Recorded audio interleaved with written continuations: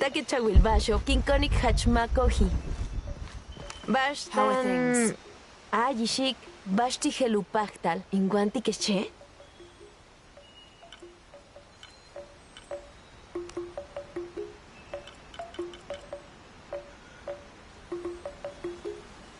Taketsul kintitech ahau.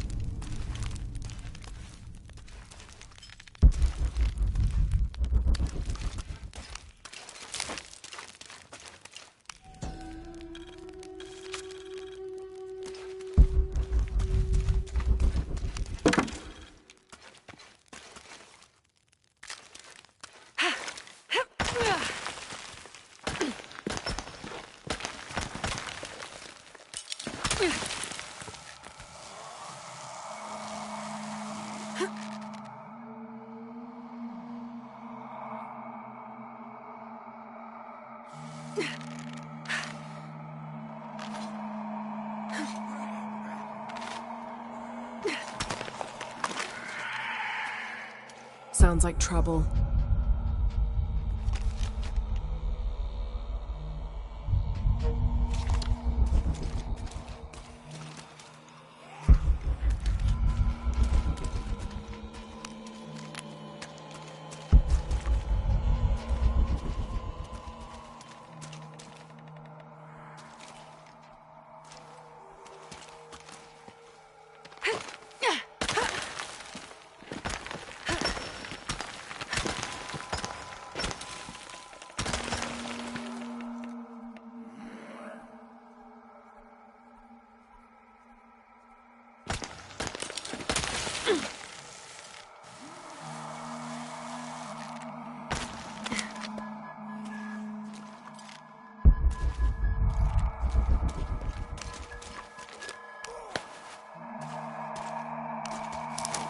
That gas is likely flammable.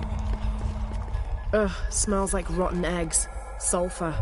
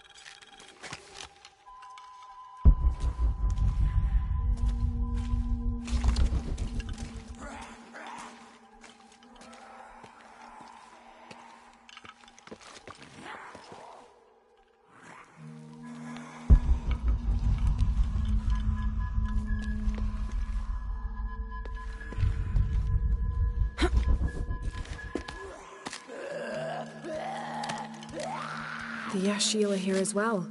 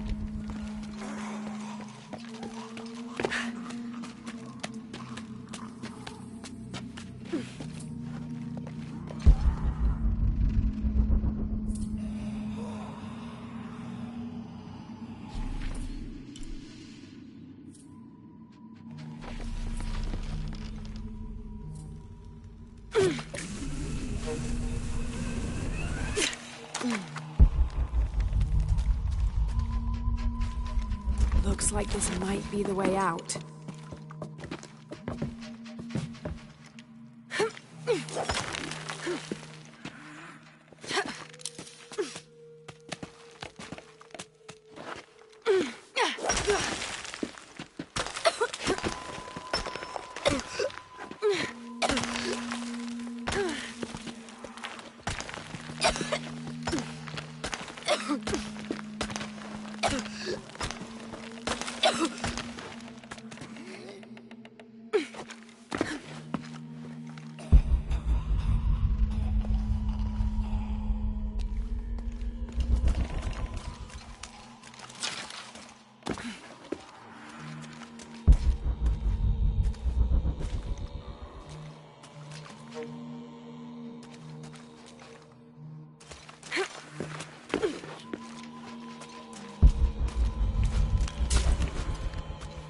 This is how I exit the tomb.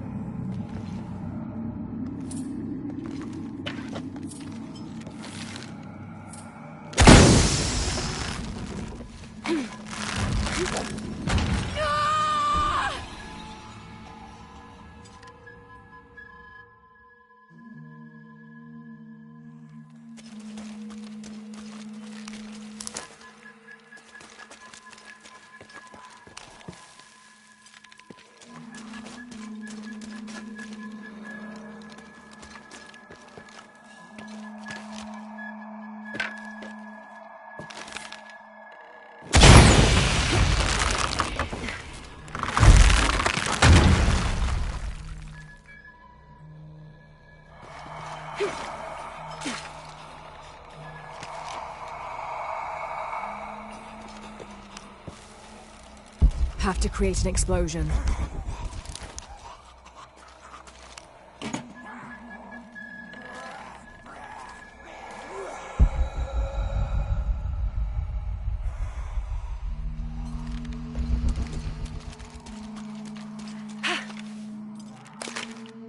Have to create an explosion.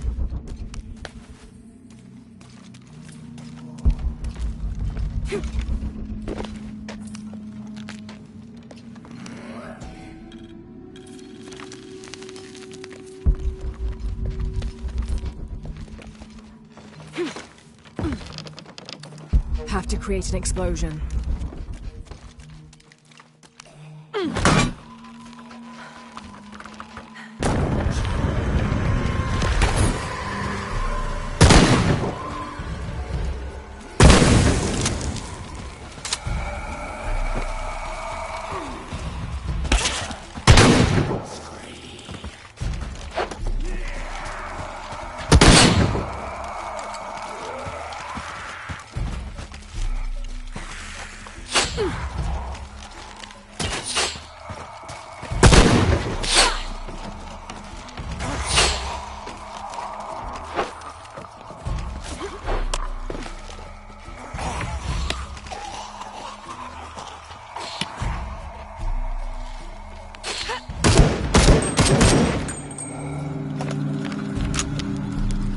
Have to get on that platform.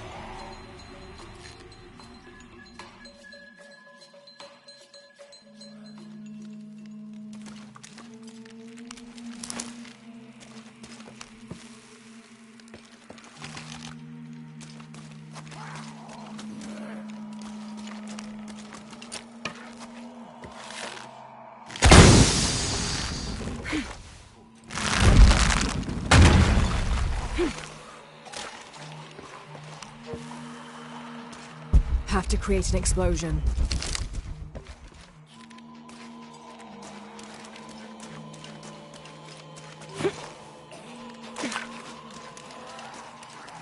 Have to create an explosion.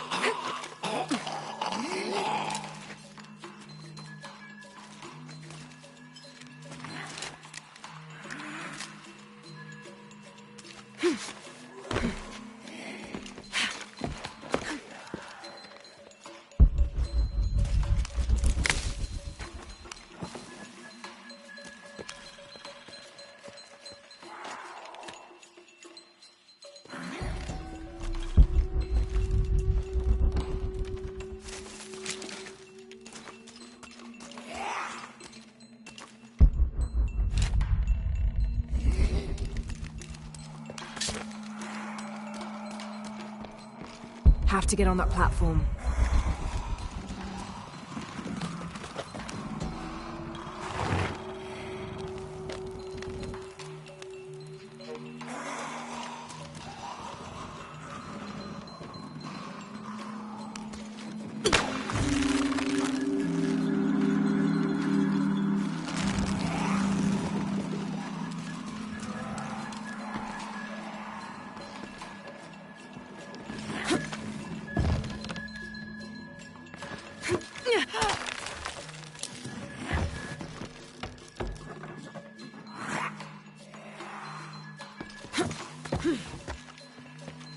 Have to create an explosion.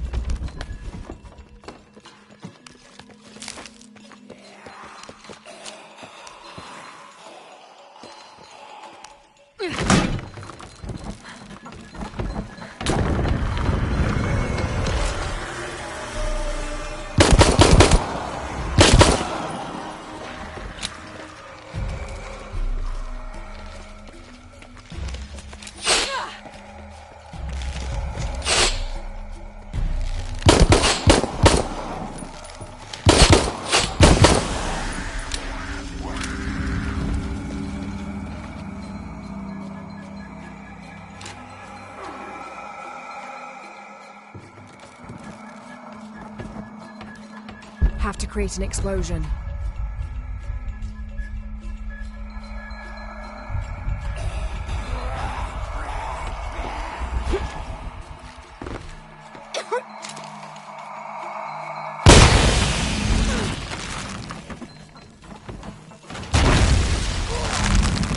Have to create an explosion.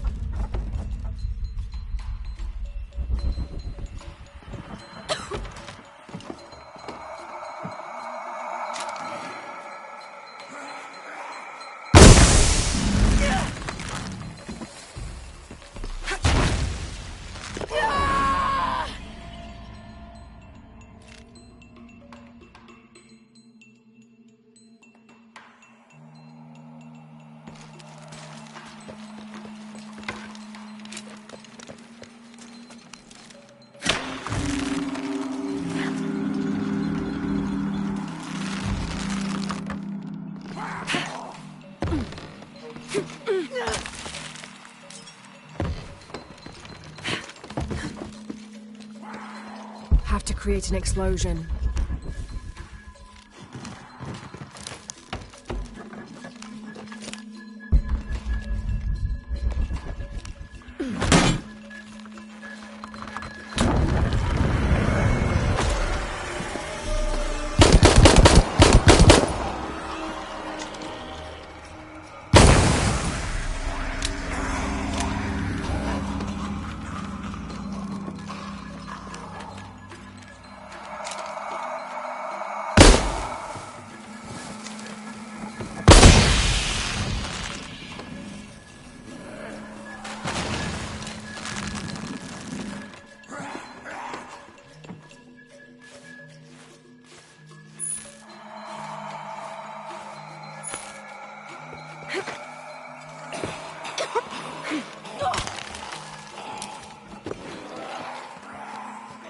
Have to create an explosion.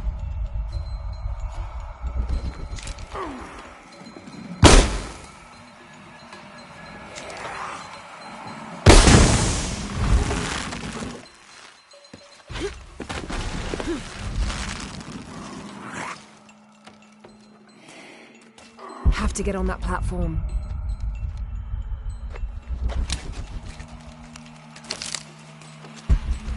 It's not far now, just have to get up there. Have to get on that platform.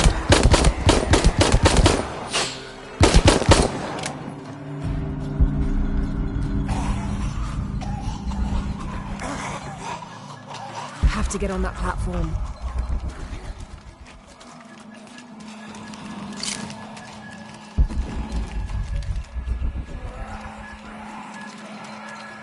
Have to get on that platform.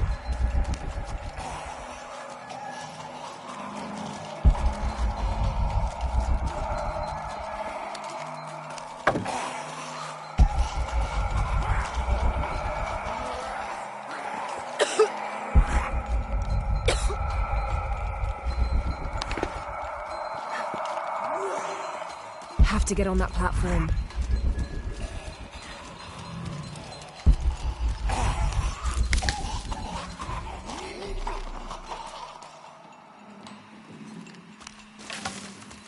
Have to get on that platform.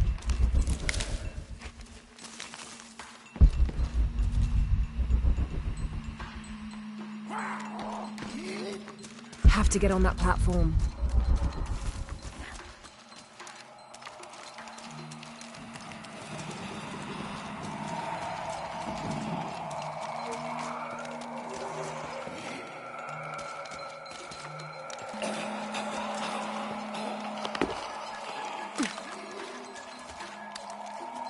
Have to get on that platform.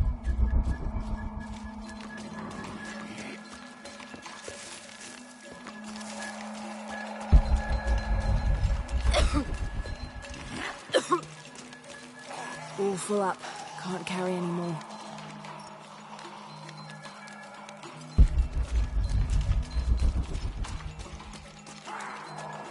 Have to get on that platform.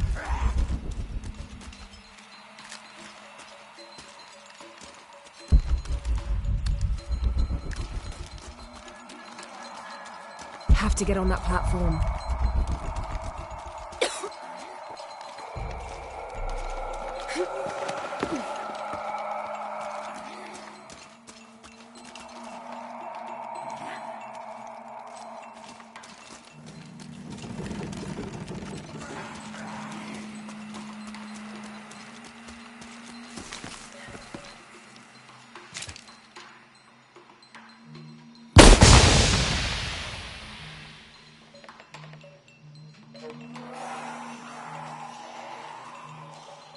Have to get on that platform.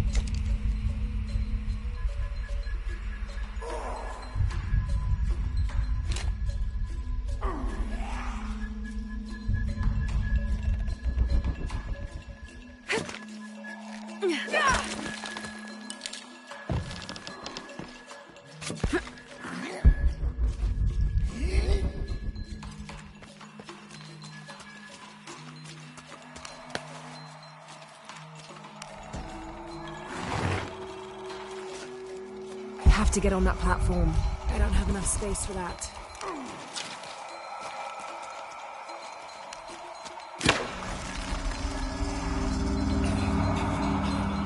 Have to get on that platform. All full up. Can't carry anymore.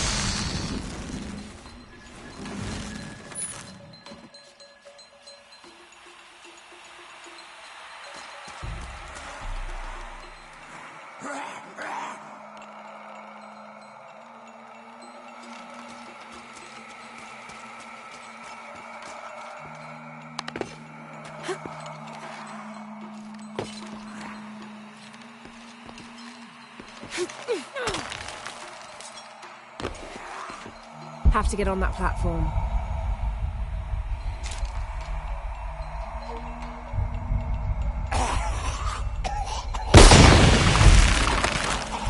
Hold on! Hold on!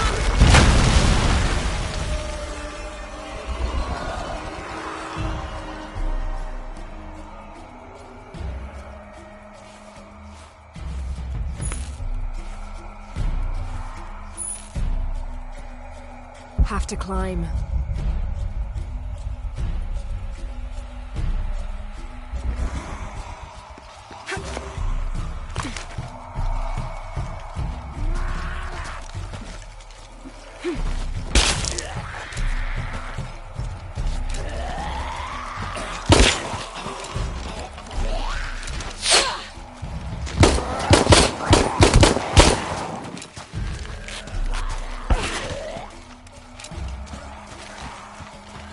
Have to climb.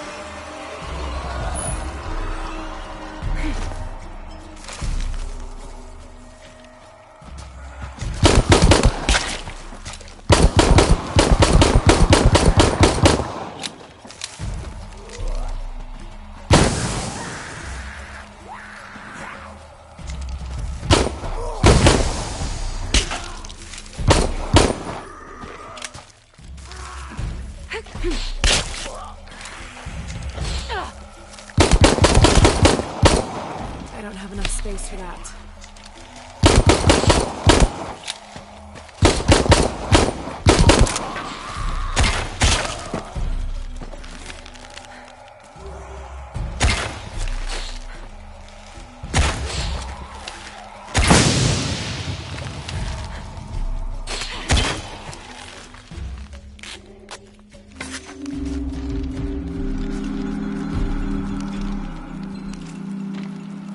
Have to climb.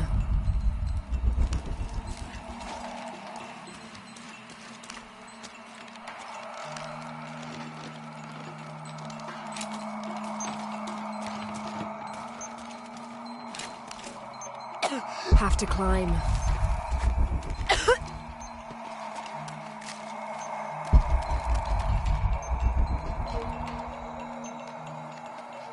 Have to climb.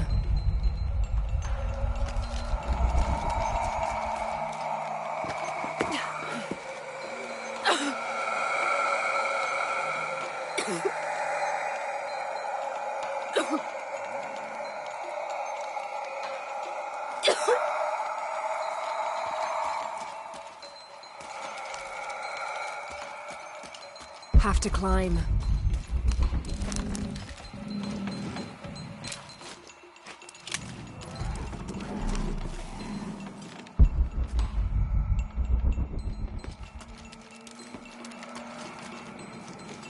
Have to climb.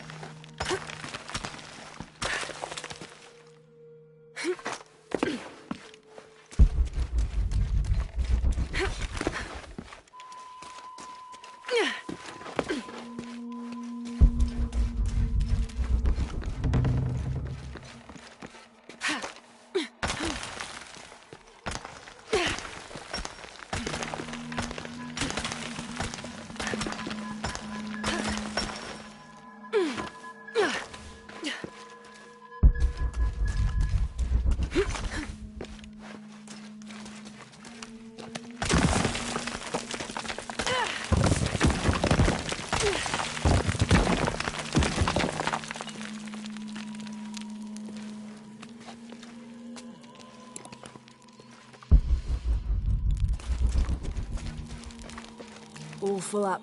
Can't carry any more.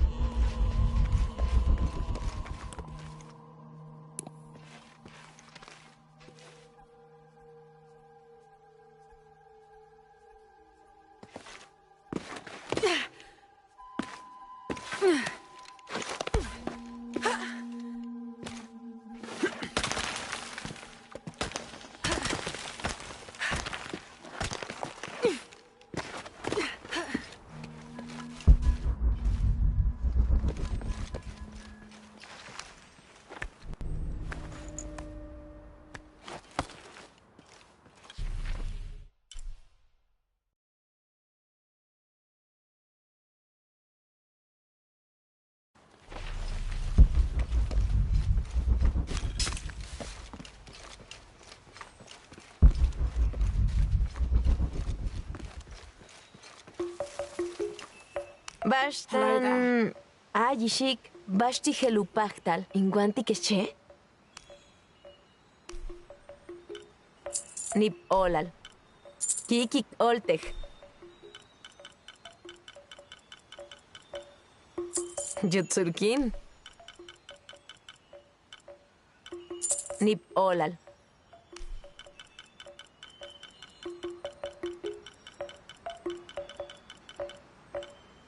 Kikik oltej.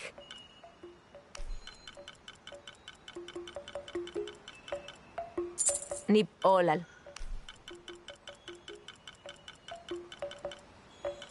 Kikik oltej. Jutsurkin.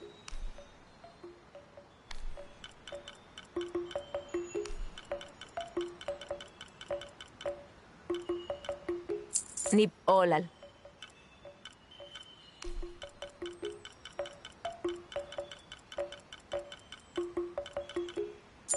Kikik oltej.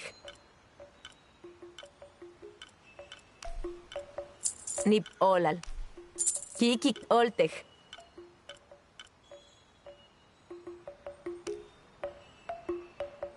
Take chahuile, guayanula cuabash, cabet tech.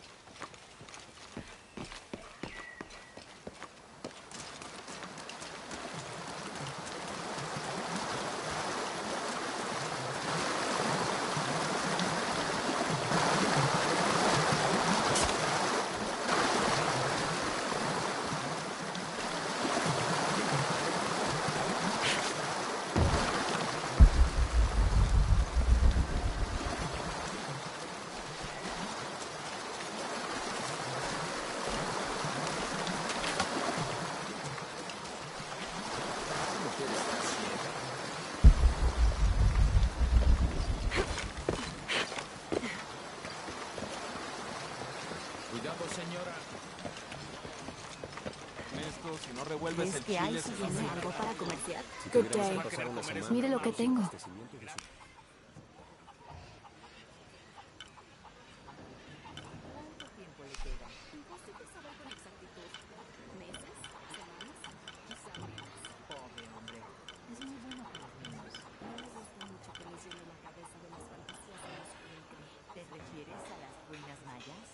Seguro estará satisfecha. Buen trato.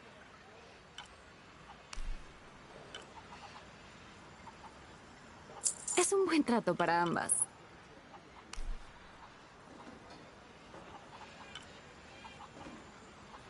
Seguro estará satisfecha.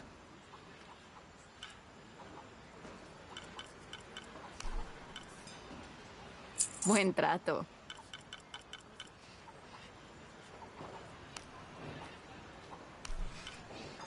Es un buen trato para ambas. Seguro estará satisfecha. Un placer hacer negocios con usted, señorita.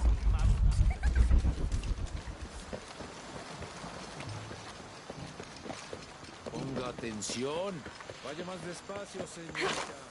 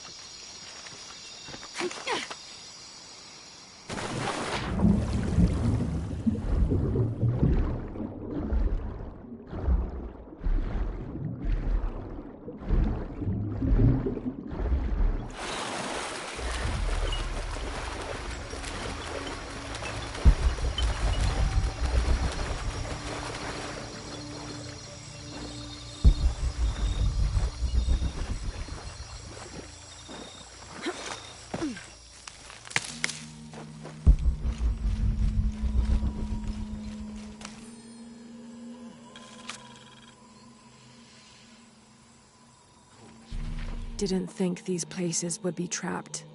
Caught a spear through the abdomen. Hurts to breathe.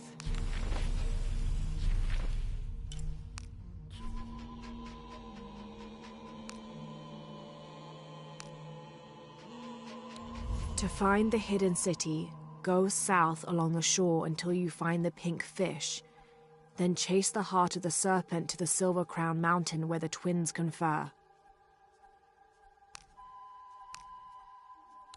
This is the star Alphard, the solitary one, the brightest star in the western sky in the heart of the Hydra constellation. 2,000 years ago, it's set in the west. That's where I hope to find the hidden city.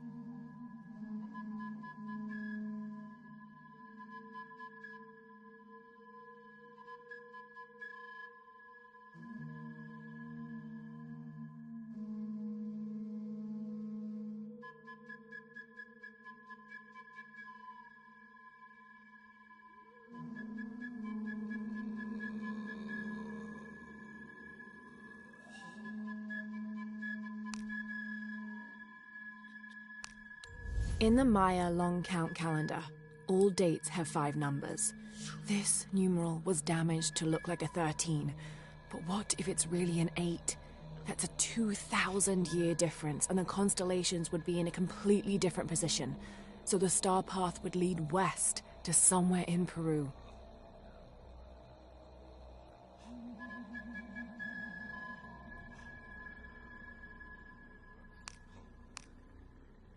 This dagger is the key of Shakshel. I found an inscription near it. The key to Ishel's heart unlocks the cleansing.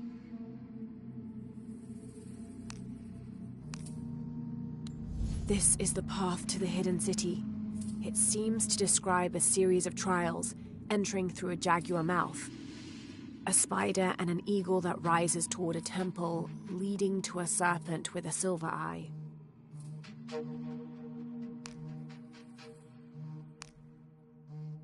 This is a serpent-shaped statuette I found in an ancient Maya tomb in the lost city of Paititi. It's yet another clue in my search for the silver box of Ishel. There appears to be some irregular edges, like a key. But a key to what?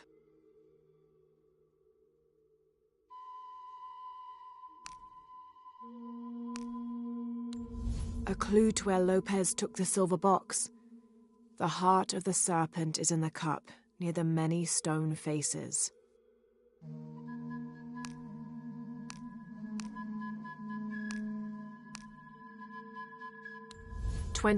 November 1603.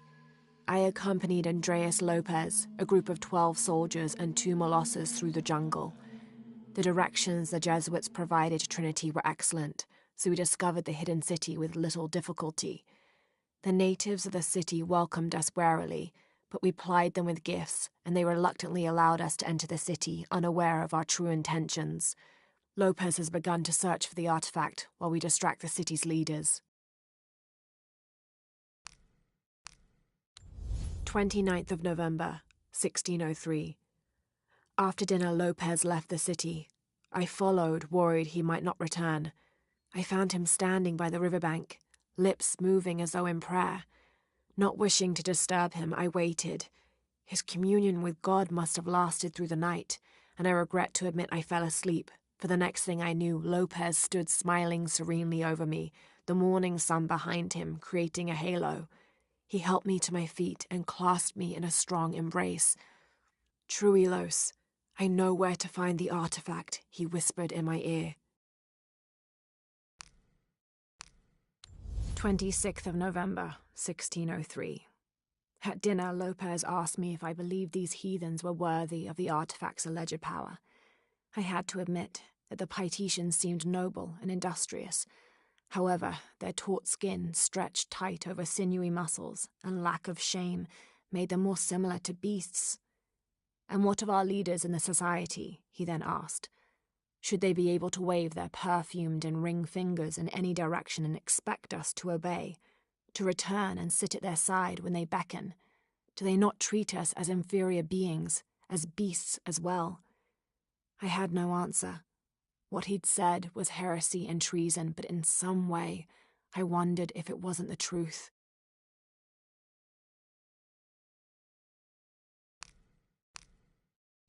This rosary has 6 decades instead of the usual 5. A very ornate example of the Brigantine version. There appears to be an engraving.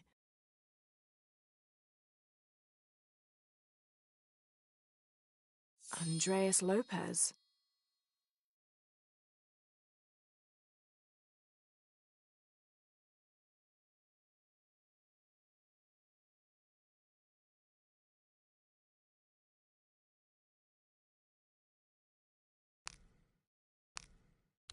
This leather-bound volume of prayers seems to be from the late 16th century.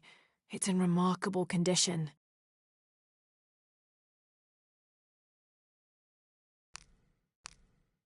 Someone decided this depiction of Christ's death needed a little sprucing up.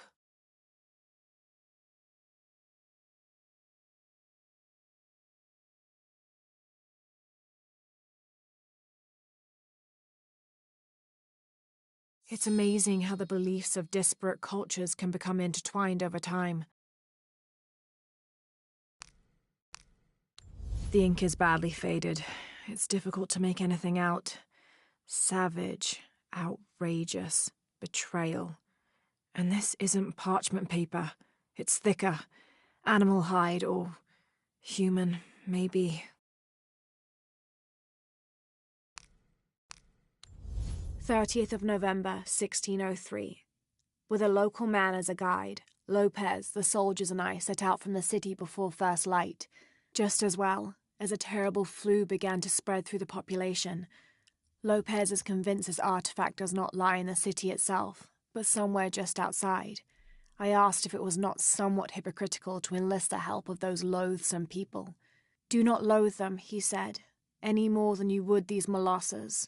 They are all creations of the Lord our God, as are we. I told him I was stunned to hear him speak in this fashion, but he took my hands and we prayed. The energy of his faith ran from him to me, until I felt the chains of doubt fall from my heart.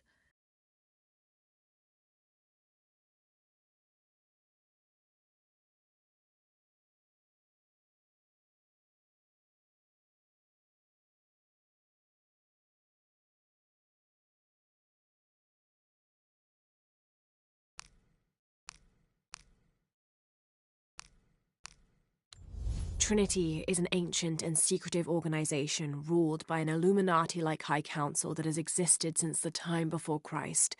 They are determined to find and exploit all of the ancient artifacts of the world. I've been hunting them since I found out they killed my father. Jonah and I have tracked down so many Trinity cells since then, but all of the other ruins and tombs we found were destroyed, except the one in Cozumel.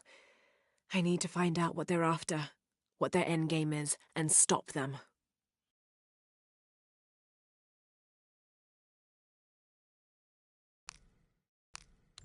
Dr. Pedro Dominguez is an archaeologist and expert in pre-colonial Maya history. My father mentioned him in his notes more than once. That's the lead Jonah and I were following up on when we came to Cozumel. His excavation in Cozumel was one of the last places my father visited before he was killed. If there is a connection, I want to find out what it is. I thought that Dr. Dominguez was only the leader of the local Trinity cell. I never imagined that he would turn out to be the leader of the High Council of Trinity.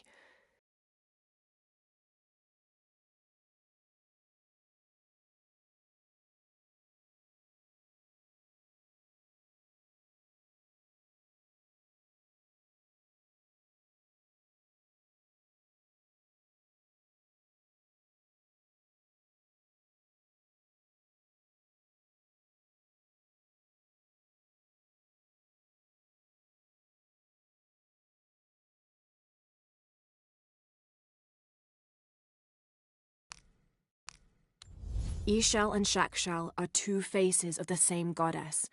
Ixchel is the young woman and represents life and healing. She's associated with the full moon. Shakshel is the old woman and represents death. She is associated with the new moon.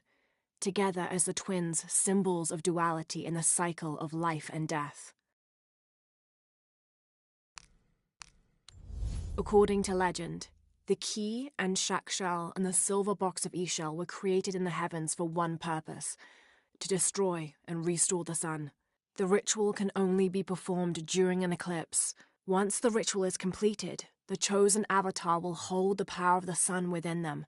Having become the god of creation, Kukulkan, they must sacrifice and release that power to restore the sun. But the silver box tempts people with visions of an idealized world they could create with that power, a fantasy of their own mind, an entirely new reality, only at the cost of destroying this one.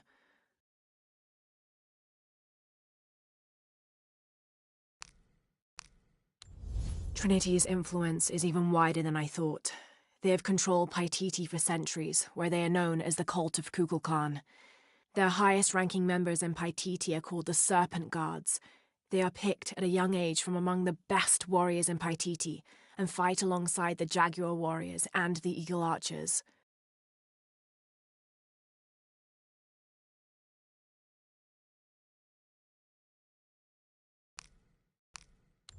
Unuratu is the rightful queen of Paititi. After a famine that nearly wiped out the city, her family was ousted from power by the cult of Kukulkan. Her husband, Sayiri, died hunting for food on the outskirts of Paititi. Amaru, or Dr. Dominguez, Sayiri's brother, felt responsible and took control of the city, using resources from Trinity to feed the Paititians until the famine passed. Even though Amaru saved the city, the cult, in his absence, now rules with arrogance and fear. Unuratu and her rebels are fighting to free the city from the cult of Kukulkan and restore its ancient bloodline. Unuratu was raised to believe it was her family's legacy, to complete the ritual of the silver box of Ishal and restore the sun for another age.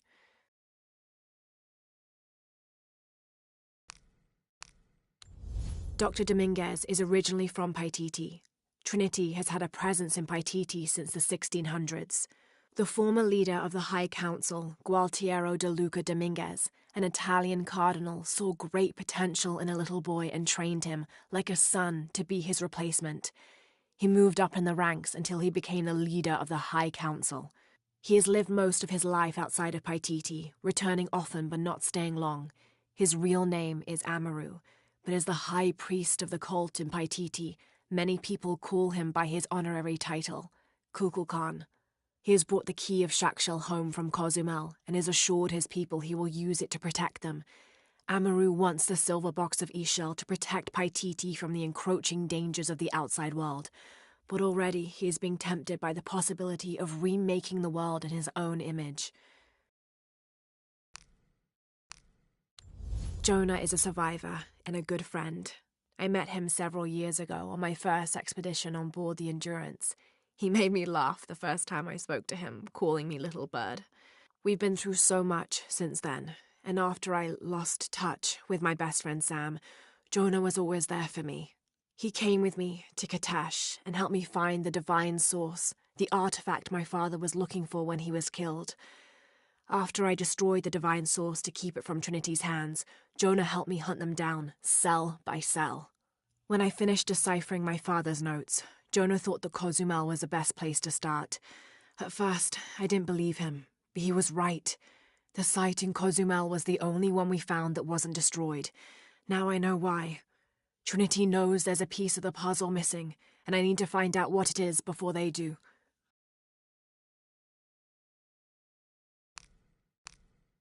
Commander Rourke is a highly trained, multi-decorated veteran of the U.S. Special Forces. His extensive experience with highly classified and sensitive operations, executed with deadly efficiency, brought him to the attention of the High Council.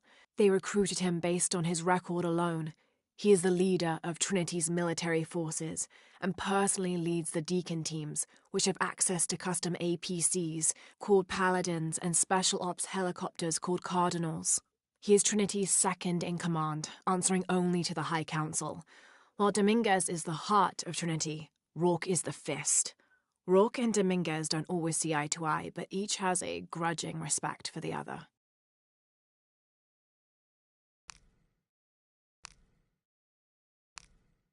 The detailed engravings on this helmet and its unusually good condition could mean this helmet was worn more as an accessory rather than protection in combat. Perhaps Lopez used it to project an air of importance.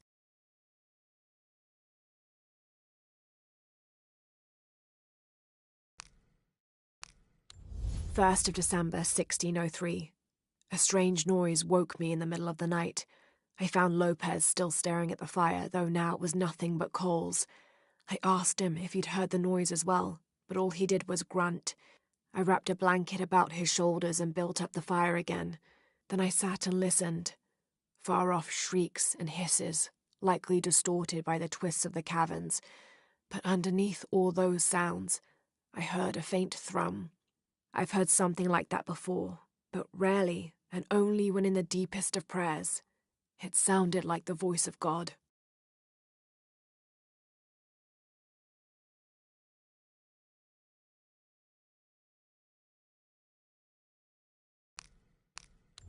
Undated. Strange warriors pursued us through the caverns.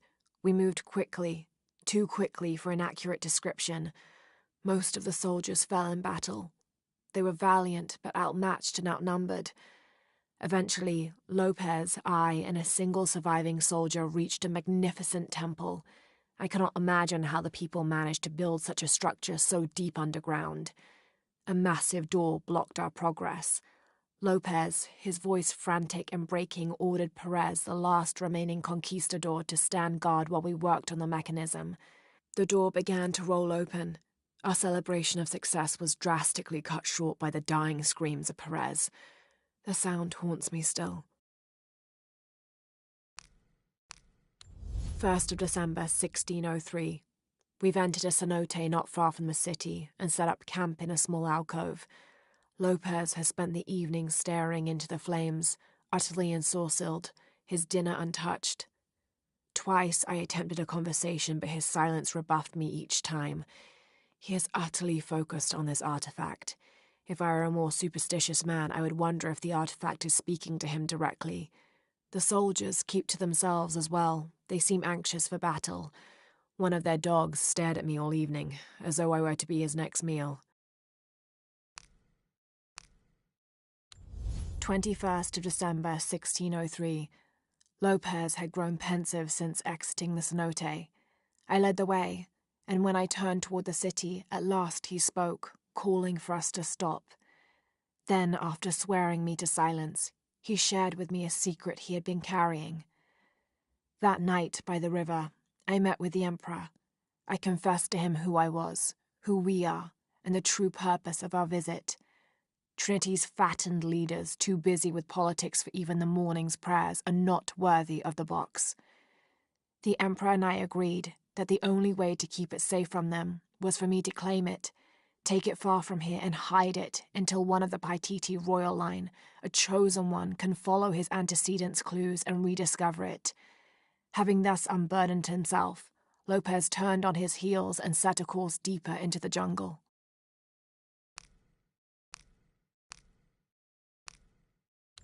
30th of December, 1603. Lopez has just returned from a nearby village, and with him came a group he says will follow him and help us with construction. There was something strange about his behavior. Me, he whispered. The others. He walked off. I spent that sleepless night worrying about his deviations toward madness. And Lopez, or Angel de la Cruz as he now calls himself, spends his evening preaching the mission's purpose, to test the chosen one. He's calmed considerably, and if he believes something pursues him still, he keeps it to himself. Tomorrow we begin to build a library, where the box will safely rest until it is ready to be found by the chosen one.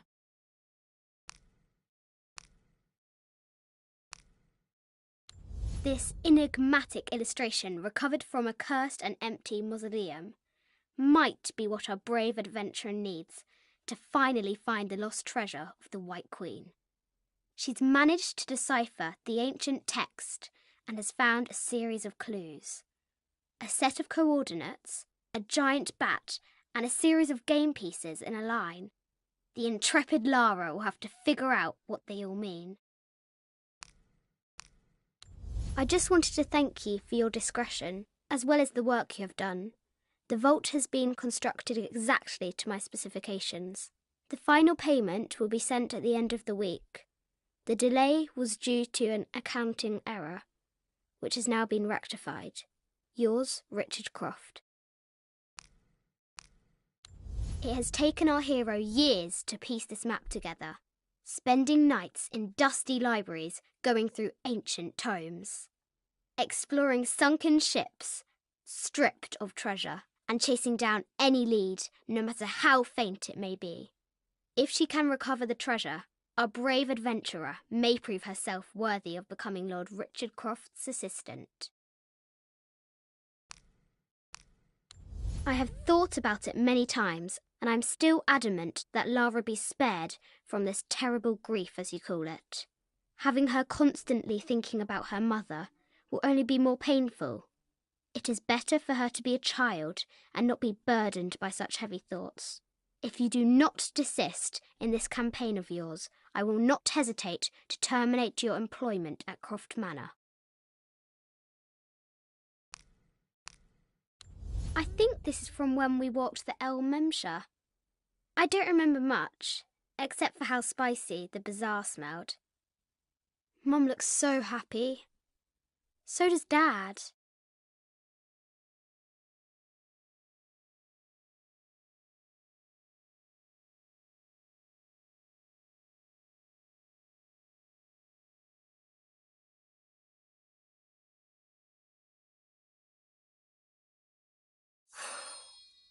It's not fair. Why did she have to die?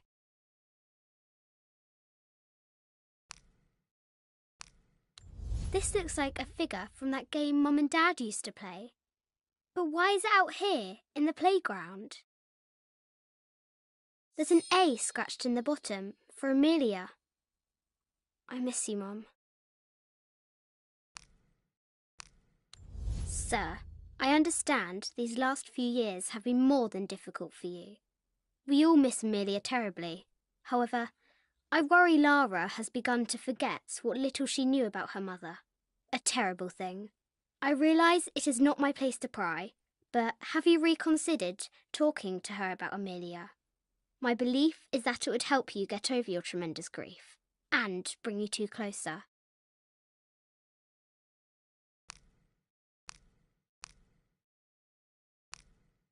Cinnabar was used in the ancient past for producing a bright orange pigmentation on ceramics, murals, tattoos, and in religious ceremonies. This is a traditional foot plough, still used in the Andes today, even outside Paititi. Sometimes the simple ways are still the best. The canopa serves as a receptacle for offerings of cocoa and animal tallow. The stuffed canopa is thrown into the farmer's field at the start of the harvest season as a gift for Pachamama, the mother god. It is said, if the present is accepted, the farmer will yield large crops in a successful breeding season. The Inca used a combination of freeze-drying and salt to preserve just about anything edible. Charqui and chunos are basically meat and potatoes. Delicious. These ceremonial ceramic jars are used to store corn beer or chicha. The bottom of these apu are usually pointed, to aid when pouring into smaller serving containers.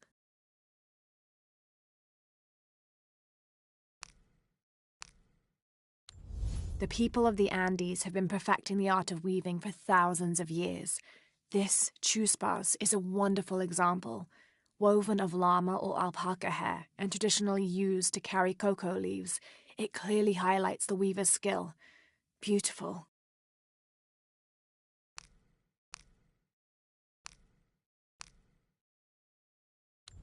This is a little bit unusual. It shows herds of sheep, llamas, and goats. But one farmer wouldn't usually tend 3 distinct herds like this. That one llama, alone on the hill, that must be Urkachile, the Incan god who watches over animals. Urkachile was often depicted as a llama. This is a dedication from all the local herders to the one who protects their flocks, thanking Urkachile for the preservation of their livelihood. This is a dedication to Supe, god of death and ruler of Uku Pasha, the Incan underworld. It entreats him to come forth with his legions of demons and to converge on this site, where the local people will do him honor with written poems extolling his greatness or offerings of food and drink.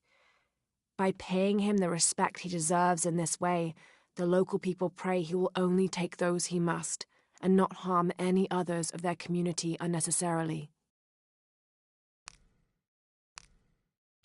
A dragon, this must be depicting Pachamama, the Incan goddess of motherhood, earth, and time. She presided over fertility, the harvest, and planting. Her body was the mountains, and she was also the cause of earthquakes. People used to make miniature pieces of clothing with highly intricate designs solely for the purpose of burning them in dedication to her. That would account for the scorch marks on the floor, and those brown stains must be llama blood, another popular sacrifice. This must be Mama Zara. I always thought her forms of worship were a fun tradition. She was the Incan goddess of grain, and her name means maize mother. So if ever a farmer found a strange maize plant, they would dress it up like a doll in honor of her. She was also the goddess of willow trees, so sometimes the farming communities would hang one of their maize dolls from a willow tree and dance around it for her.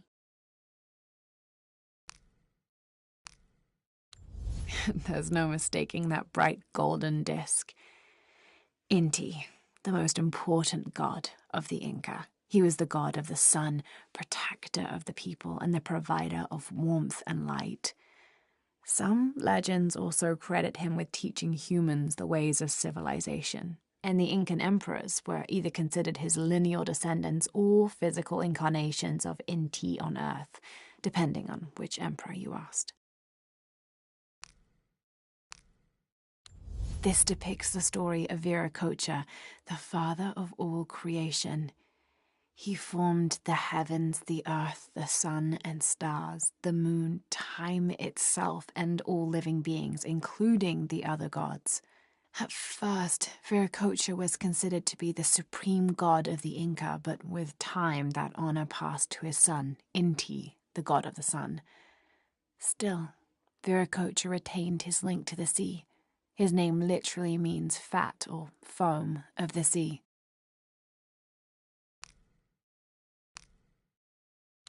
Konirea, the Incan god of the moon.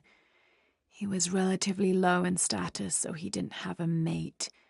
This tells the story of how he reshaped his sperm into the form of a fruit, which impregnated the goddess Kavika when she ate it. His pregnancy came as quite a surprise since Kavika was a virgin. But when her son was born, the boy immediately solved the question of his paternity by crawling right towards Konirea. Kavika was so humiliated by Konirea's low standing that she fled with her son to Peru, where they turned into coastal rocks.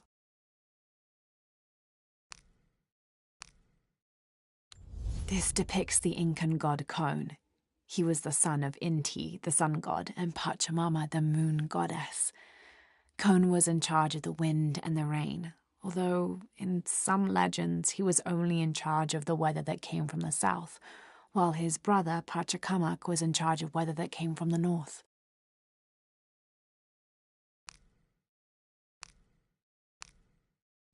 The monogram reads PHF. That has to stand for Percival Harrison Fawcett. August 9th. I am leaving this page here to assuage any mystery should the rest of this quest prove as fatal for me as it has been for my party. My name is Jack Fawcett.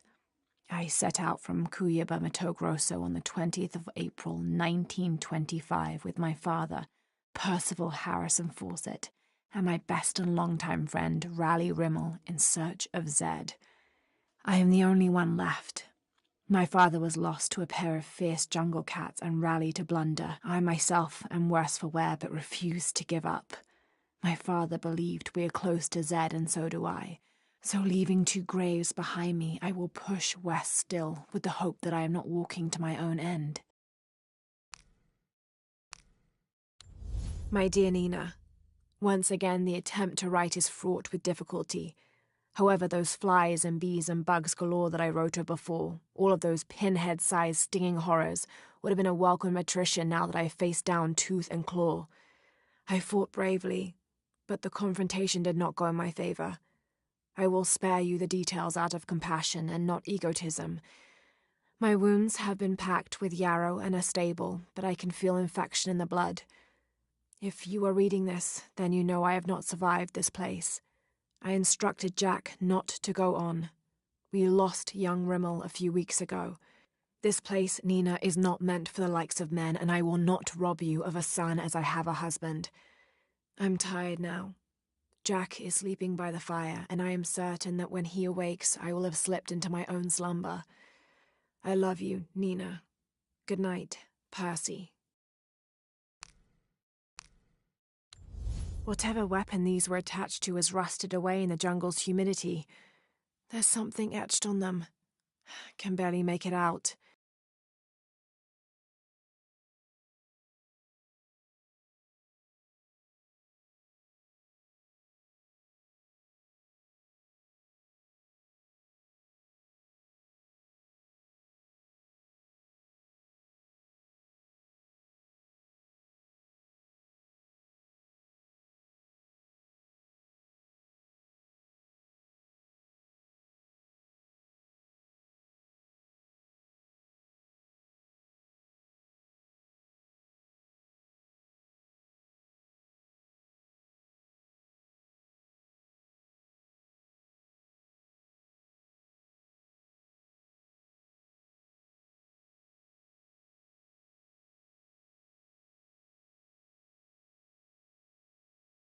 P.H. Percy Fawcett. But we must be thousands of kilometers from his last known position.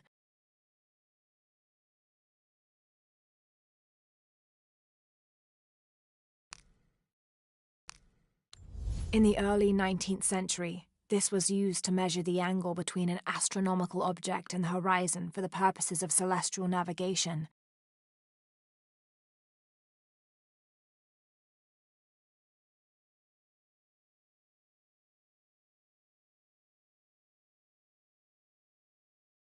There's an inscription here.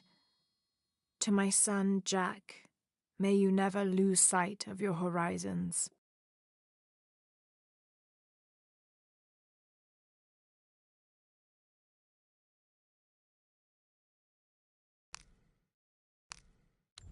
Within lies Raleigh Rimmel, friend, 1925.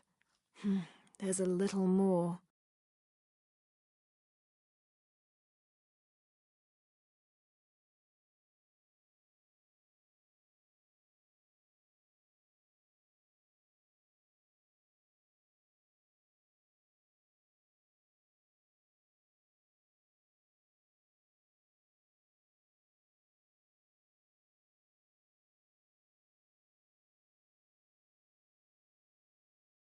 Beware, traps ahead.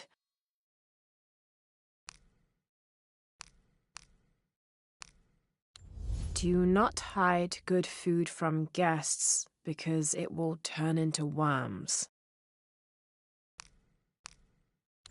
I've been doing some research, and I think we might be able to set ourselves up with a homemade refinery. It's going to be a lot of work, though, and I can't do it alone. We'll need to build an oil tank, 1,000-litre capacity. The hull of the ship sunk in the river could be used for the tank. Any volunteers for a salvage mission? We'll need to set up a system to collect the crude. Who wants to be in charge of the bucket brigade? Once we get these things set up, we should be able to make diesel, kerosene, and petrol. Enough to fly the planes and eventually maybe even turn a profit. Too young to be amber. It may be copal. It smells wonderful.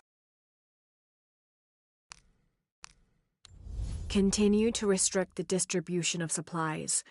When we come through the area, it's better for everyone if your people are more concerned with their next meal or their child's fever, rather than with what's happening outside the village.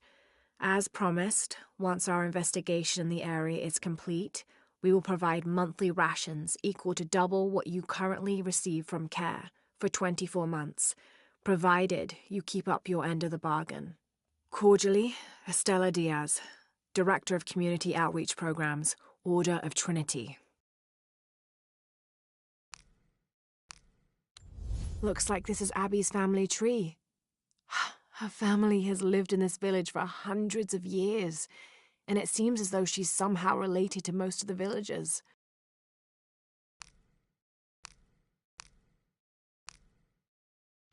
This is Tonatiuh, the sun god and ruler of the Aztec heaven, which they called Tolan. He was literally the sun itself, the fifth one, in fact, presiding over the fifth age after the 4 previous suns had perished. The Aztecs believed they had to sacrifice to him regularly, or else he would refuse to move across the sky. He was strongly associated with eagles, unsurprisingly, and was often depicted wearing their feathers and carrying weapons such as arrows and shields or instruments specifically created for human sacrifice.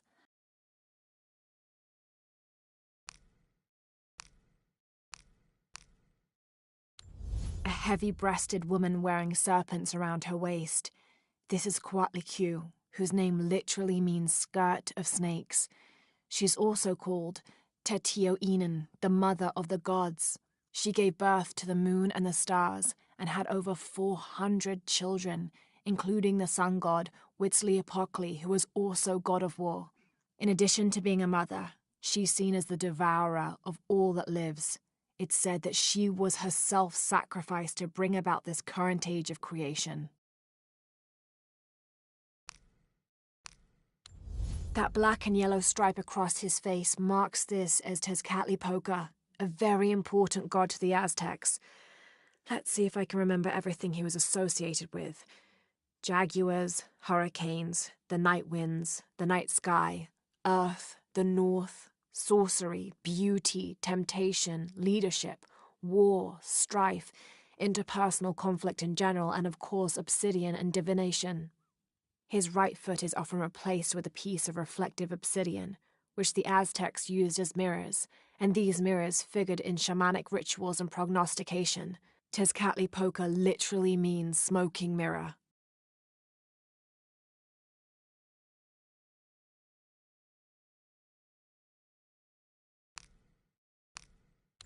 Here's Quetzalcoatl, the feathered serpent.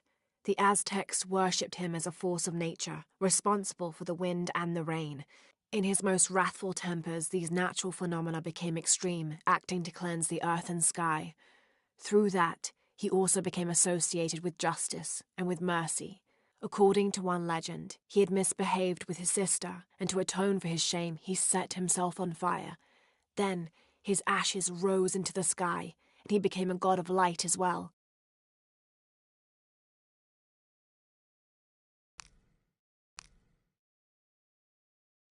Bulging eyes, fangs. This is Tlaloc, the Aztec god of rain and storms. In his gentler temperament, he's also the god of water and fertility, bestowing life and sustenance. But on the other side of the coin, he's responsible for thunder and lightning, hail, and the other destructive aspects of water, including erosion, affiliating him with caves, pools, and springs. Oddly enough, he lives in a mountain. His bird is the heron, but he's associated also with animals like snails, frogs, and other amphibians. These are the king and queen of Mictlan, the principal underworld of Aztec mythology. Micantecutli was the most prominent of the gods associated with death. He was often depicted as a skeleton with eyeballs in his skull sockets, and his responsibilities included looking after the souls of the departed. His wife, Mictlantecuhtli, presided over festivals of the dead, which are precursors to the modern Dia de los Muertos traditions.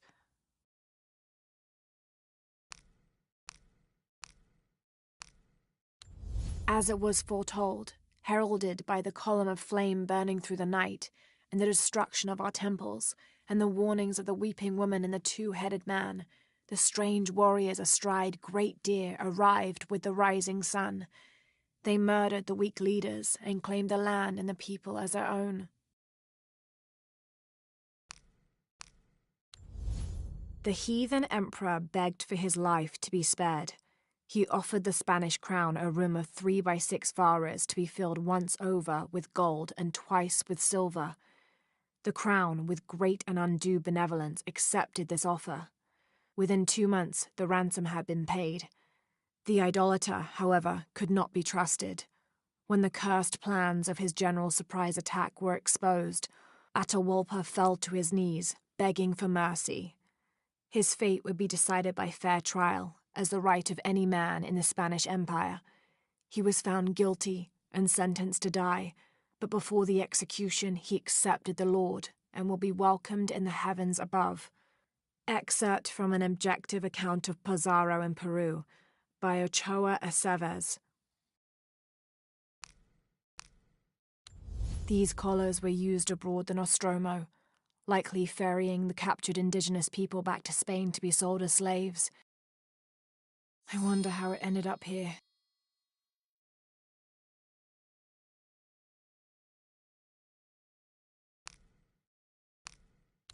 After the long dry season, when the rains finally fell, the rats left their burrows looking for more food.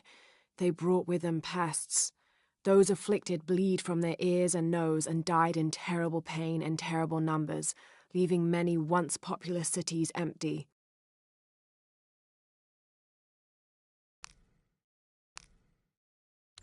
We underestimated the natives, crafty bastards. Told us of a cave filled with gold, but they led us into a trap. The damn place was filled with monsters.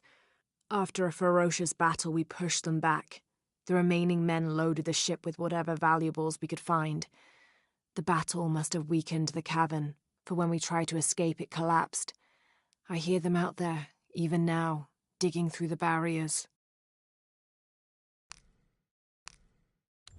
Cusco belongs to Hernando Pizarro, rightful representative of the Spanish crown. Diego de Almagro has been captured.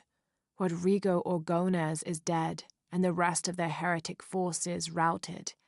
We made a crossing over the mountains and appeared on the coast outside of Cusco. Orgones marched to meet us at Cachupampa, a poor choice for his cavalry. His falconets threw Gonzalo's infantry charge into disorder, but the swampy ground prevented his seasoned cavaliers from true advantage. Our imperial arquebusier breached the river and unleashed hellfire on the opposition. Pizarro and Orgones led their respective cavalries, each merging to a single charging column, all of the men yelling, and met at full gallop. I had never seen such a thing. Somewhere in the chaos of battle, Orgones was shot and unhorsed and killed. They say the coward Almagro retreated from the battlefield atop an ass. Fitting. Excerpt from Alonso Luiz's journal. Several hundreds have renounced their pagan beliefs and turned to the teaching of Catholicism. Our work here is different. The heathens must learn the language and then the teachings. Most are not receptive, but only come looking for conversion to the true Lord from fear of what might happen to them if they do not. No matter. All paths lead to God's light. In the evenings, I rest easily, comforted by the conviction we will save these poor, lost souls. Excerpt from the journal of Beltran, Ordinius Praedicatorum. Even rusted out, you can tell this is a quality weapon. It was likely manufactured in Toledo. The city was renowned for their steelwork.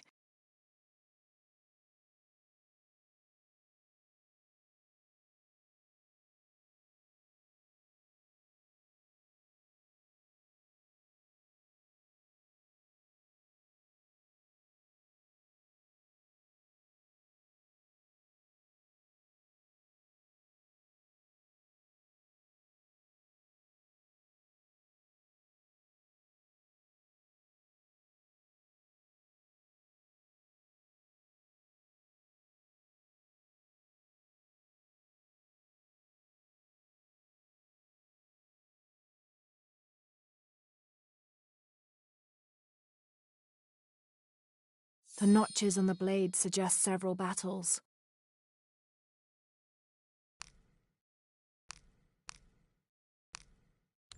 Each Taka of the cult of Kukulkan vows to tie his coat to that of Utu, descendant of the Maya.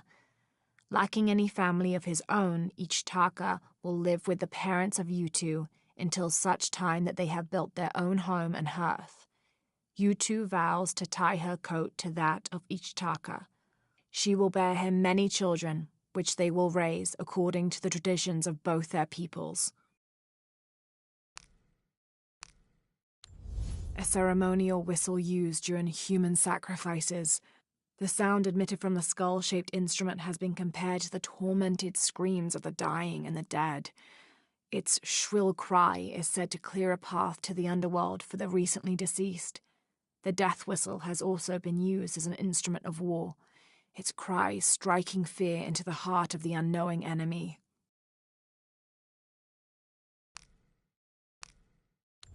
The Aztec used these to burn incense so they could communicate with the gods.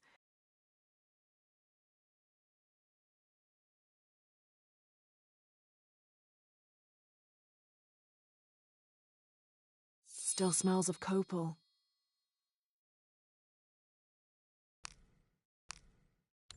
Patoli is said to be one of the oldest games in America, played by all walks of life.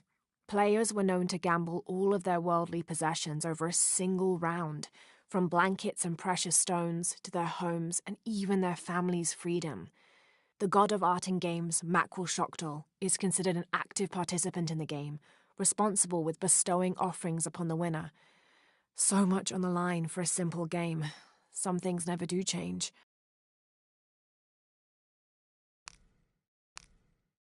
These ear ornaments are in pristine condition. They contain a carved-out illustration of a winged beast with a pronounced trunk and a torch or staff in its hand.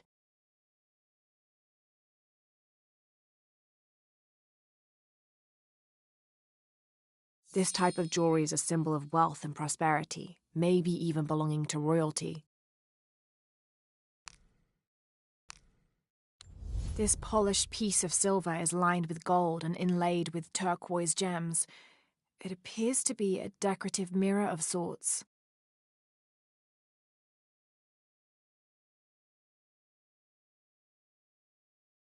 An ornate filigree depicting Ixchel is carved onto its backside.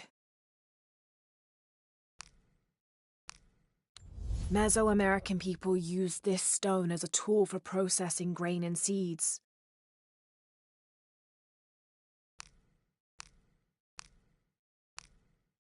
Traditionally woven from fabric and stuffed with reeds and grains, the burial dolls are frequently shown holding something in their hand, like a musical instrument or a ball of yarn. In this instance, the doll is holding a toddler, perhaps signifying that the deceased was a mother.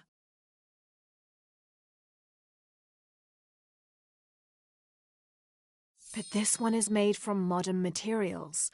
I suppose Paul Vernier could have made it as a promotional toy.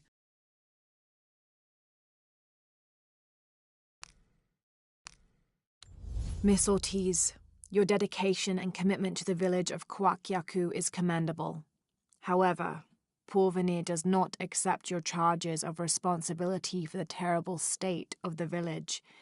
In fact, the Board of Executives has decided, and your local government representative agrees, if you continue this crusade of slandering our good name, we will have no choice but to take legal action. From the office of Roberto Lavia, Chief Executive Officer, Paul Vernier. This is a promotional model of an oil derrick made out of cheap plastic and copper. There is a logo for a company called Paul Vernier on the base of it.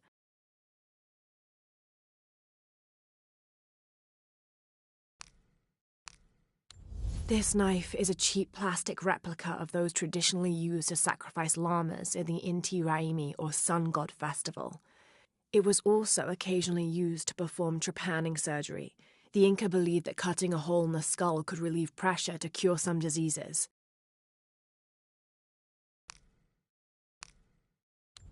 Miss Ortiz, thank you for your recent inquiry.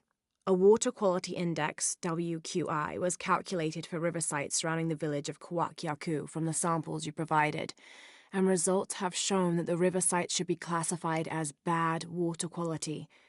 The results of this study have shown large-scale impacts that include siltation, chemical pollution, and heavy metal pollution. Turbidity and total solids exceeded the environmental limits. Water of high turbidity, hazy, murky water, cannot be used as potable water, and the high total solids also imply that it cannot be used as irrigation water as well, as this will damage infrastructure. It is most likely that any subsistence fishing that took place before is no longer possible at the affected river sites, thereby impacting negatively on people's livelihoods. Similarly, pH was in the high alkaline range as well as COD. These parameters were indicative of some chemical pollution in the river. The pH, that is alkaline, hard water, is corrosive and can damage plumbing equipment and clothes. High levels of fluoride in the water poses the risk of diseases such as dental and skeletal fluorosis. The presence of pathogenic bacteria such as Salmonella also represents an immediate health risk for the local community. This cast iron conical mold was mainly used throughout the 60s and 70s to shape small gold ingots. Its unique shape causes the gold to settle at the bottom, separating it from impurities.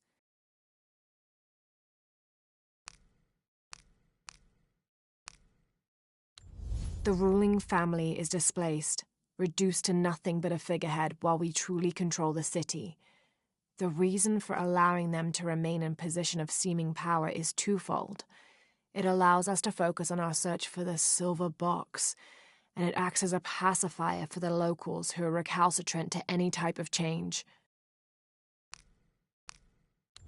The cult of Kukulkan has gone too far.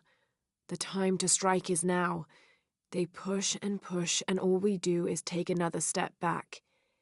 If Unuratu is unwilling to do anything, then we should move forward without her.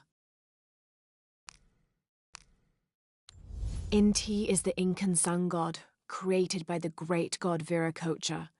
Incan rulers consider themselves direct descendants of Inti, as he is the patron of empire and military conquest. Wife of Inti, daughter of Viracocha and mother of the founders of the Incan Empire. Likely another artifact extorted from the people of Paititi by the cult.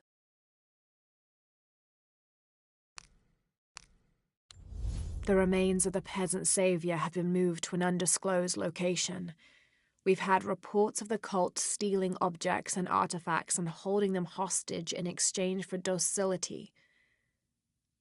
We will not allow such a sacrilege to happen to Manco.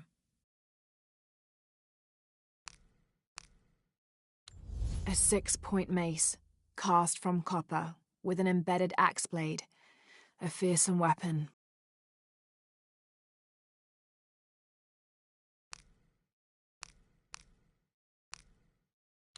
This mural depicts some kind of voyage or pilgrimage undertaken by the Maya.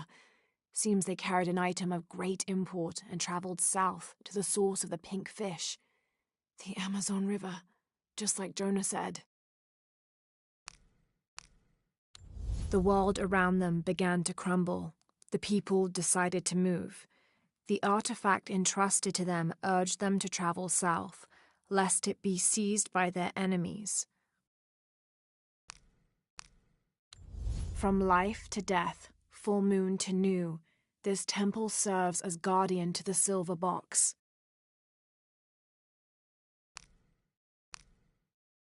From death to life, new moon to full, this temple serves as guardian to the silver box.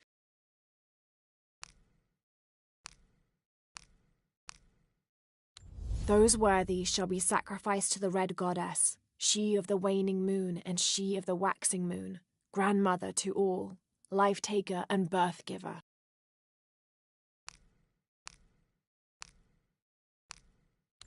Yaskar Yahweh united the two sides, ending the war. However, their blood still boiled. In order to placate the soldiers, someone must be punished.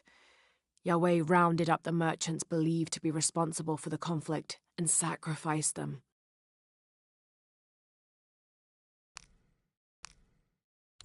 This jade mask would have been placed on a noble's corpse during his funeral. The artisans were reputedly able to create an almost exact likeness of the wearer.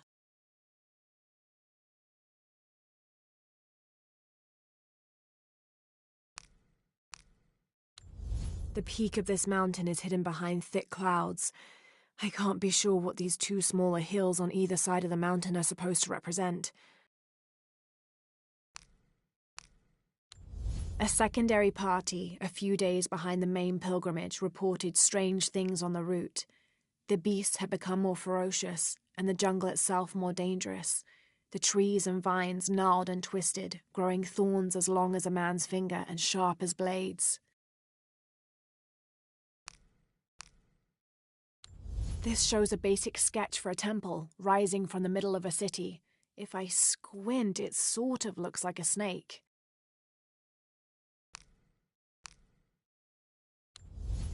It's difficult to make out.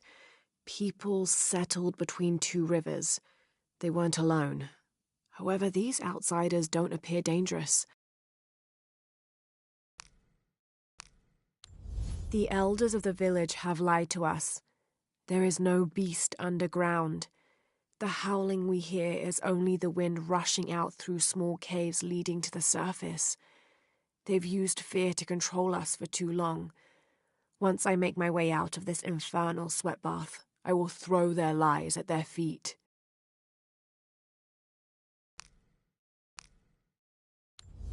And in the moment the gods were satisfied Metnal did not kill his wife, a pelican landed at the accused's feet. This stunned those in attendance. This was a seabird, hardly ever seen this far inland. The representatives of the gods decided to see what the bird meant to do. It circled Metnal, flapping its wings and squawking softly, and then it opened its mouth and a half-eaten fish landed at Metnal's feet. This was understood by all as a sign of Metnal's guilt, and he was quickly executed.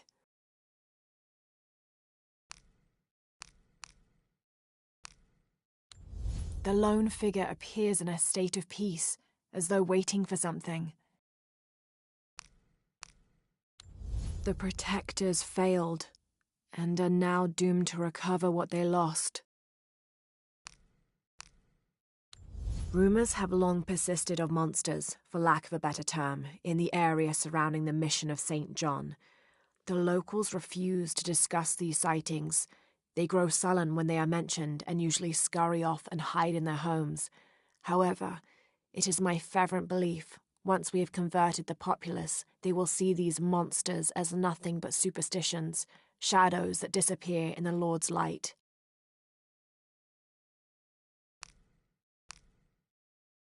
Another example of syncretic belief. This figure portrayed on the cross is not Jesus Christ, but Kukulkan. I suppose a parallel could be drawn between the two.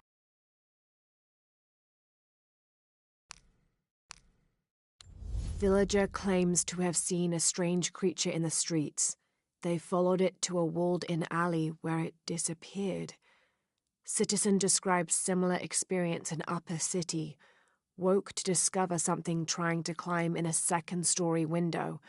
When she yelled, it dropped to the street and disappeared. We'll continue to monitor.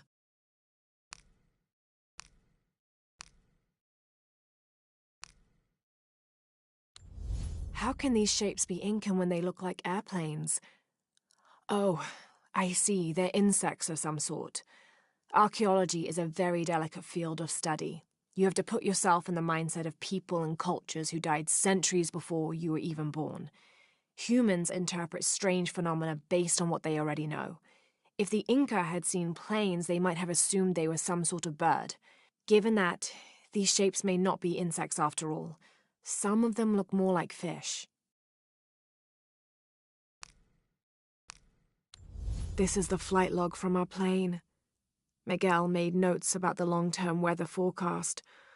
Warm, hot, and dry for the next 3 days. Highs in the low 30s. Mostly clear skies with nothing but light rain expected. Based on his other entries, if Miguel had thought the chances of a severe storm were better than half, he wouldn't have flown us at all. But there was no storm predicted, let alone something serious. This is the story of local caverns rumored to be haunted. Ghostly noises coming from deep within the bowels of the earth. No one who's entered the caves has ever returned. Mysterious sounds, something between the booming of thunder and the howling of dogs, and a mysterious light glowing within. Oh my god, this is a penguin lawn ornament, painted and decorated and placed in a location of reverence. I shouldn't laugh, but it's so incongruous. The locals wouldn't be able to identify the animal it's intended to represent, and they certainly wouldn't be familiar with the material the statue is made from. There isn't any plastic in Paititi. I'd love to talk to whoever did this and learn why, what they think this penguin is.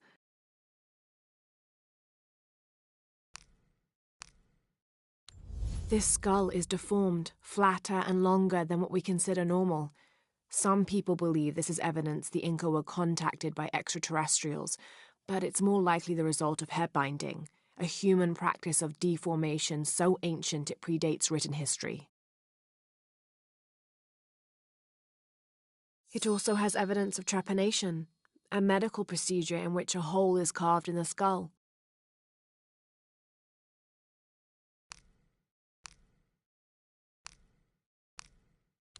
The pilgrimage came to a fork of 2 rivers and decided to settle.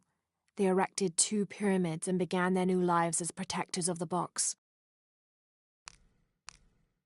During a fierce battle, a man of 2 bloods throws down his weapons and, speaking with passions, convinces the other warriors to do the same. They follow him from the battlefield into the city, where they behead several merchants whose initial bickering caused the war. Ill-suited to the local land, the Mayas' agriculture techniques of slash and burn soon led to a food shortage. At the risk of starvation, they entered into treaties with local pre-Inca tribes, gaining new technologies and crops. The traders arrived, bringing new goods, and then the farmers, with new crops and techniques. Eventually, as more and more of the outsiders arrived in Paititi, they eventually took administrative control.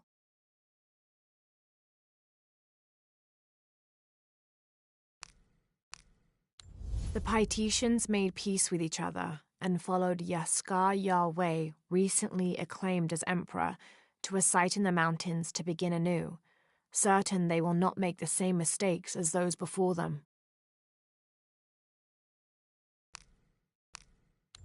The surging population and lack of civil planning caused the settlement many problems. Farmers clear-cut jungle to use the fertile riverbanks for their crops, resulting in a devastating flood in the first heavy rains. Overhunting forced hunters to travel ever further to find game. Several groups, each vying for a controlling interest in the settlement, debated, often fiercely, on the best manner of solving these problems.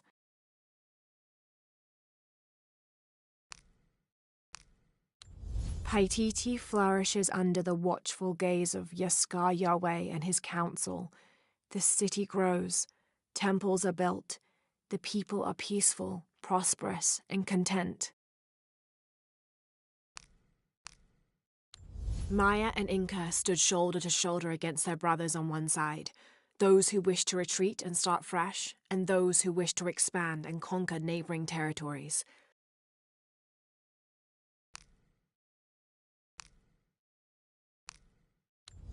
Having not heard from Lopez, some among the leadership began to have their doubts about him. Our group dispatched south to investigate. We sent the natives in first, uncertain those in the city had not killed Lopez on his arrival. They returned with reports of how sick the city was, and we quickly formed a plan to utilize this to our advantage. We leave the city at first light, which is just as well, for a terrible disease has spread across it. Dead and dying line the paths and choke the streams. Many are saying it is punishment from the gods. Journal of Adelantado Perez. The shadows loom long and dark, the mountain black as night, in mourning as the strange pale men, end the short but immensely productive life of Kaiua Capac. He whose yearning for greatness lashed this city to his shoulders and carried it upwards, who only ever asked for Enti to warm his brow as he worked, in the streams or fields or brickyards. Kaiua Capac made a deal with the strange men. He gave his life so that we may live ours, free, but under the new rule of these men from distant lands. Pure silver. From what I understand, Manco was a simple farmer. This must have been made posthumously as an offering to honor him. This shows a pilgrimage from a great city. This must be Manco, leading the priestess's ancestors out of Cusco.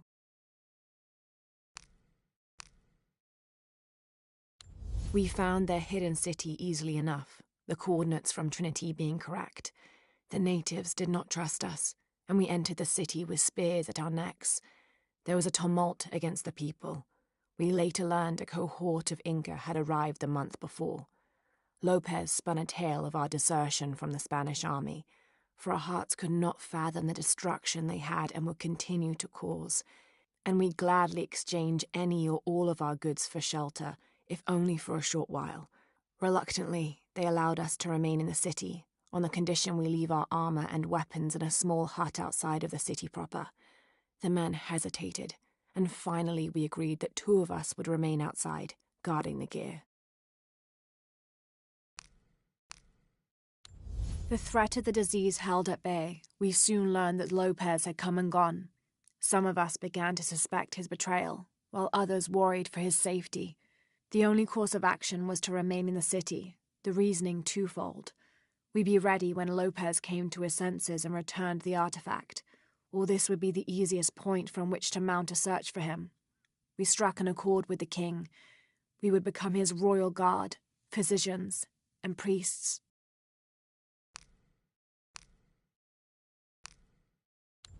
The new methods of agriculture introduced by the cult of Kukulkan have only succeeded in destroying more crops. First, the bee colonies collapsed. Then the cocoa crop failed. The earth is too damaged for anything but corn to grow, and the stalks are flimsy. We must take action, or Paititi will suffer a tremendous famine. This seems to represent Unuratu leading a group in rebellion, and there is a near-total eclipse in the background. Unuratu approached the throne through the crowd. She walked beside it, but did not sit. "Why do we continue to believe this lie?" she asked the crowd. "Kukulkan controls this city, and I will no longer wear a smile and pretend it is any different. I will not be his puppet, trotted out to wave and smile." The guards cut her off quickly and ushered her away. Then they advanced, with weapons drawn to disperse the crowds. Amaru returned for his brother's funeral, inconsolable during the burial and immovable after. The next day, however, he cut swiftly through the city. He unmasked the cult's leader, exposing them as outsiders. "It is time for the people of Paititi to take control of their city," he said, holding a decapitated head in one hand and the bloody knife in the other. "No longer will we bow to outsiders." Born to famine, raised in rebellion, orphaned but never alone, he rises as the sun. Another group of children is on their way from Caen, traveling via steamship. Of the 10 I have sent, please keep a close eye on the one called Amaru. He shows the greatest promise. However, he is prone to bouts of sullenness and often complains about missing his brother. I suggest a special curriculum be created for this one, something that will keep him too occupied to be homesick.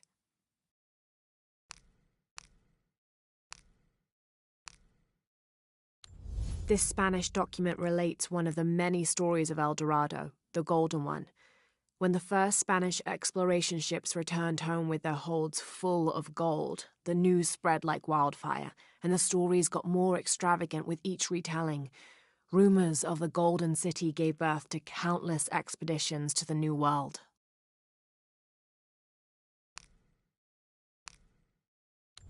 This camera belongs to the X700 line. Sam had one of those. I was so jealous. It's just the thing you'd want for an expedition to find a lost monument or civilization. This is proof that there were people coming here as recently as the 1980s. Even when modernity scoffs at them, some legends still manage to inspire people.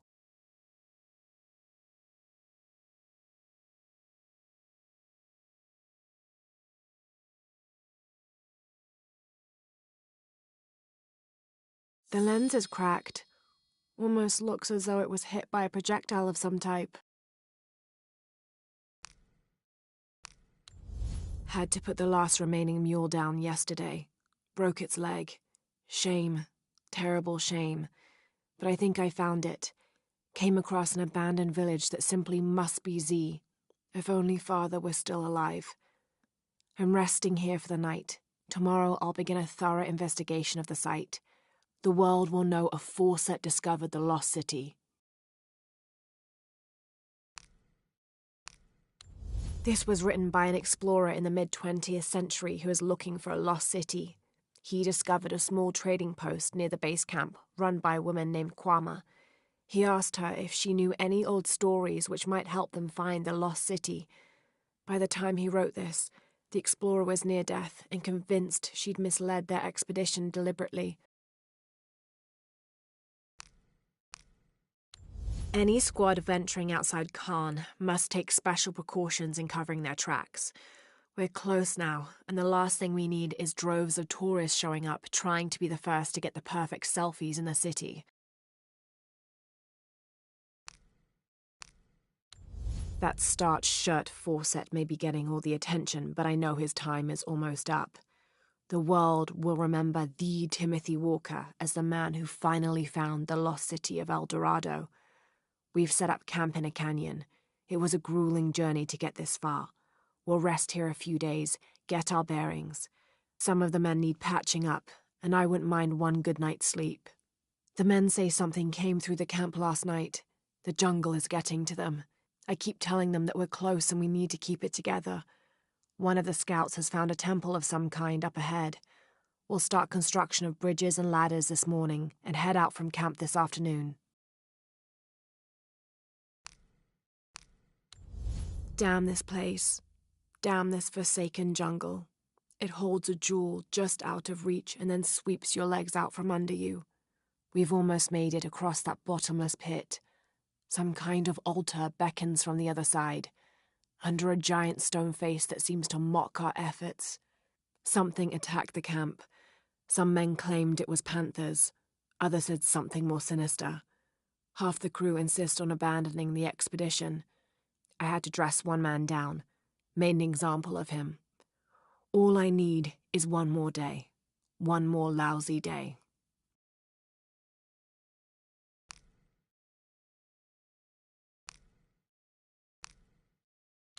This staff has a jury-rigged flintlock mechanism similar to those from European firearms. The cultist priests must have used this during their ceremonies to awe the crowds.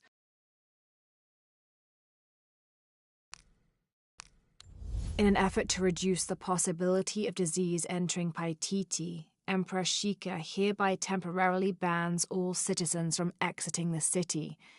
Anyone currently beyond the city's limits will not be authorized to re-enter. Paititi is still recovering from a recent epidemic, and any other outbreaks could tip the already precarious balance. By order of the cult of Kukulkan.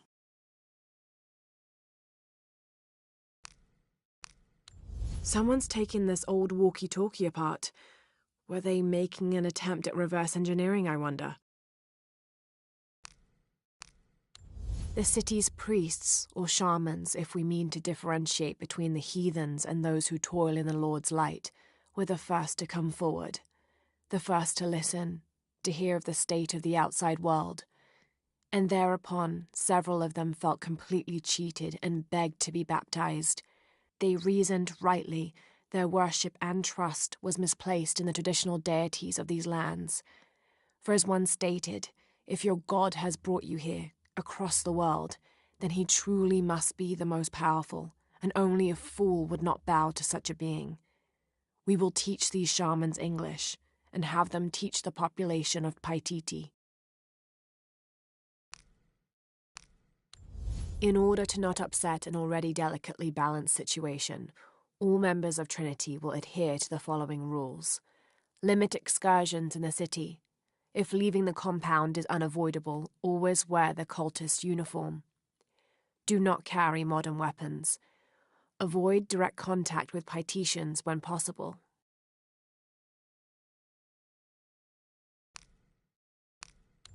Turn mirror 1 to the left. Follow the beam of light to mirror 2. Direct mirror 2 across the chamber diagonally. Return to mirror 1. These seem to be instructions of some kind, but I can't make out the rest. This figure must be the Owl, the mythological beast stalking the outskirts of Paititi.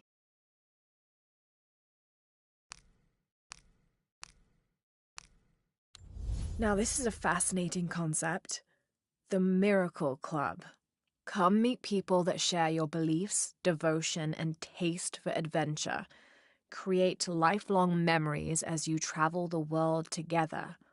It's a Christian singles group dedicated to visiting pilgrimage sites. This document describes the founding of the mission.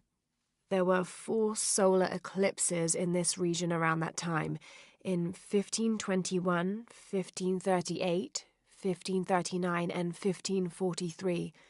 Spanish missionaries reported that during each one, a vision of John the Apostle appeared on this site. So in his honor, the mission of St. John was built here in 1544.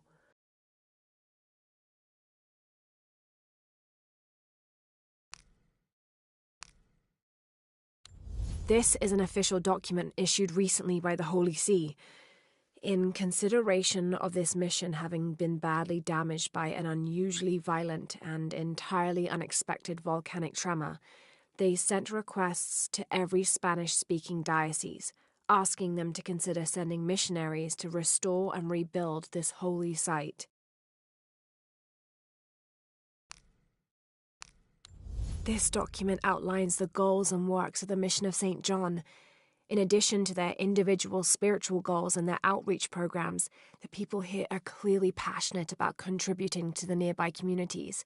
Education, literacy, healthcare, even donating a portion of the food they raise.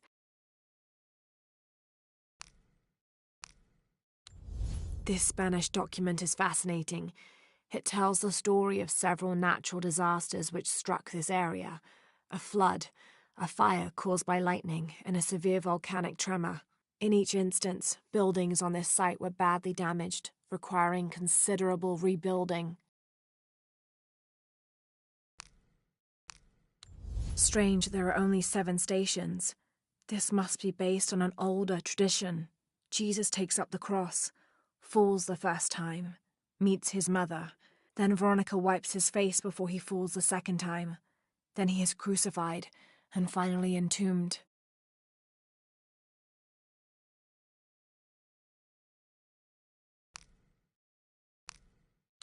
St. John was the last of Jesus' apostles to die, and the only one whose life didn't end in martyrdom or suicide. As a writer of 5 books of the New Testament, he's the patron saint of theologians and scholars. Because of his long life, he was able to take on several students who continued his teachings after he died, establishing a line of religious study that remains unbroken to this day.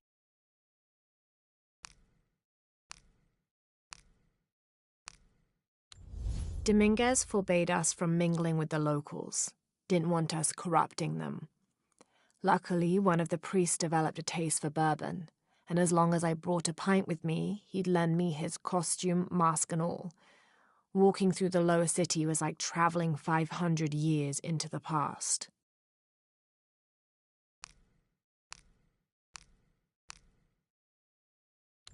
This obsidian-tipped arrow was snapped in half. It looks similar to those used by Unuratu's rebels. If they went up against Trinity with these primitive weapons, they never had a chance. Do not leave the city. Those who leave become cursed, forced to wander the jungle, and never find peace.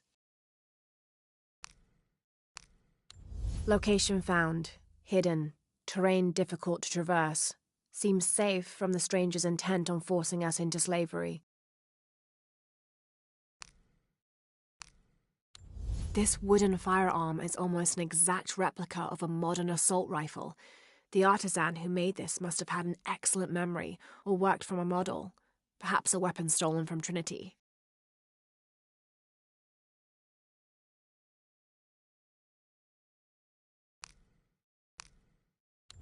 This hard hat is decorated with peacock feathers and what seems to be the likeness of a jaguar.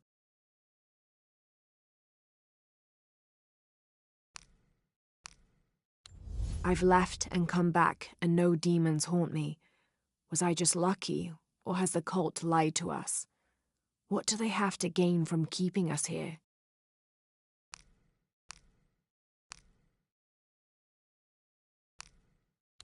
When the Lord gave his covenant to Noah, saying never again will he destroy this world, it can be interpreted as he has decided humanity has learned their lesson. But have we?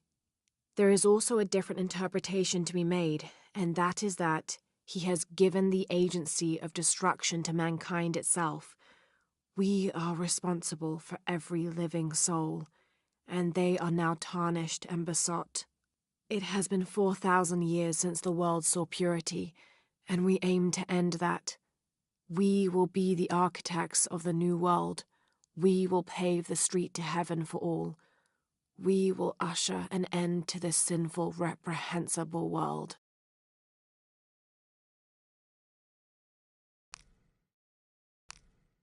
Attention, Dr. Dominguez. Camp set up near abandoned oil factory outside of village. Survey of area ongoing. Contact made with villagers. None with any information on lone wolf. Small group splintered off from main camp. Stole 2 weeks' worth of supplies. Suggest eradication of former assets once operation complete. No sign of Croft yet. Reports of a plane crash 10 clicks outside of village. Maybe we got lucky. NB. Villager suggested making sure Abby Ortiz does not become too interested in our activities. Name sent to headquarters. Dossier incoming shortly. Currently researching avenues and contingency plans.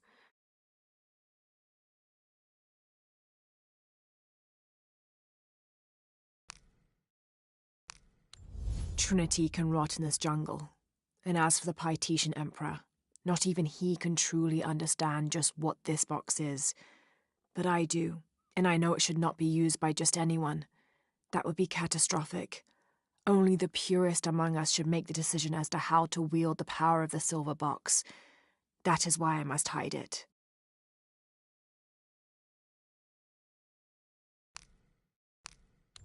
After action report. Attention, Dr. Dominguez. Search site, Mazaruni River, Guyana.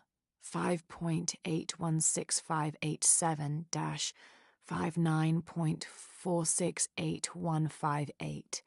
Discovered evidence of Maya migration. Upon subsequent investigation, site deemed a dead end. Actions taken. Site flooded by redirecting river. Locals recruited for labor eliminated. All trace of presence scrubbed. Other. Kick up at nearby village. Lethal response necessary. Area isolated. Site flooded. Appears natural.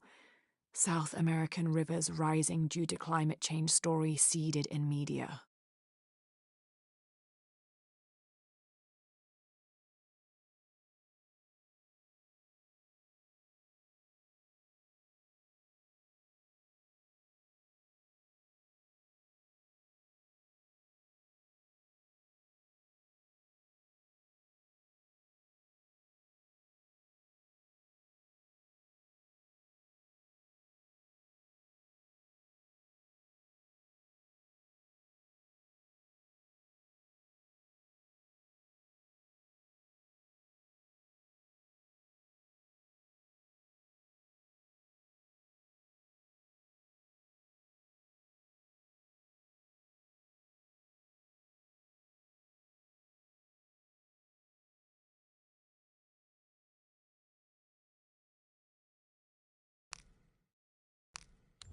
Search Team Report and Findings. Central and South American Division.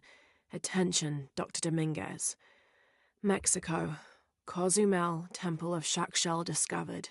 Site closed and scrubbed. Brazil. Atishi Matari region. Dead end. Site closed and scrubbed. Team moved to Trincheira Bacaja site. Mandaruku region. Search inconclusive. Trouble with government. Suggest closing site. Awaiting orders. Trincheira Bacaja region. Progress made with local tribes. Investigation ongoing. Peru. Coaquiacu. Temple discovered. Research ongoing. Attention, Dr. Dominguez. Possible entry point located for temple outside of Coaquiacu. Excavation equipment en route.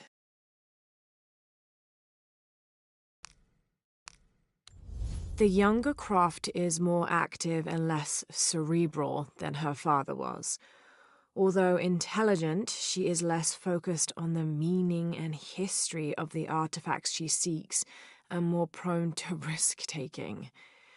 With no children or family of her own, she is free to pursue her targets, almost to the point of obsession.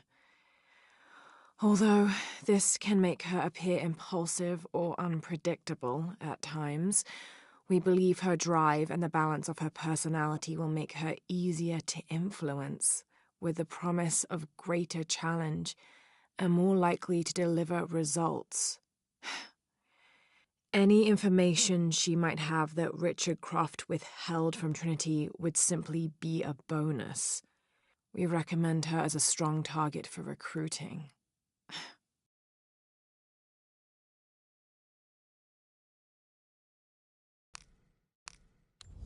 This is a record of a mercenary's assignments while working for Trinity.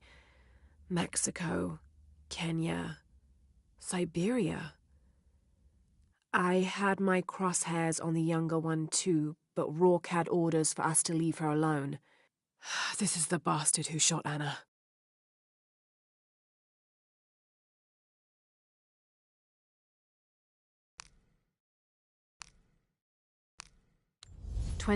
May. Over a month has passed since our expedition departed from Cuiaba. We have consumed our provisions methodically thus far, and continue to be in high spirits. Father's age shows when we're on foot. A few times now I have caught Raleigh looking over his shoulder and back at us to make sure we're still keeping up. Father always returns a look with a smile and saying he'll soon be the one in the lead.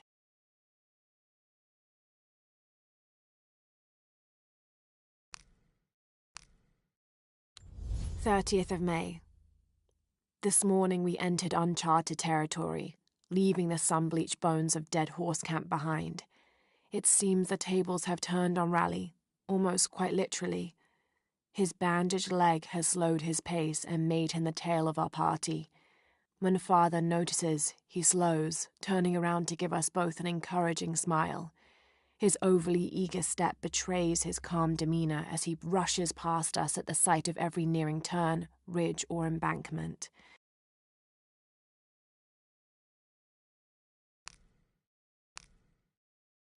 June 6th. Father's outward enthusiasm is at an all-time high, though I have doubts.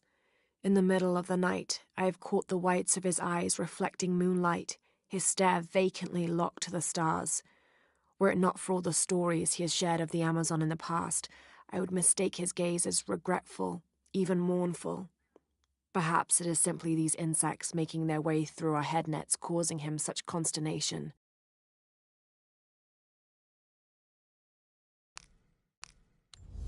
August 1st. Tonight, sleep escapes us. The jungle is angry and the moon is uncooperative. The human imagination wanders endlessly in the dark this deep. I can hear the jungle's breath ruffling behind my ears, its low growl shaking the very ground we lay on, its manic energy rustling through the trees above. Rest has become the lead on our search, finding us at the most inopportune time. I have caught Father dozing off mid-step and his hand barely clutching his walking stick. We have run out of food and are sustained almost entirely by gathered berries and rainwater. The both of us are far too unyielding to give up. I fear the very stubbornness that led us to this point may also be that which leads us to our early graves.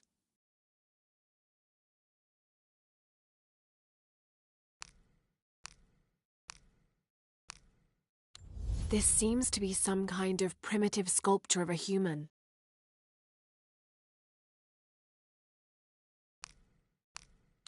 This seems to be some kind of primitive sculpture of a human. This seems to be some kind of primitive sculpture of a human. These two gods are the rulers of the Maya underworld, Xibalba, literally the place of fright. Vucub-Caquiche, whose name means seven macaw, was a monstrous bird who was said to carry the false sun in his beak. His subordinate was Hunkame, which means one death. They are both defeated and killed by the hero twins after challenging them to various sports and games in which both sides cheated. Vucub-Caquiche lost his game of darts when the hero twins used blowpipes.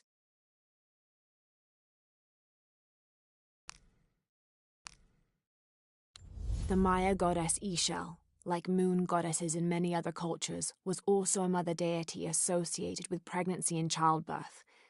The natural phenomena over which she presided included waterfalls, rainstorms, and rainbows. She was also the goddess of all crafts, such as watercolor painting and weaving, which she invented. But she wasn't exclusively nurturing. Her hair consisted of living serpents. She wore a skirt made of bones, and she had a legendary temper.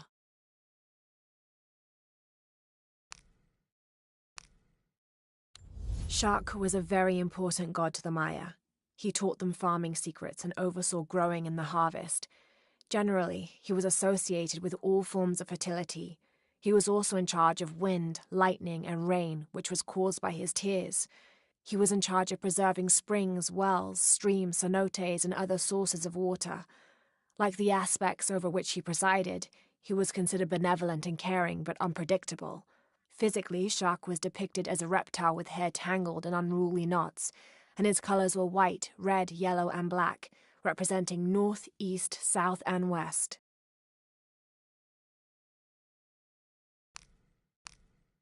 A depiction of Apuk, god of death and ruler of Mitnel, the ninth and most horrible level of the Maya version of hell. One thing Apuk enjoyed doing was dressing in putrefying flesh and visiting the surface to prey upon the living. According to legend, the only way to save yourself from him was to scream and yell like you were in unbearable agony. He'd assume you were already being tortured by one of his minions and leave you alone. How appropriate that his harbinger demon was a screech owl named Muon.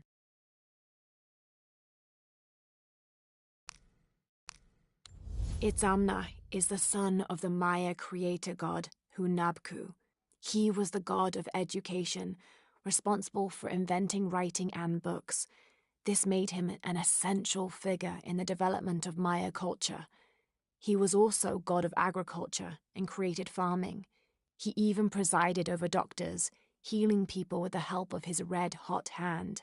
Usually Itzamna took on a reptilian aspect, but he was also known as Kinichahau, a fire macaw, who was the patron of the number 4 and controlled drought and disease.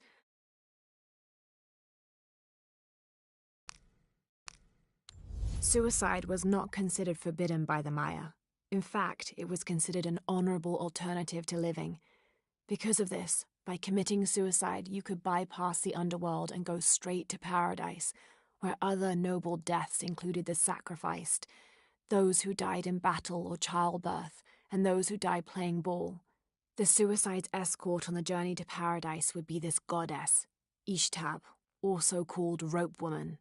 She was the goddess of suicides, especially those who hanged themselves and manifested as a rotting corpse hanging from a noose.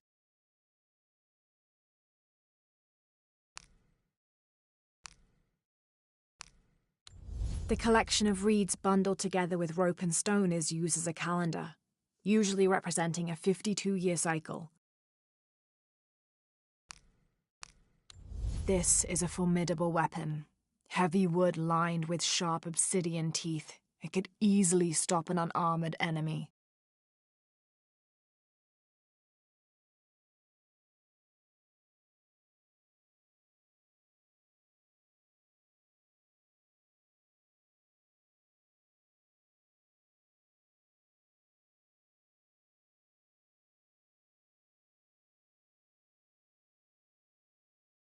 And if the bloodstains are any indication, it has.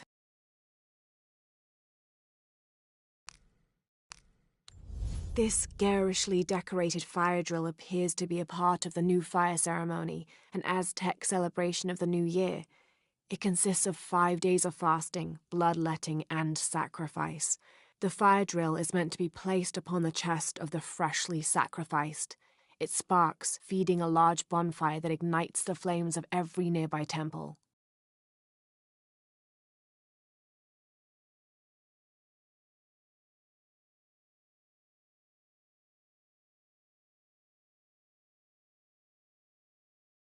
This one, however, doesn't appear to have been used, as the notches are clear of blood.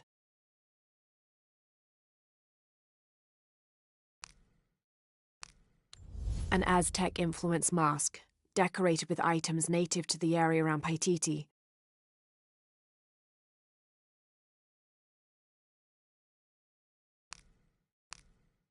This elaborate pipe is sculpted to resemble Xicoatl, an Aztec serpent spirit painted in green, blue, and yellow. Its sides are decorated with semi-precious stones. The inclusion of jade indicates at least a measure of Maya influence.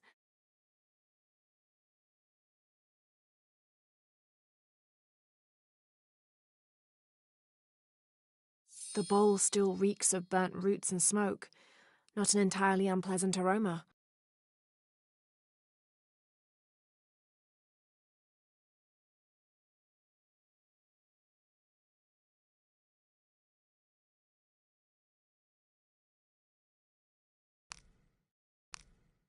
This pendant is decorated in the Incan tradition, but the effigy clearly appears to be an Aztec warrior.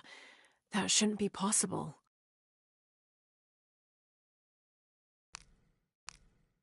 This could be an effigy of the peasant savior. It might have been stolen by the cult of Kukulkan to keep the Paititians from worshipping it, or maybe it was given to them as payment for protection.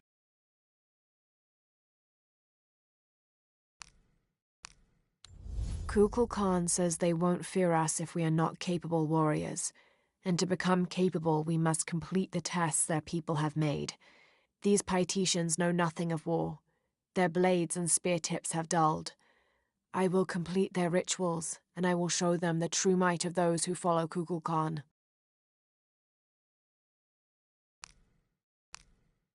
Kukulkan bid me to join the ranks of the priesthood. The pantheon of Paititians is a patchwork of several cultures. I'll need to study their rituals, their beliefs, and learn how we can use their own gods against them. The ones from across the water are devious and intelligent. I do not doubt the city will soon be united under the control of Kukulkan.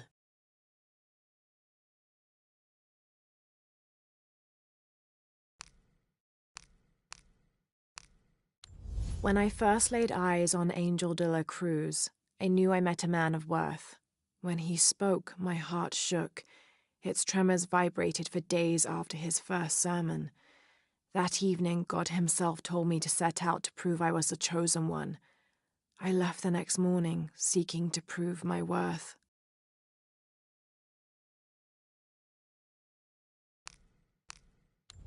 In preparation for the ultimate test, I have begun to explore the crypts and tombs found near the mission. They are challenging and dangerous, and I am slowly improving. My reflexes are quicker. I'm getting stronger, and I dare say my eyesight in the dark is improving. I know there are others trying to prove their worth to Brother de la Cruz, but they will not best me.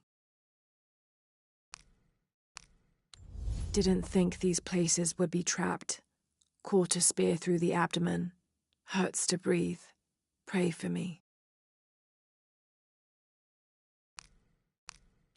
I have returned from my training. However, Brother de la Cruz has disappeared. The sisters of the mission have no idea where he went. No matter. I will wait for him to return. My heart is pure. My head is clear. I am ready for the trials, and I will prove to him I am the chosen one. I was not worthy. Forgive me for my hubris.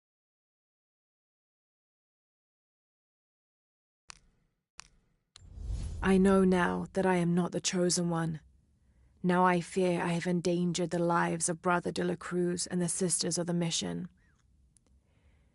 They do not know that the hollow earth surrounding the mission is home to demons, cruel, hissing creatures with twisted claws and sick, yellowed eyes.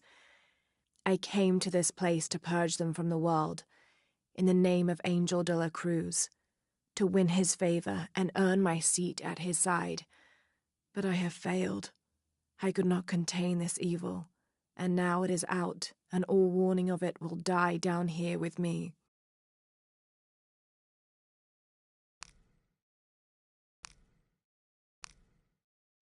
Balaam is the Maya word for jaguar. The Maya idolized jaguars for their majestic beauty and dangerous grace. Villagers would have 4 akantuns, idols which they placed at each corner of the village. At night, 5 Balaams, spirit jaguar guardians, would come to the village. 1 Balaam would station itself at each corner, next to an akantun, while the 5th and smallest Balaam would coordinate their protection efforts against evil demons and spirits.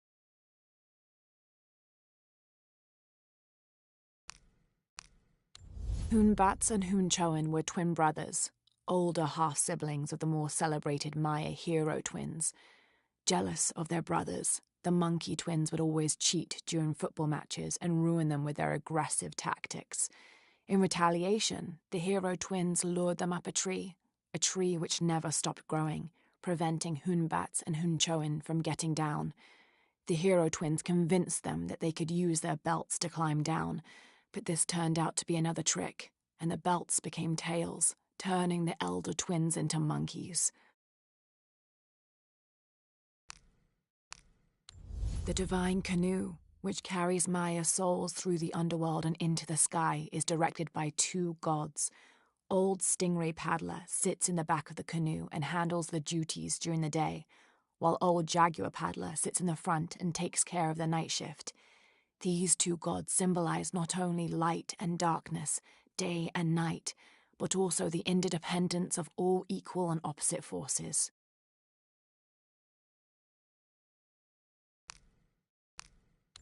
These are 2 legendary trees which complement one another. The Chechen tree secretes a substance which is poisonous upon contact, and the nectar of the Chaka tree can neutralize that poison before it results in serious burns. The fascinating thing about these trees is that they always grow very near to each other. According to legend, 2 brothers, warrior princes, fought a battle to the death over the love of a woman and died in each other's arms. They begged the gods for forgiveness, and it was granted. Kinich, the kind one, was reborn as the benevolent Chaka tree, while Tizik, the hate-filled one, was reborn as the poisonous Chechen tree.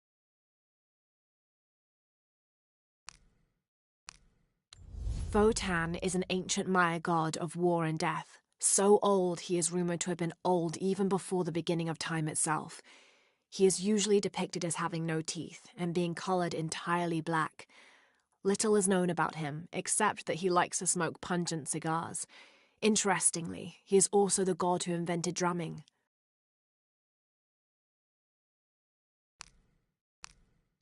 The Maya Tree of Life, also known as Yashe, plants its roots in the underworld and then passes through our world as its branches extend all the way into paradise. Lurking somewhere inside the world tree is Itsamye, a bird god who is said to know all the secrets of the 3 planes of existence through which the world tree grows.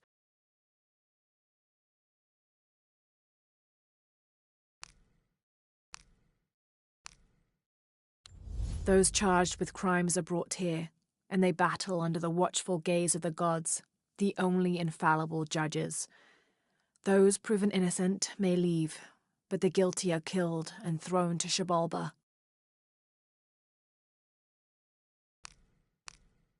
Here, under the watchful eye of one of the Lords of Death, lies the gate to Xibalba, where all must travel when transitioning from this life to the next.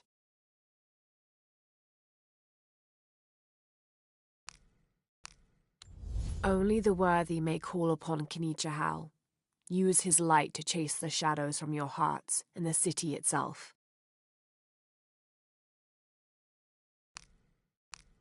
From its roots in the underworld, sheltering bats, it grows straight and true. Its trunk holds the realm of men fast, and its branches spread its white leaves across the night sky.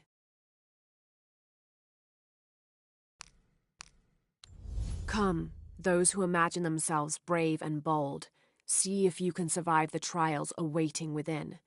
Those who do will have earned their status as warriors.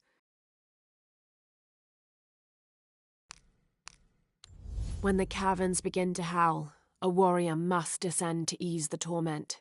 If one cannot be sacrificed, then all will die.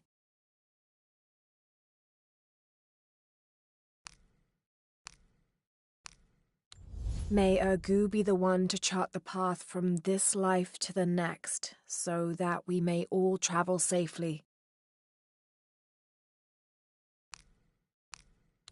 May Remax be the first voice we hear in the afterlife, and may her stories comfort us.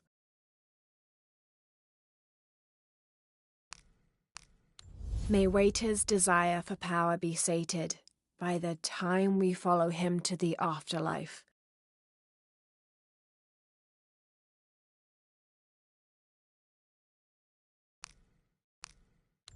May Chuki have woven us each a tunic of the finest wool by the time we reach the afterlife. May Olanta find the clays and metals of the afterlife suitable to her craft.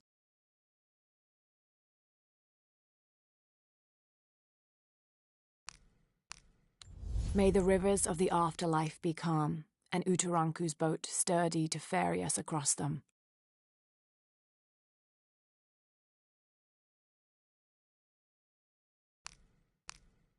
May Huascar's knowledge of the two afterlives be sufficient to guide us, if we arrive in either.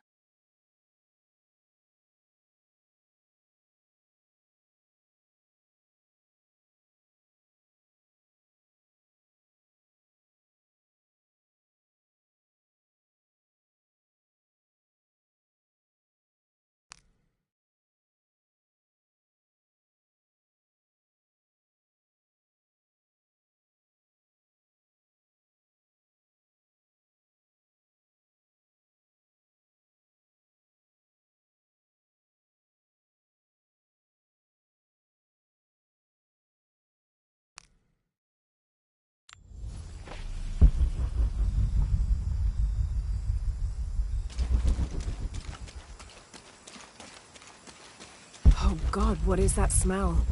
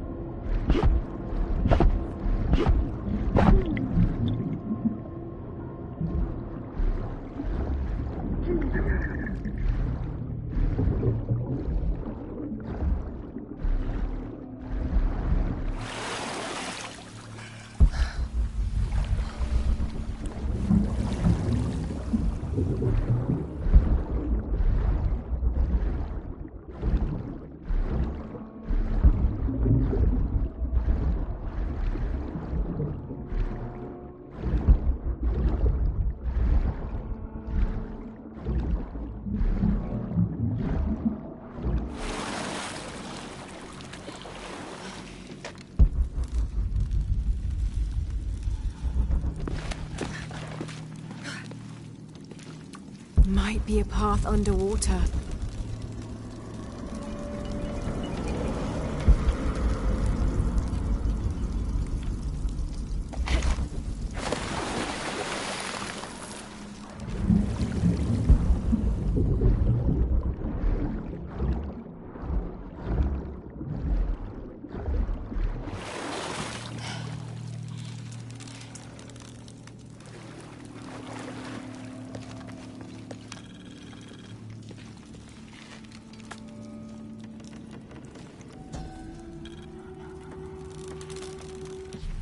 This Maya god is very dark brown, almost black, with black-rimmed eyes and facial features that seem to be melting at their extremities.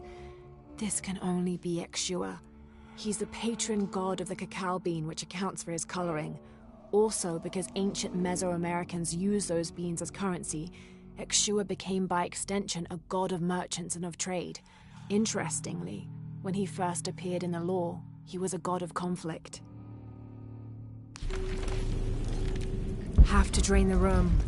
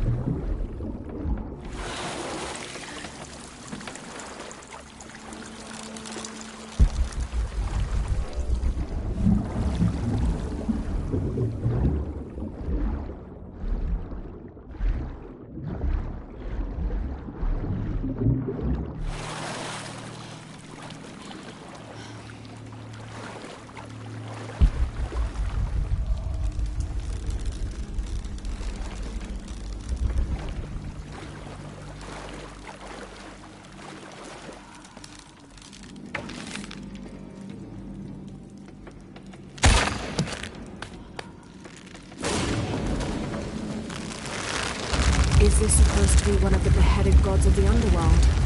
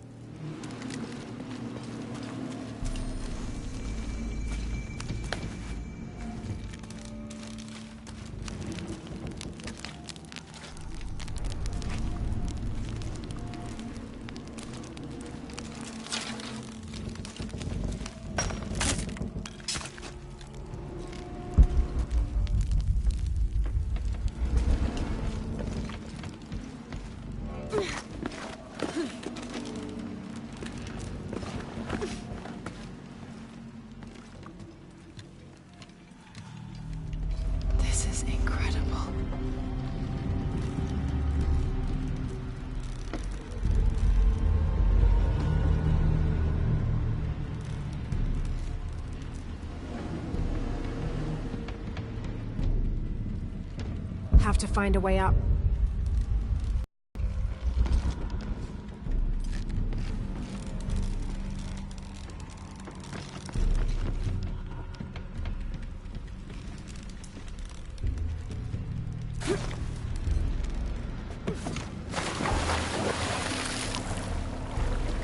The piranhas are feeding on the corpses.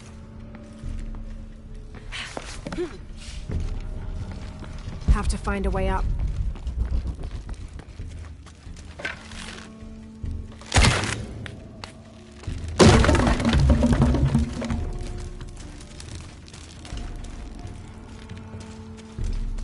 Might be the way out.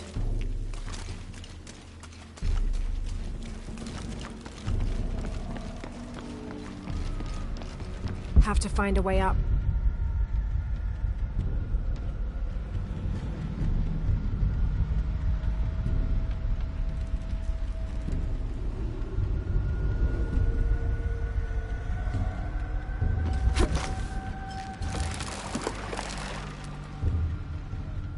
Have to find a way up.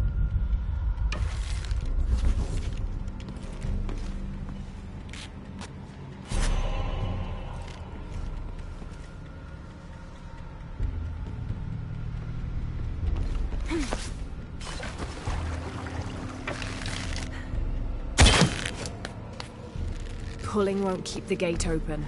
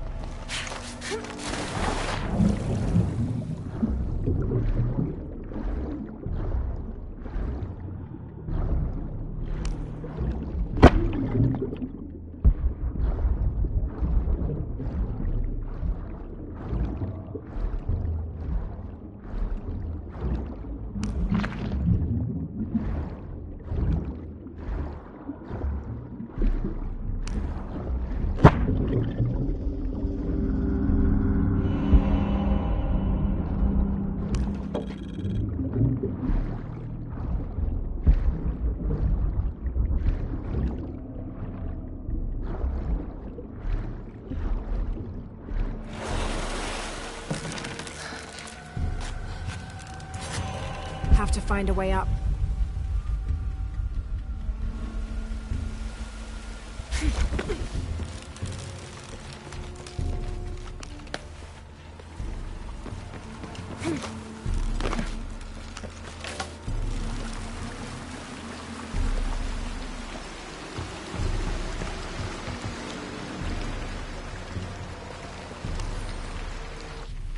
I am Chirilo Serrano, and these are likely the last words I write.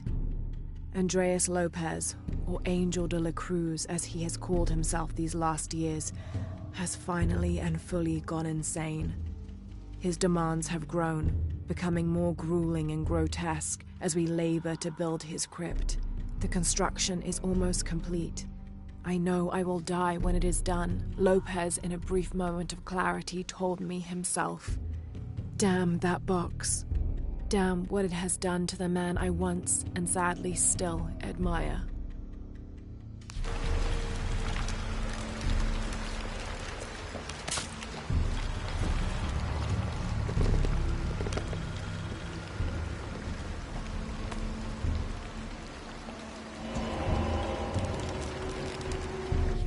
When storms crash and rivers swell, direct the waters to quench the thirst of the gods who toil above and below.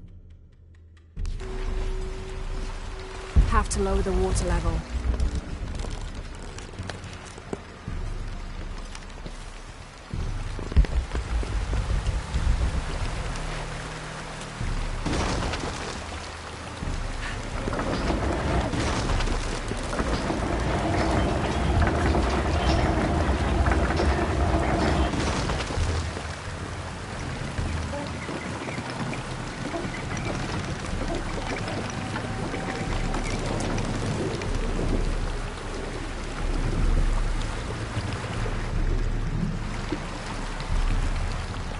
have to lower the water level.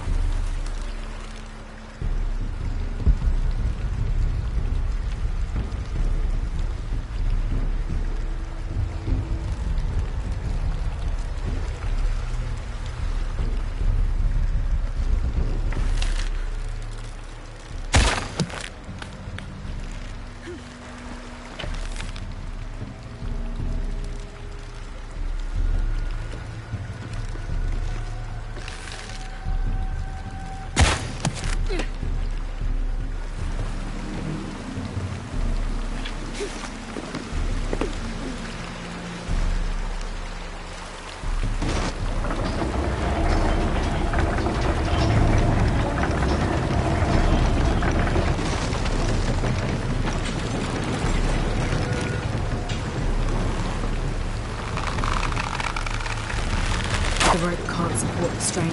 Damn it.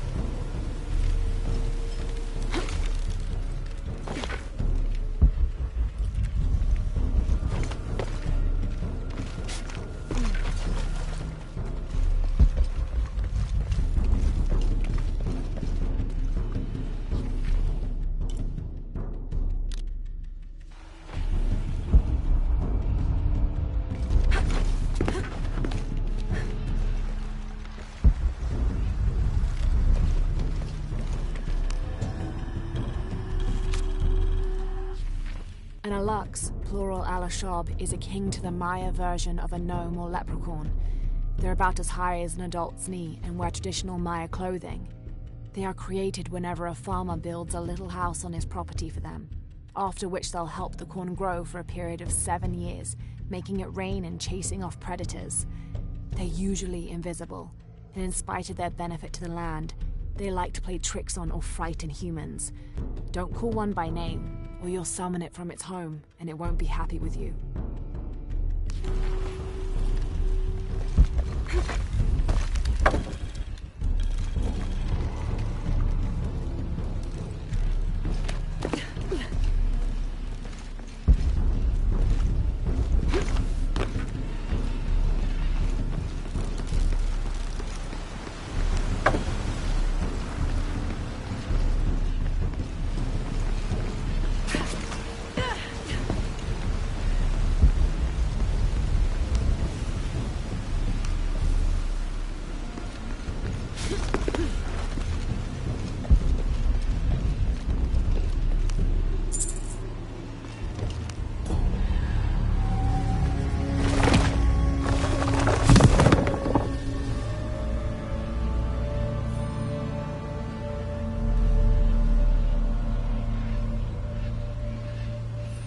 Now to get out of this horrid-smelling place.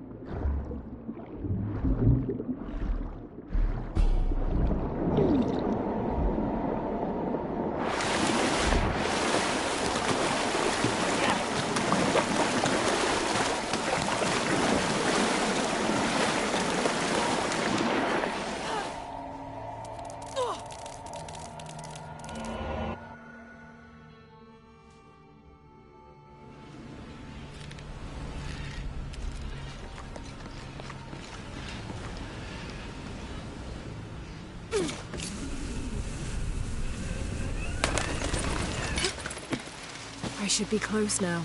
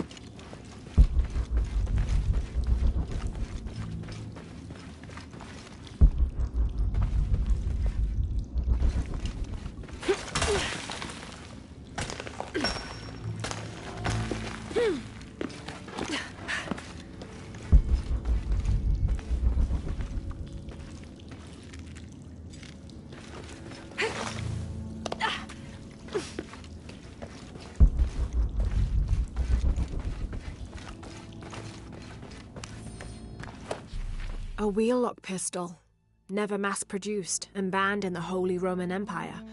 Ostentatiously decorated, a bit much for a missionary, but maybe a fitting weapon for an egoist such as Lopez. There's some damage to the pommel, but otherwise the weapon seems in fine condition.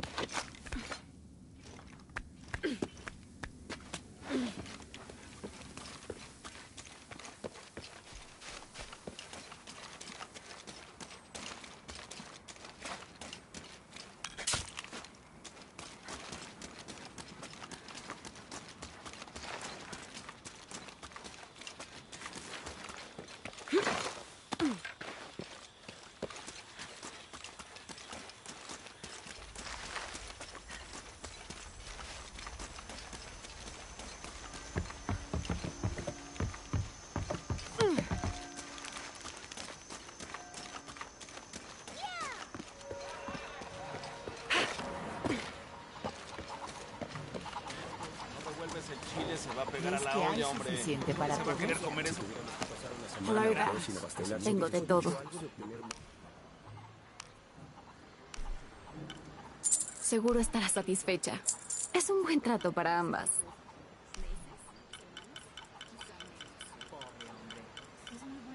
Seguro estará satisfecha. Buen trato.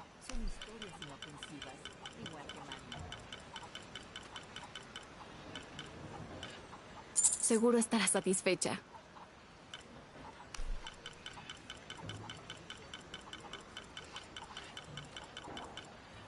Es un buen trato para ambas.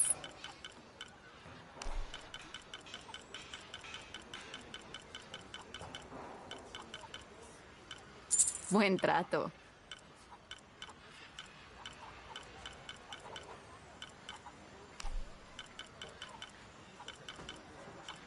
Es un buen trato para ambas. Seguro estará satisfecha.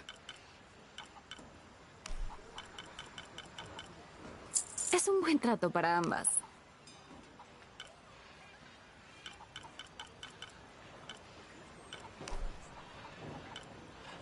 Seguro estará... Un placer hacer negocios con usted, señorita.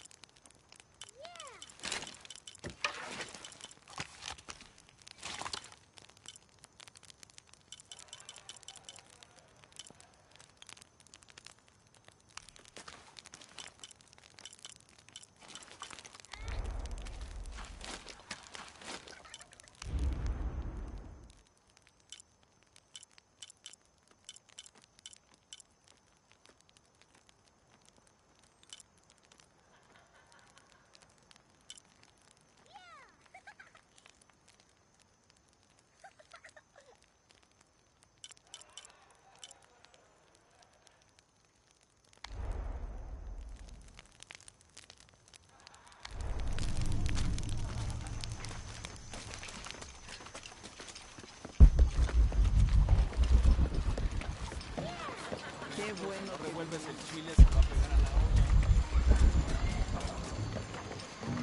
¿Dónde iba? Esta selva oculta muchos lugares. I hope you've shined up those dancing shoes, Manu. I found the ruin. It was Maya, an ancient aqueduct. It was wonderful, just as you'd imagined. Sabía que lo haría. Tome esto. A mí ya no me sirve. Ahora, cuénteme todo. The ruins had flooded because of the earthquake. I swam through tunnels teeming with peril. Maldito pez peligroso. Adelante. I found a vast cavern and a stone tower with massive heads carved into its sides. Los señores de Xibalbá, ¿verdad? Increíble. ¿Qué más? It must have been an aqueduct of some kind. And you'll never believe this. Most of the machinery is still functional. Water wheels 3 men high turned as smoothly as the day they were built. It was amazing to see, Manu. To be so close to all that history where no one has set foot in hundreds of years. Ah, puedo verlo. Puedo olerlo, sentirlo, saborearlo. Hizo llorar de felicidad a este anciano.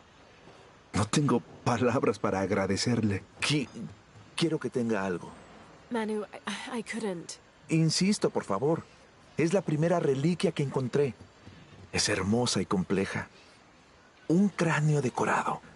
Quiero que la tenga alguien que explora con la misma pasión que lo hacía yo en mi juventud. Nunca deje morir su curiosidad ni su capacidad de maravillarse. I won't. Thank you, Manu.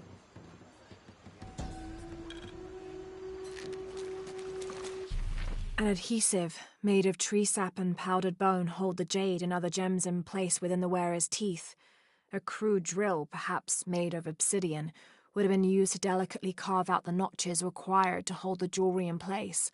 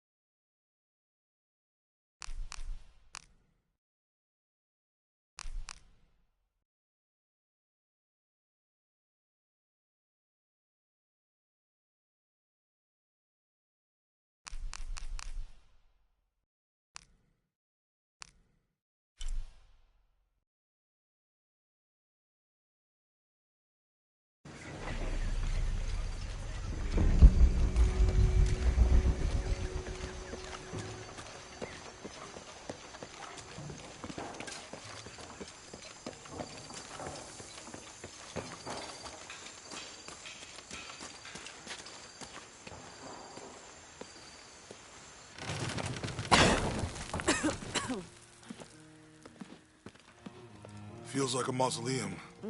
Means we're on the right track, right? Jonah, I feel something. We're getting close. Let's look around for signs of Lopez.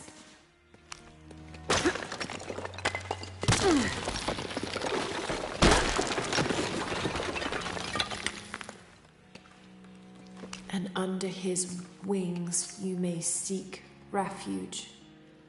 Under his wings. These notes were written by the founder of the Sector 7. They're talking about funds allocated for renovations to the library.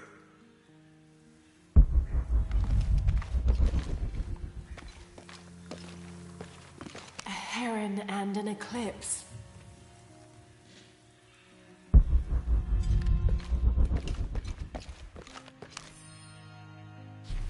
"25th of December, 1603. It has been 4 days since we turned away from the city. We traveled in silence and in circles, guided by a confusion of grief, relief, and celebration. Lopez and I exited the jungle and landed in a clearing, under the gaze of several faces carved into the side of the mountain. Lopez had an episode, as he later called it. He threw himself in front of the faces and screamed for forgiveness. The heaviest sin on his heart was abandoning Perez to the strange warriors. They had grown close over the journey. Try as I might, I could not console him. So I built a fire and waited, as he decreed his actions and pleaded for forgiveness from the silent stone faces.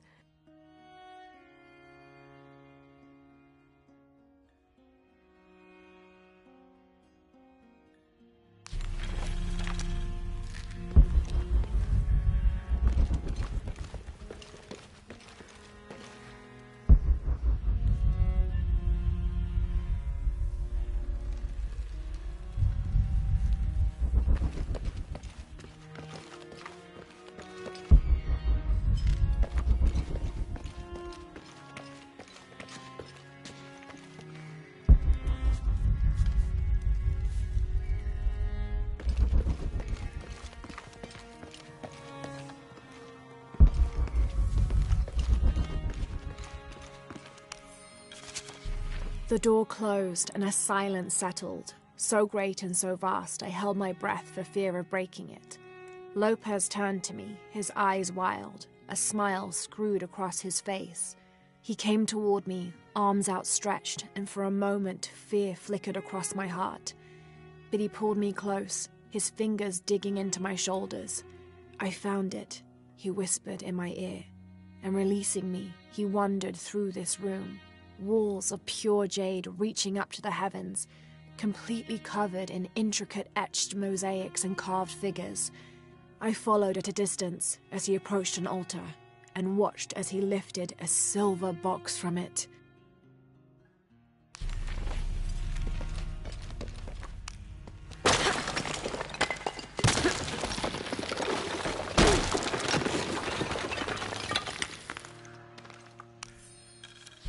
The others are worried that Brothers de la Cruz and Serrano will not return.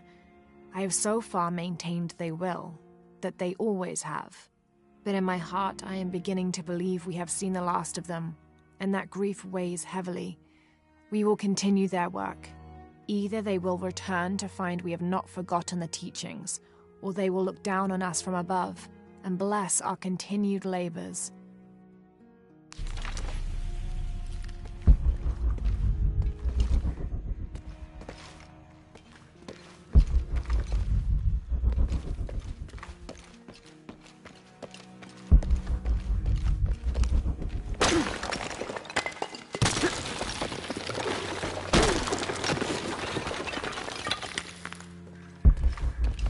This cross, it looks like it's from the 17th century.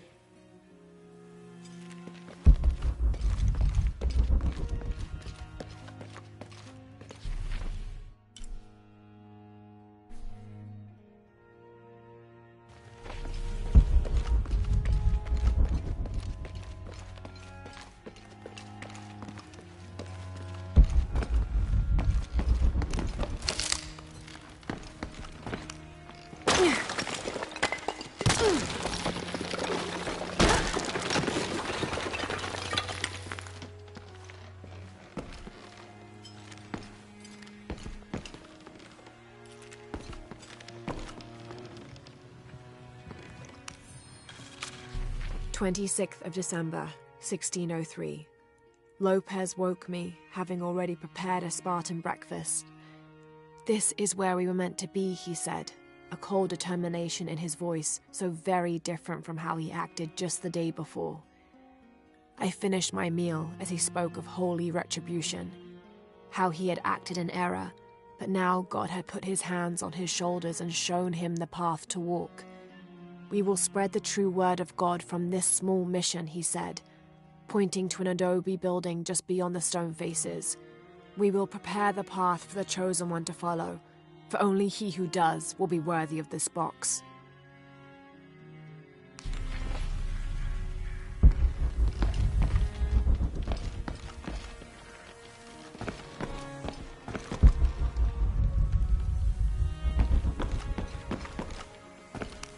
Jonah, this book describes a stranger's arrival at the mission. He founded the Sect of Seven. Maybe that was Lopez. Light on the path. We must be getting close. We should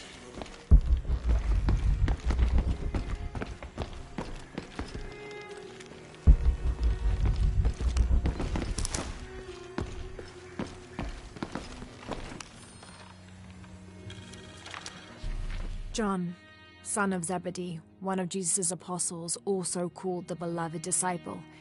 He and his brother, James, were known for their impetuousness and temper, which prompted Christ to start calling them Boanerges, sons of thunder.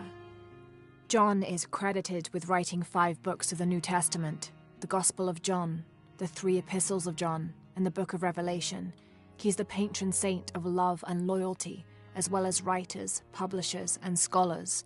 One of his symbols is a serpent in a cup, which is linked to his patronage of victims of poisoning and burns.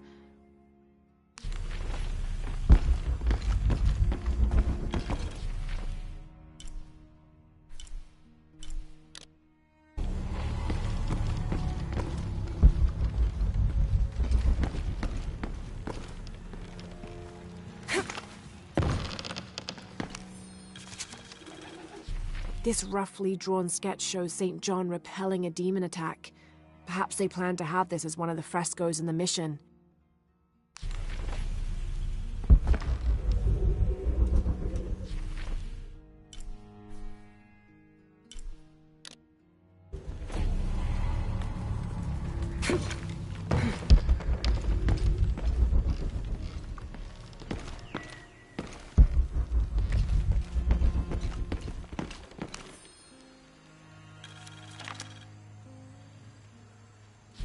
Brother de la Cruz appeared one day, emerging from the jungle, breathing new life into the mission.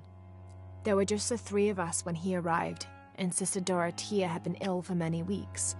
He and his associate began to work that first day.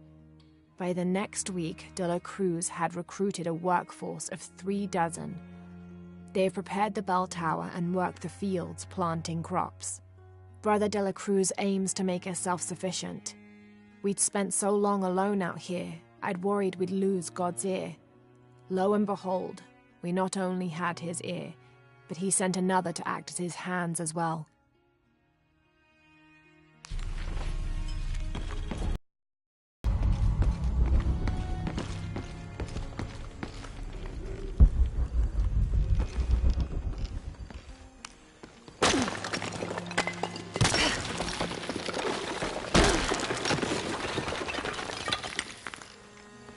The sun will be darkened, and the moon will not give its light.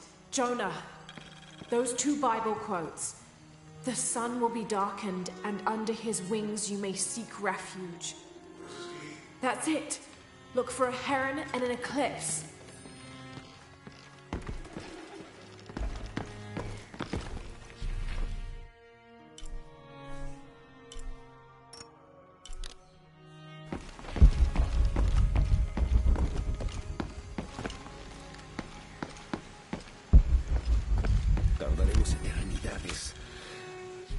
Stone faces weep as Jesus creeps along the dolorous path. Too many died. More will still, and more will still, and more will still. His light leads the way. ¿Cuántos años? Un paso a la vez. Un día a la vez. Como si tuviéramos elección.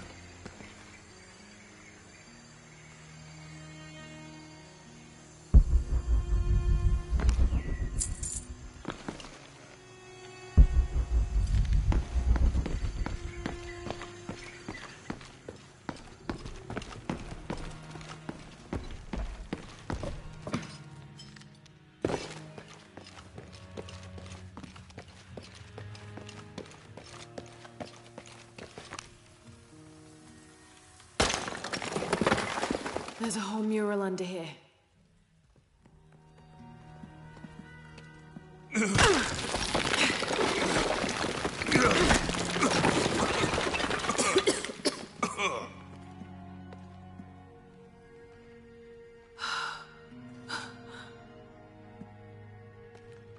Veracruz, the true cross. Is that what I think it is? The silver box. It's unmistakable. Jesus takes up the cross. These are the stations of the cross. But there's a bunch missing. Before 1600, there were only 7. This could date back to the time of Lopez. This is one of his clues. Yeah, it's the kind of thing he does. All right. Let's see if we can find a cross lying around here somewhere.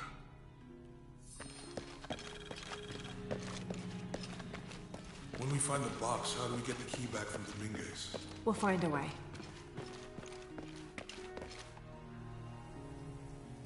Found something? Yeah. Jesus takes up the cross.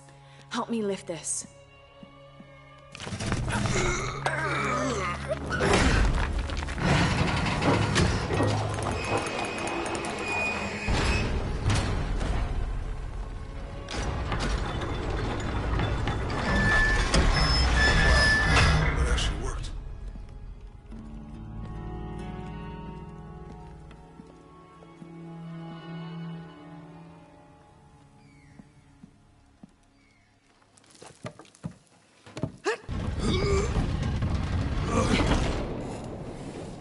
Looks like a long way down. Let's see where this leads.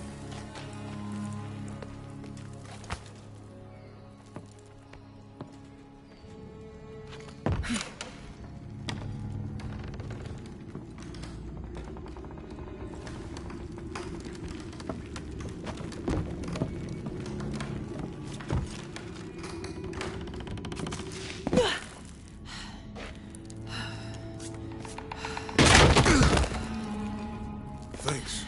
Station 2. Jesus falls the first time. There's an inscription here. Ambulate dum lucem habitis. Walk while you have the light.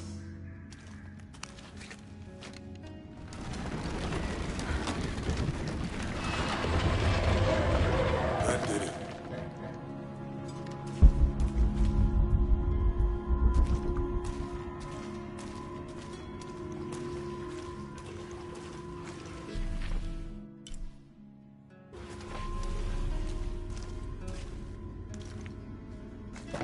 I wouldn't want to be buried in here. My head tossed behind a cross somewhere.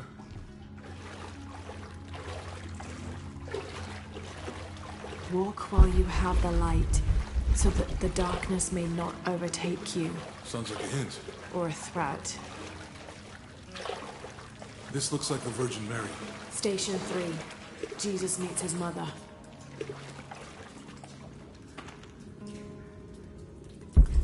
The mirror looks dusty.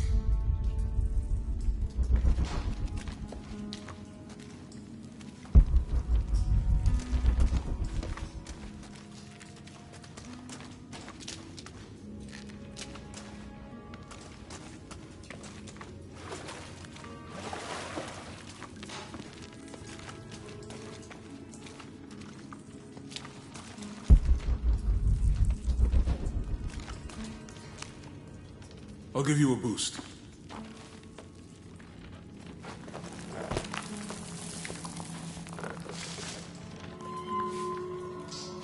Hey, it worked. The light leads this way.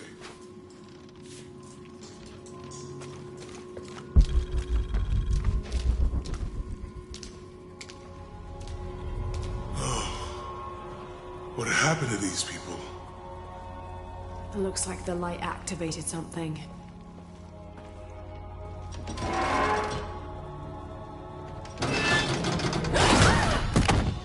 Laura! Are you all right? You're lucky it was a little rusted. This must be Station 4. Yeah. Let's have a look at these frescoes. Have to use the light beam to follow the Stations of the Cross.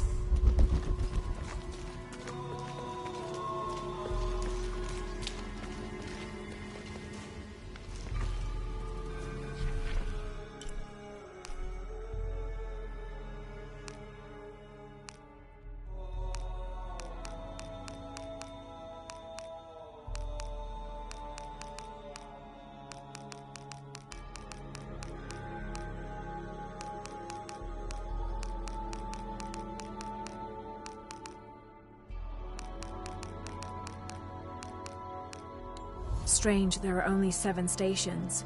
This must be based on an older tradition. Jesus takes up the cross, falls the first time, meets his mother. Then Veronica wipes his face before he falls the second time. Then he is crucified and finally entombed.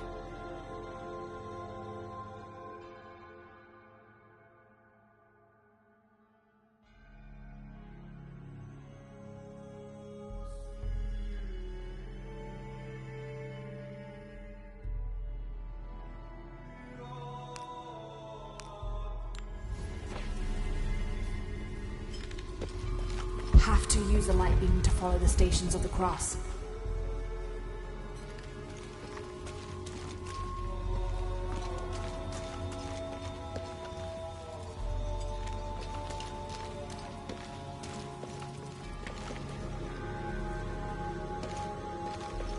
Look, someone else got close. He wasn't as lucky.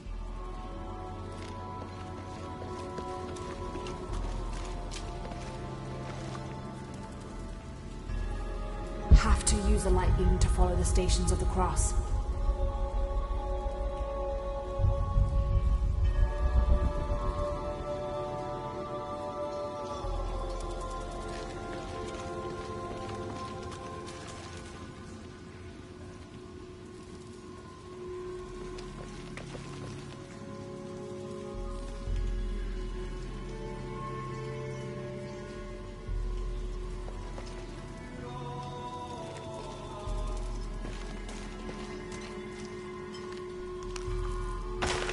These people look like they were tortured.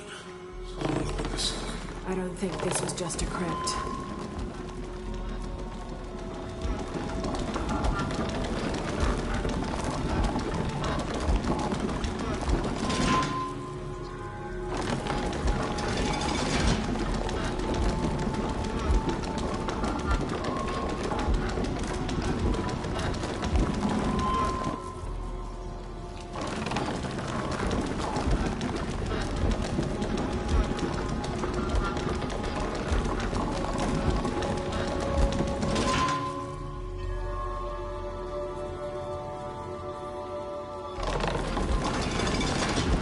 Sure that's the right one?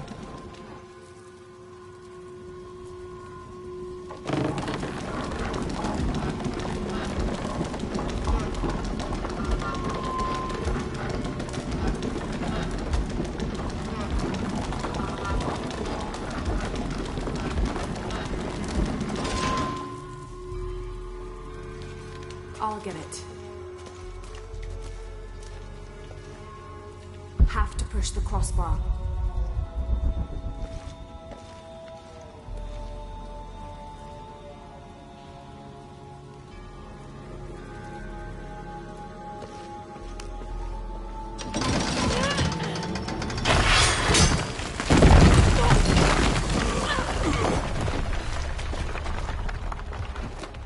Station 5. Jesus falls a second time.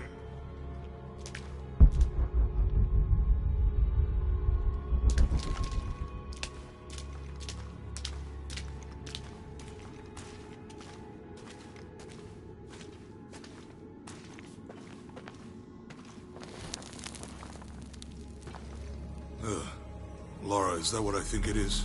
The Stations of the Cross again. But with mummies. Isn't this sacrilegious? Not necessarily. They could have been paying the ultimate homage. Or they were just sick. This must be Station 6. Have to use the light beam to follow the Stations Looks of the like Cross. a church. These ones are posed like monks. Uh-huh. They're lifting him.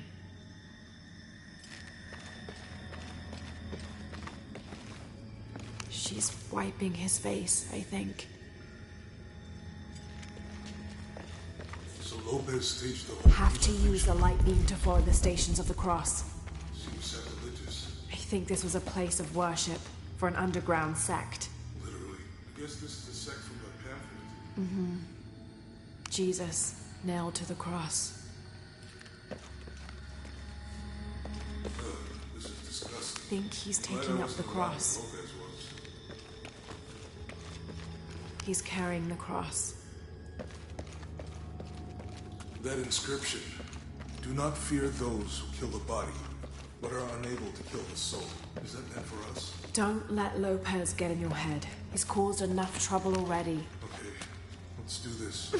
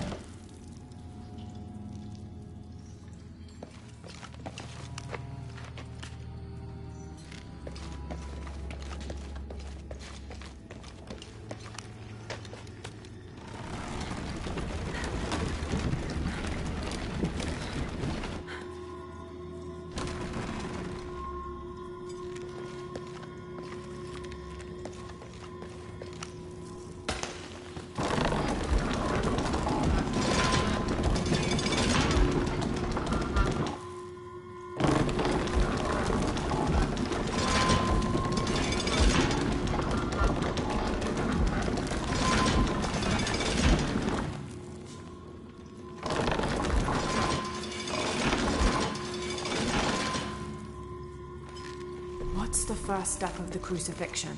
Not sure. Maybe it's on that pamphlet.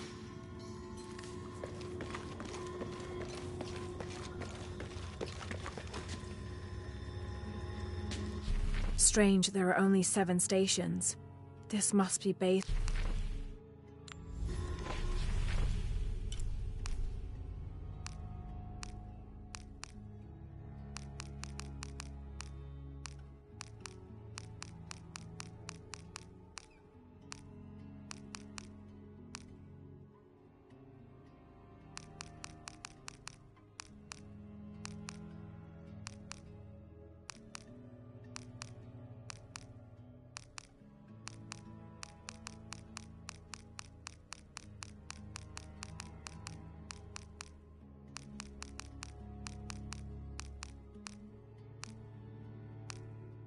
Strange, there are only 7 stations.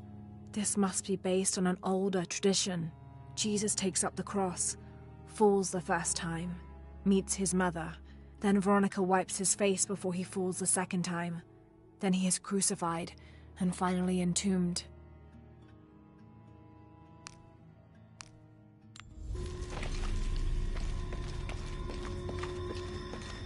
She's wiping his face, I think.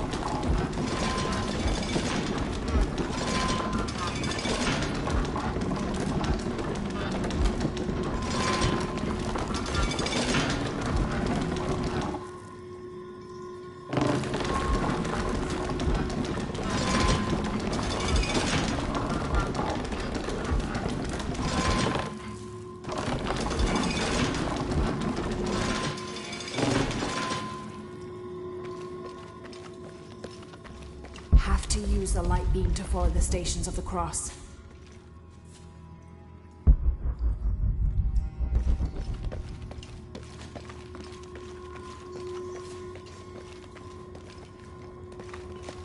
Have to use the light beam to follow the stations of the cross.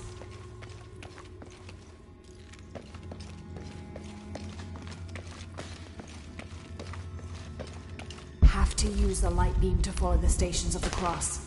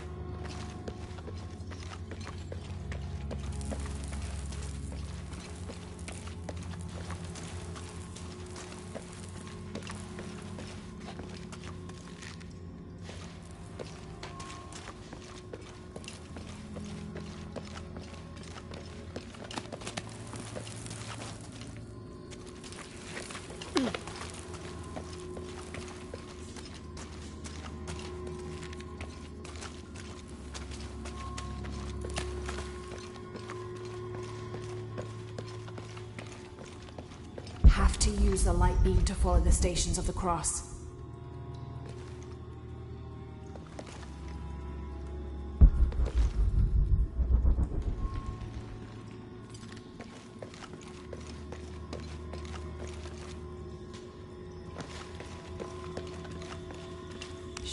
wiping his face, I think.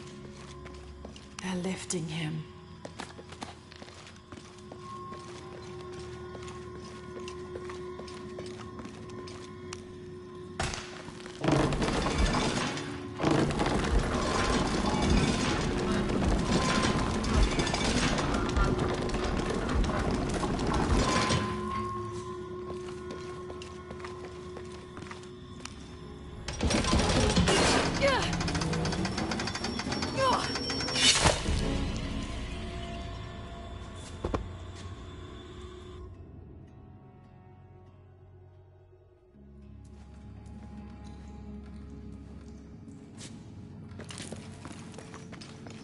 Looks like a church. These ones are posed like monks. Uh-huh. They're lifting him.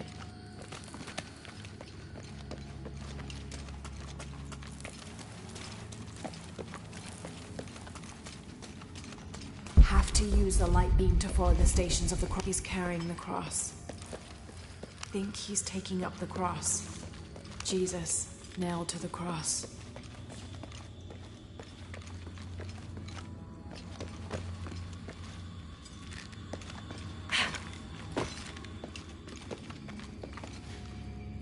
So Lopez staged the whole crucifixion with mummies?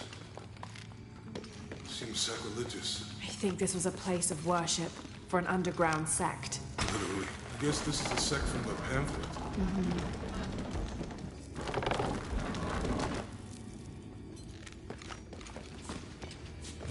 This is disgusting. I'm glad I wasn't around when Lopez was.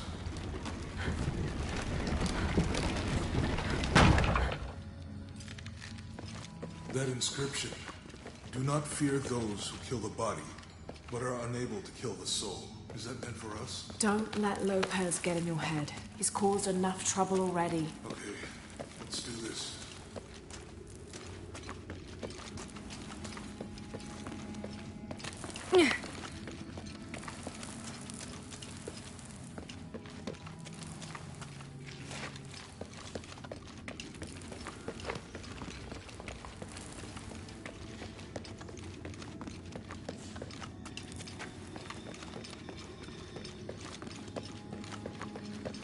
Think he's taking up the cross.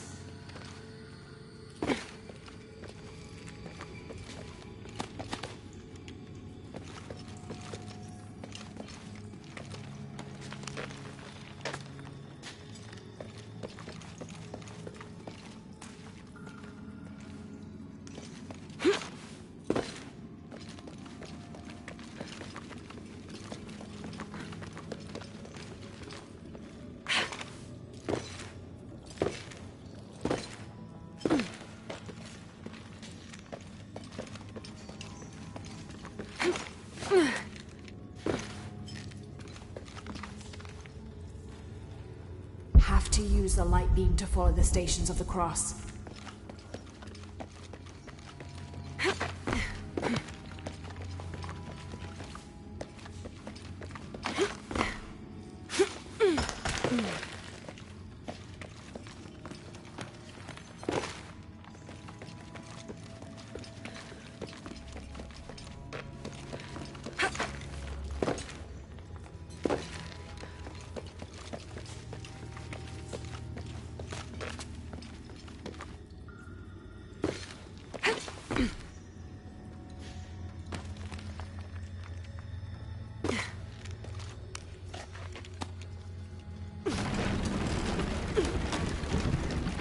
What's the first step of the crucifixion?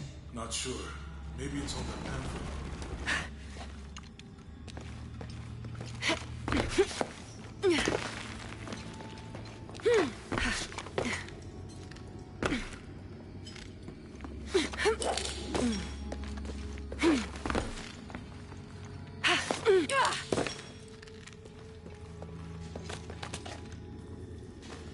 Strange, there are only 7 stations. This must be based on an older tradition. Jesus takes up the cross, falls the first time, meets his mother. Then Veronica wipes his face before he falls the second time. Then he is crucified and finally entombed.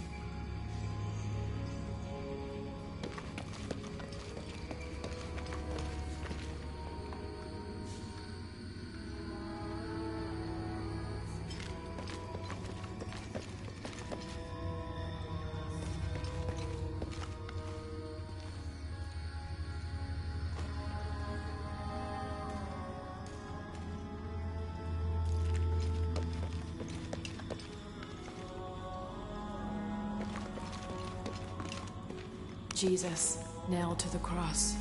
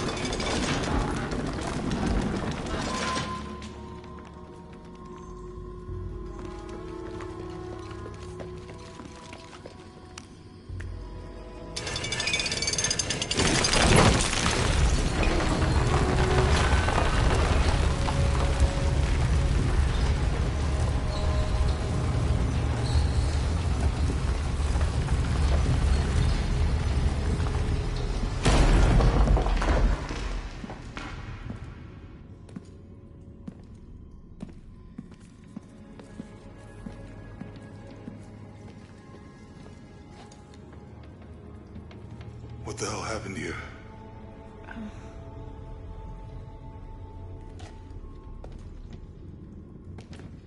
Lopez had his disciple wall him in, and then... bang. No witnesses?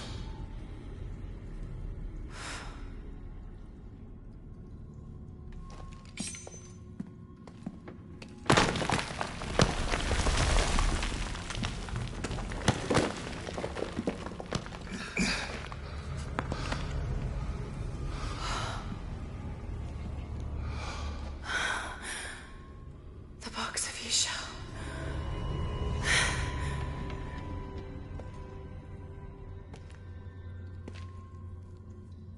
Only the hands of the righteous one may seize destiny from mine. I guess it's you then.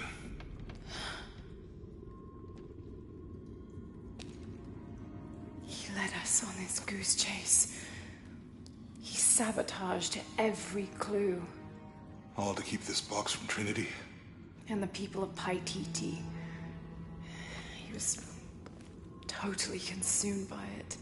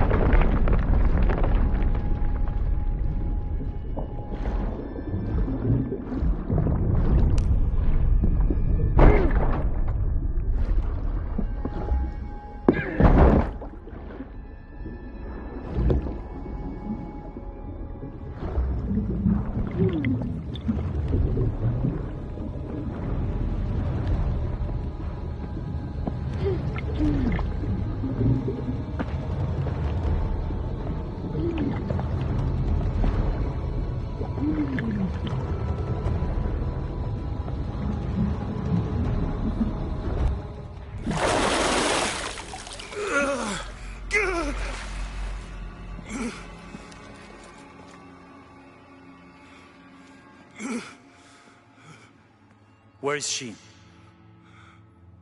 I don't know. I just need the box. Fuck you! Well, I guess we're done here.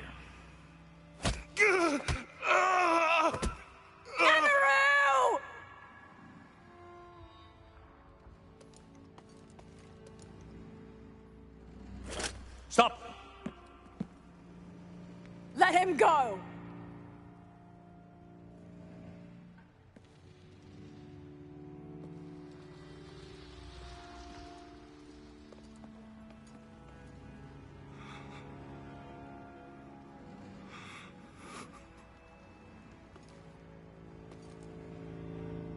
Release him, and I will give you the box. Lara, what are you doing? I've lost enough people.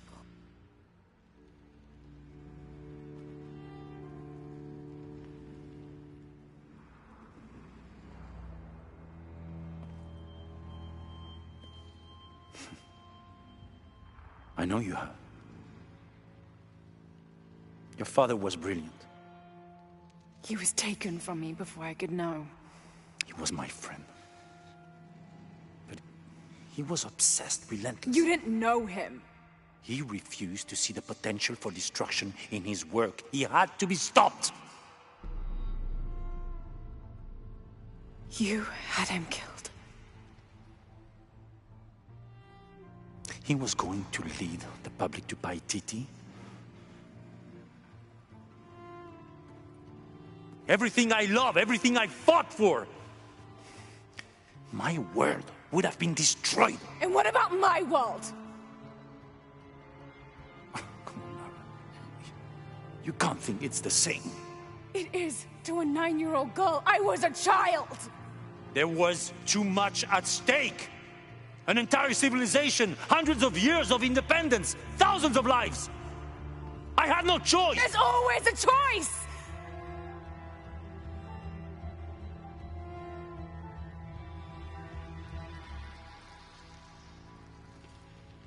It's not too late. You can honor Unuratu and restore the sun.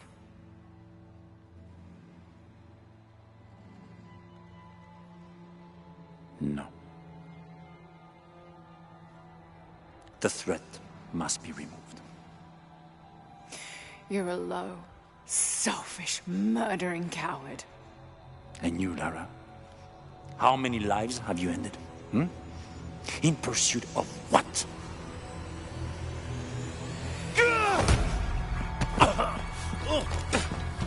Lara, go! Stop him!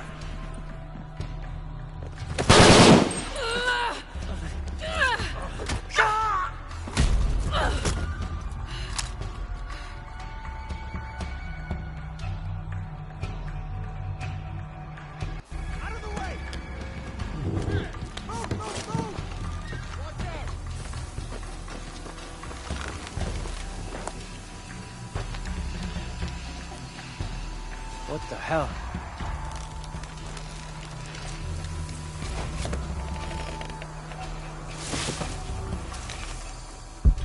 Is that Rourke? Running past just now? Yeah. Think we should call him? Hell no. If there's any change in our status, he'll tell us. Gotta hand it to them. This is a heck of a place to live.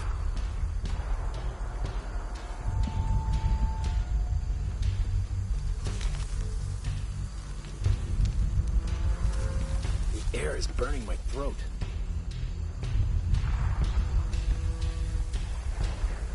Commander Rourke? Keep this channel clear. But sir, we're hearing disruption to our northwest. The situation is being handled. I say again, keep this channel clear. Rourke out.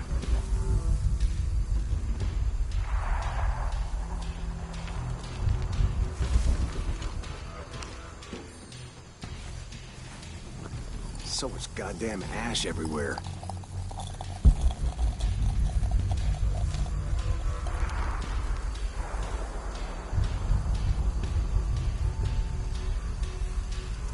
Can't believe we're almost finished.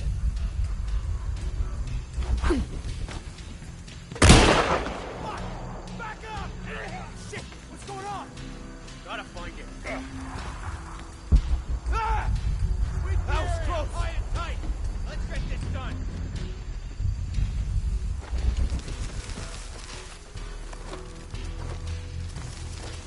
Gotta check that. Enemy spotted on wire!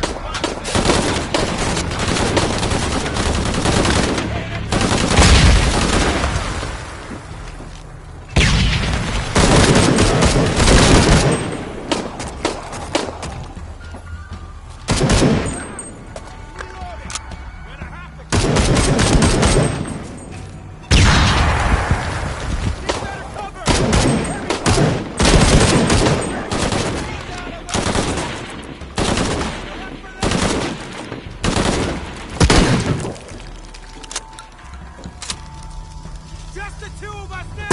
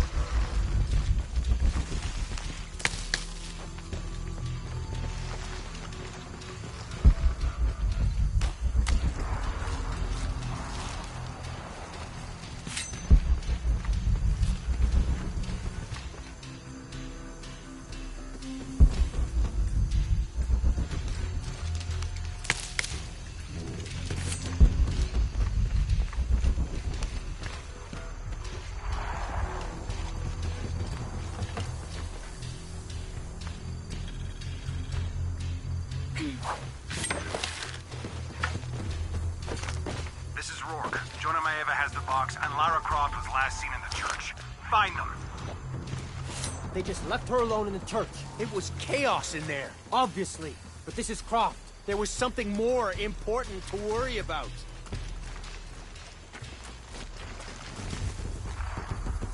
How does he expect to get away?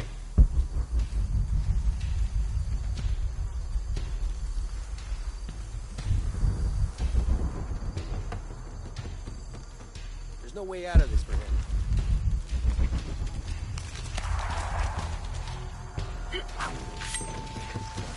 I'll head over and take a look.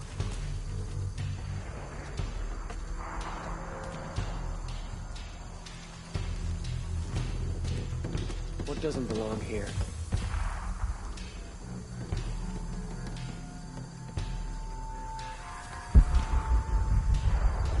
Calling in the all clear. Affirmative.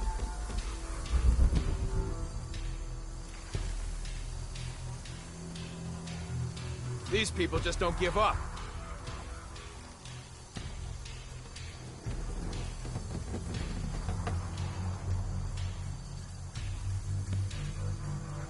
If Maeva's here, where's Croft?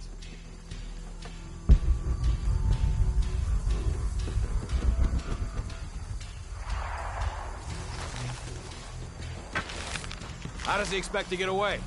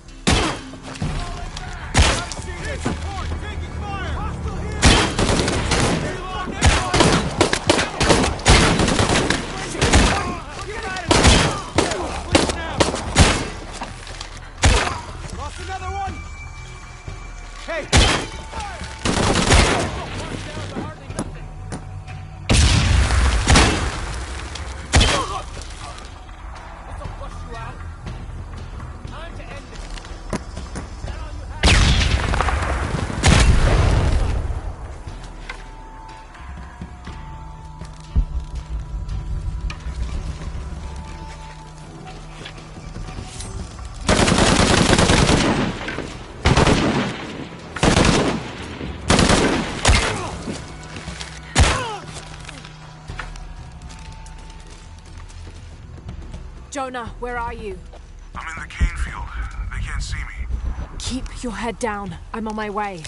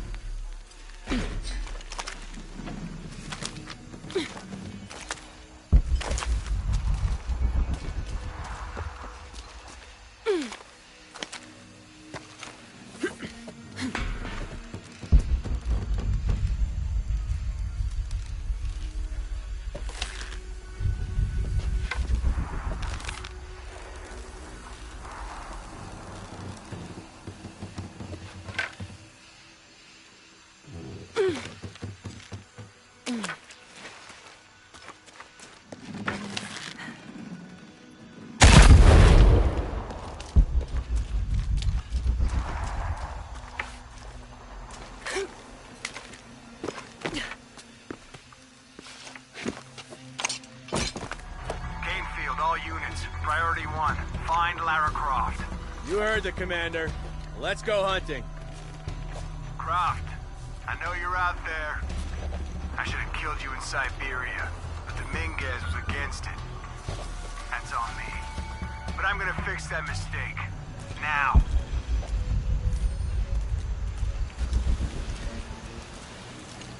Never gives up that one.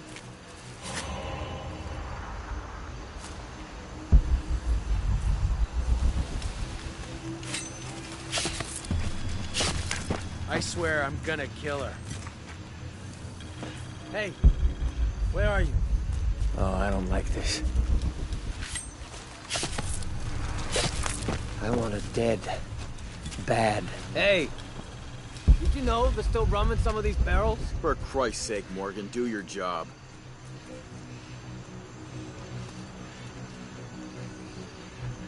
Come on.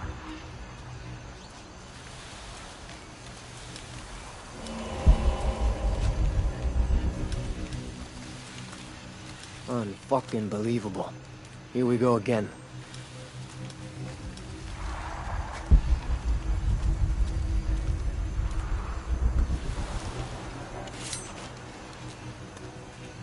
You better not be screwing around.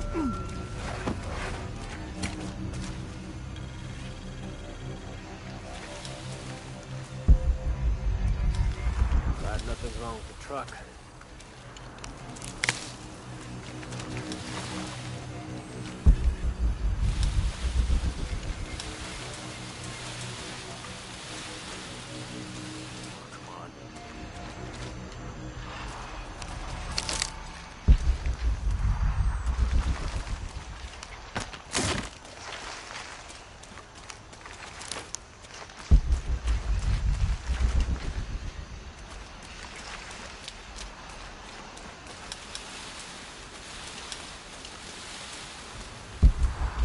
You better not be screwing around.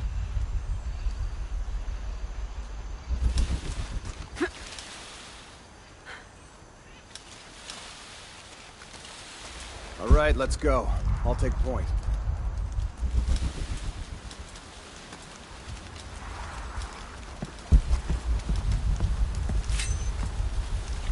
Hey. Time for your time!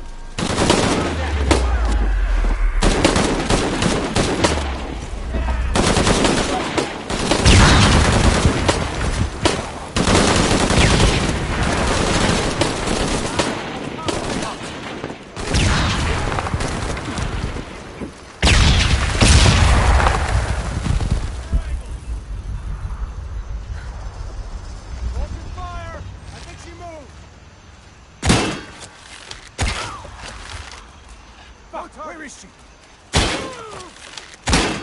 Pin down! Man down! Man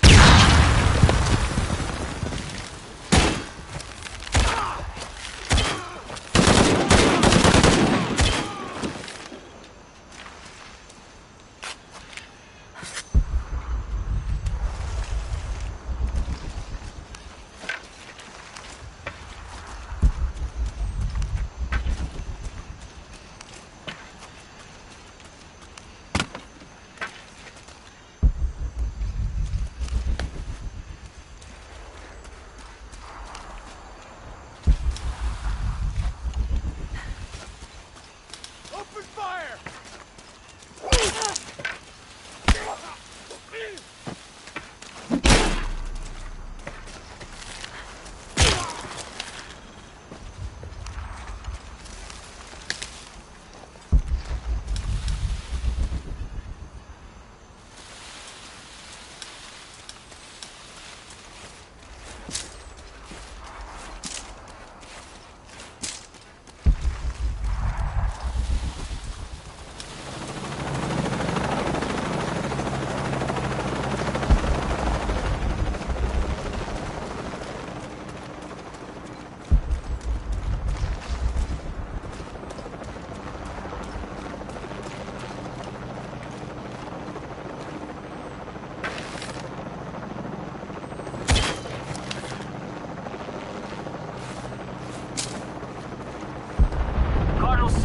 Got visual on Croft.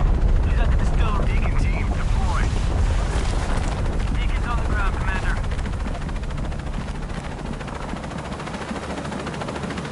Let's get her.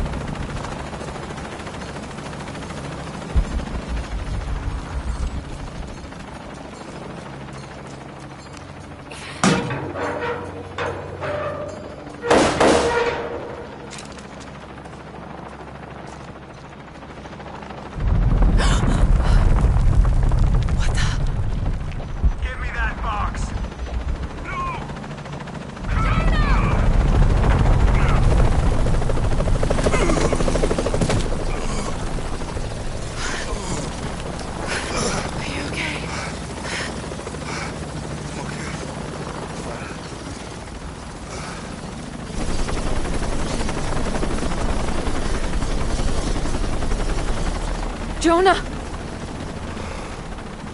Oh, God. Oh, yeah. I got it. I'm good. What the hell were you thinking? If I was you, it would have worked.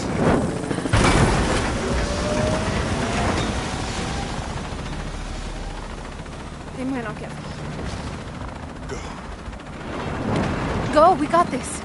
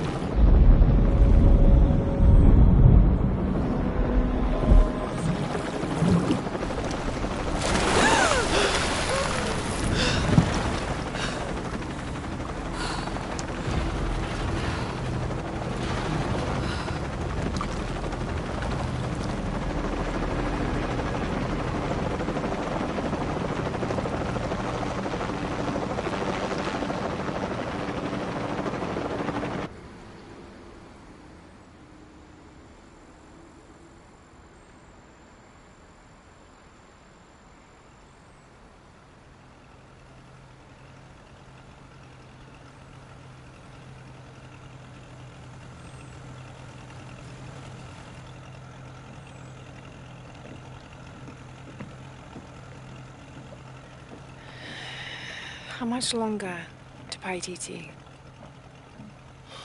Almost there.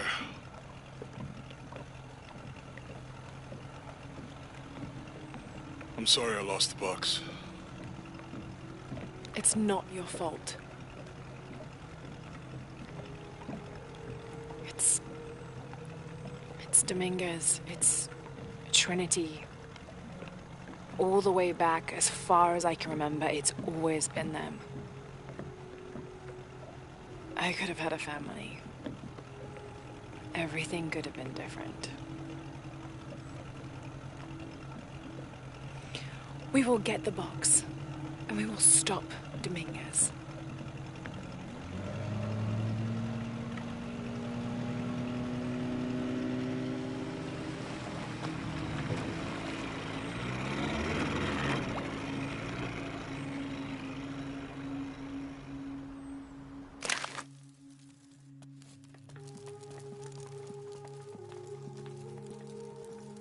Your Highness.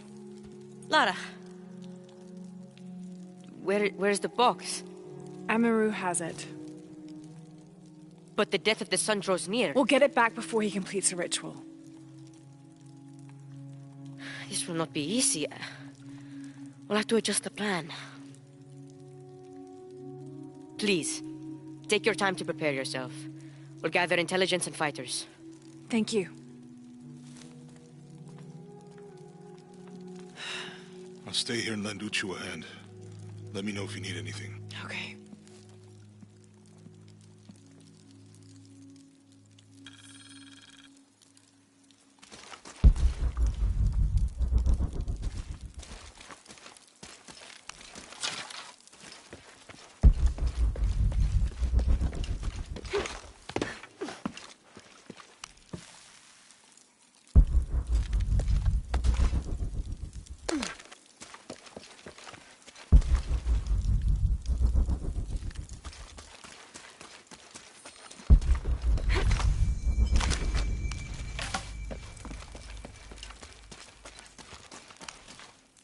Lara, it's good to see you again. You too, Uchu. How are the preparations going for Etzli's coronation? Not well, sadly. Shortly after you left Paititi, a group of hunters pulled Zan's body from the wilderness. Zan, was he one of the men you sent out? To retrieve the champion's bow, yes. Lara, I hate to ask you, but... But would I go and get the champion's bow? It's a lot to ask. This is the most difficult of the items to retrieve. Zan was one of our best. May I ask what makes this bow so special? Queen Unuratu's ancestors carved it from the first ceiba tree to grow in the wilderness outside the city. It has been handed down through generations. She bestowed it upon Sairi, Etzli's father, on their wedding day. It joins the two families together, but it was lost many years ago, taken by the Nahual. The Nahual? That's someone who has the power to transform into an animal, right? Yes. This one stalks the jungle outside the city. Envious, it tricks Sairi into giving it the bow. Etzli is the rightful heir of the champion's bow. Without it, he cannot be king. Okay, point the way. Thank you. You will find the entrance directly across from here, up the shore of the river. Don't worry, I'll do my best to get the bow.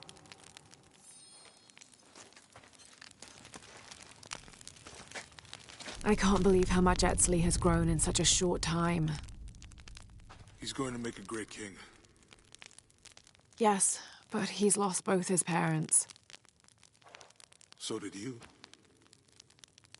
I think he's handling it a little better.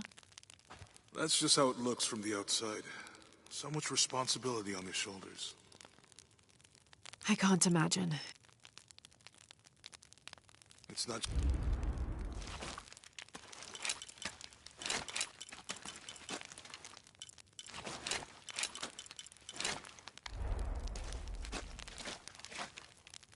It's not just about Trinity anymore. No. Now it's for Paititi.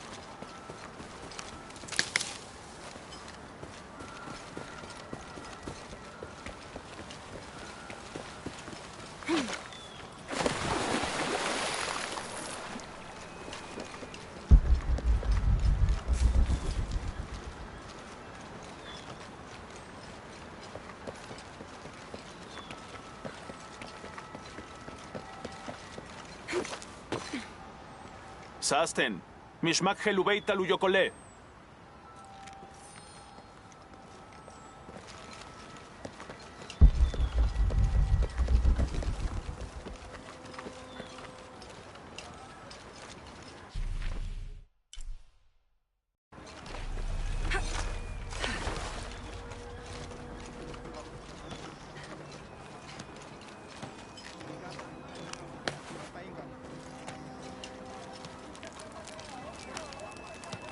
I can't believe how much Edsleigh has grown in such a short time. He's lost both his parents. I wonder how he's really doing. Well, he's handling it better than I did, that's for sure.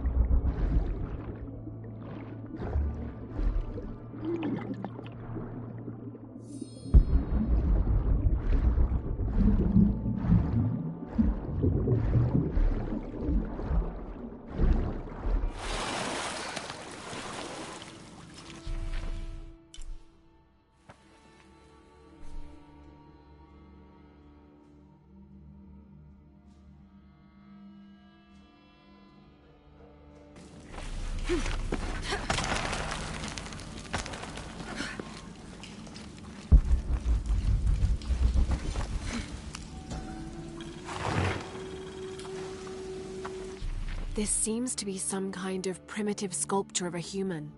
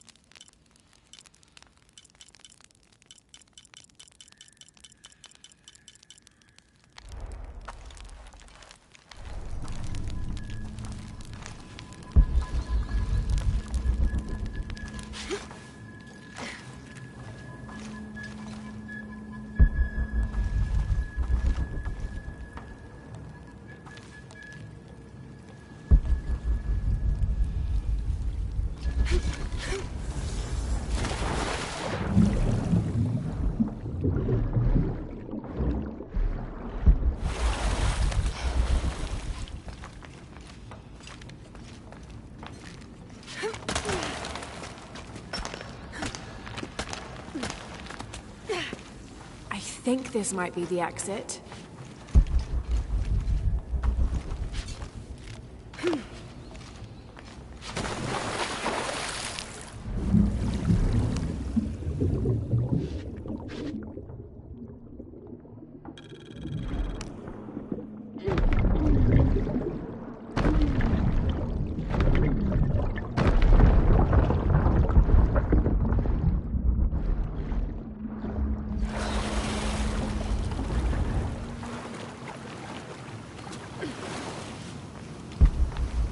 working Maya aqueduct.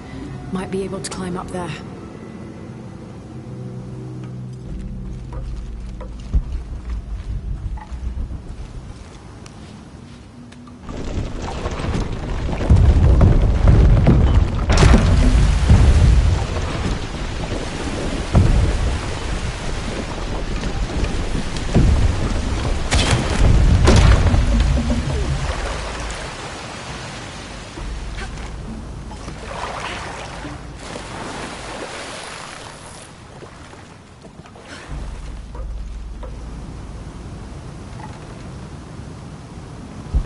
Missed something.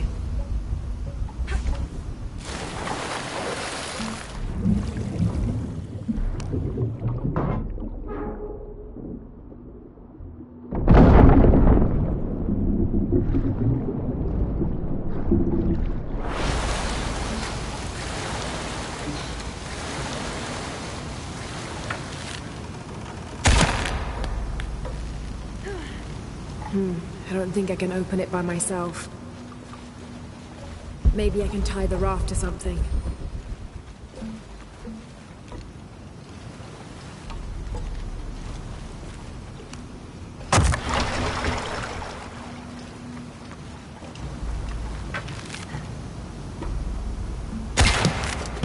There we go.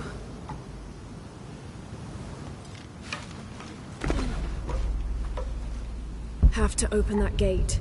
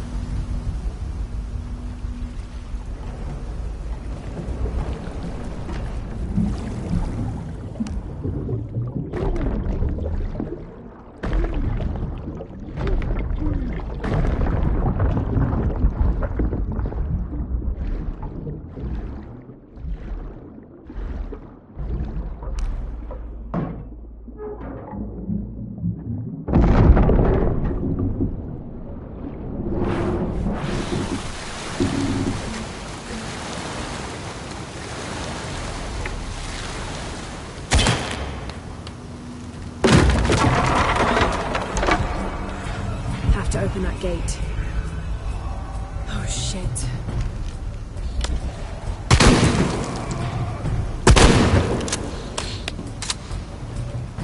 Have to open that gate.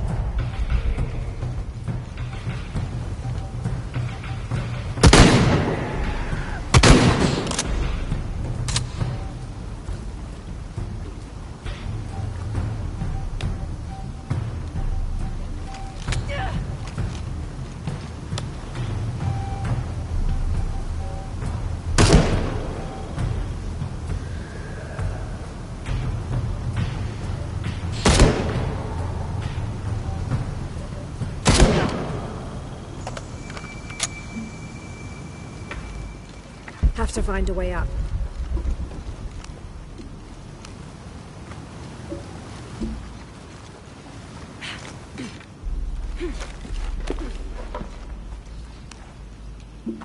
Have to find a way up.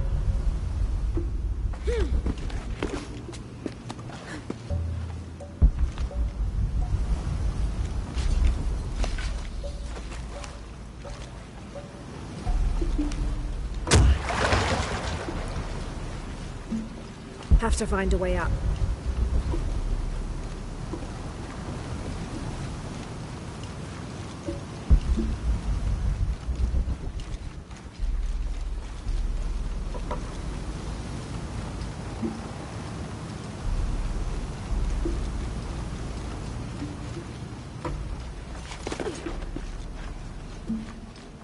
Have to find a way up.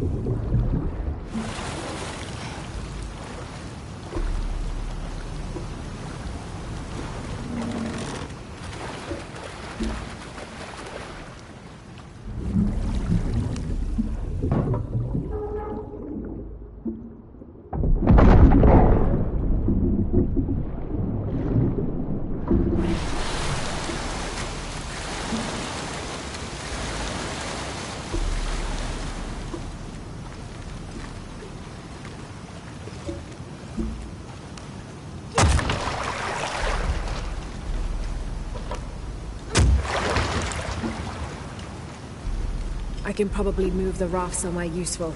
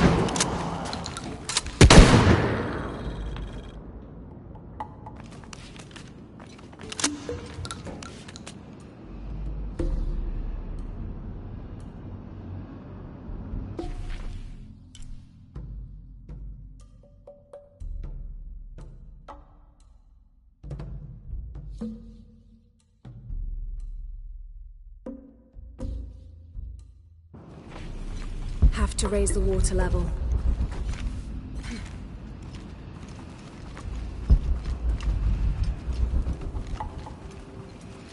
Impossible. I can't carry anymore.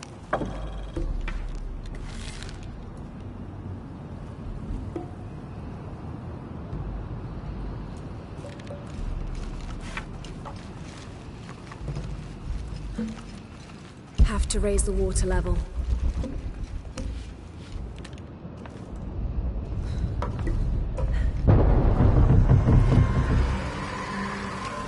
Well, I can't use that anymore.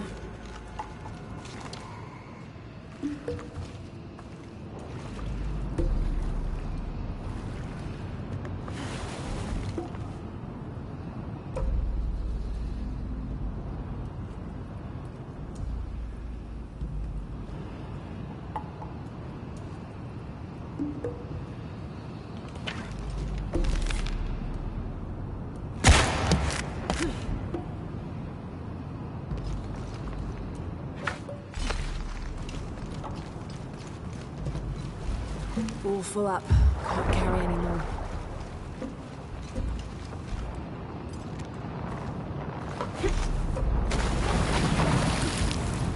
I'll have to use the raft to reach. Maybe that water wheel can pull something.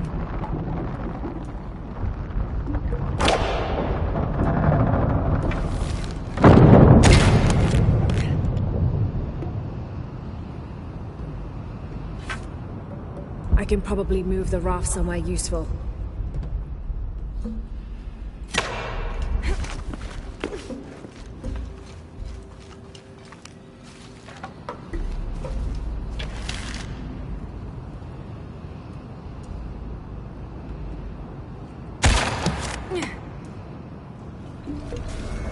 More coming. They're relentless.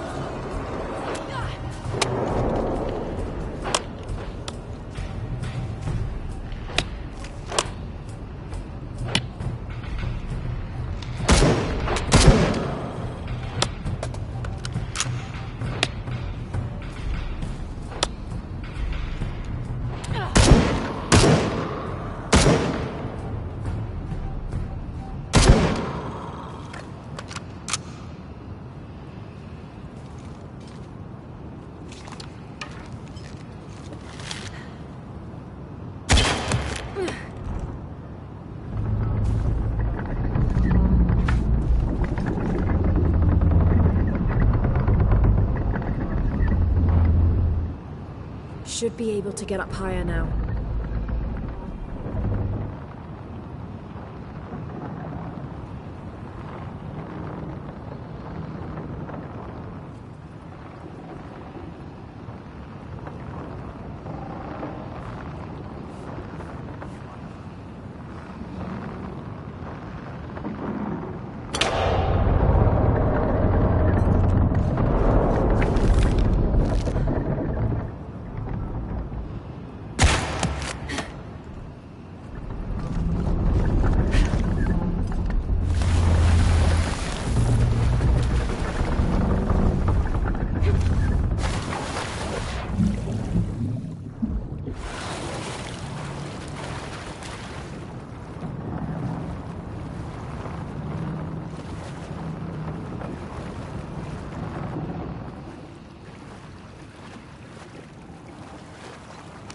Impossible. I can't carry anymore.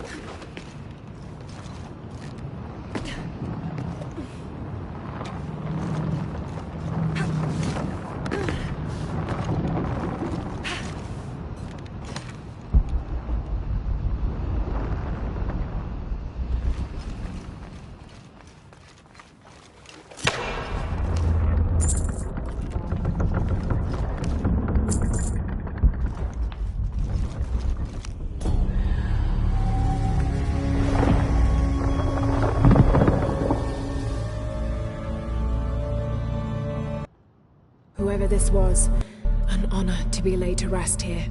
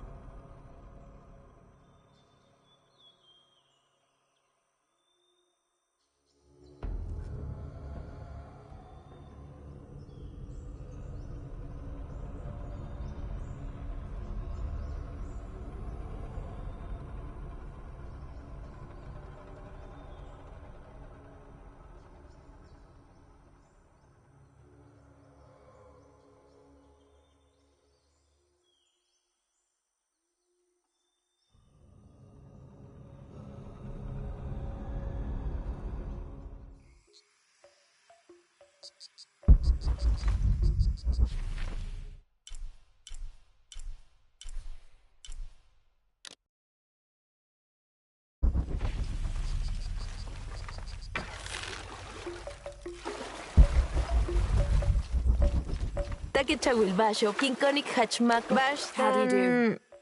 Yishik, Bashti Helupachtal, Inguanti Keche? Kikik Oltech. Jutsurkin.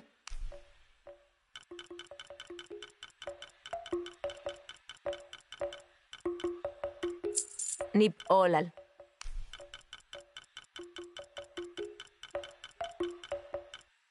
Jutsurkin. Kikik oltej. Nip olal.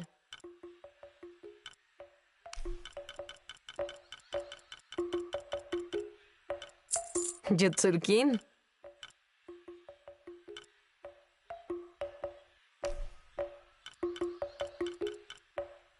Kikik oltej.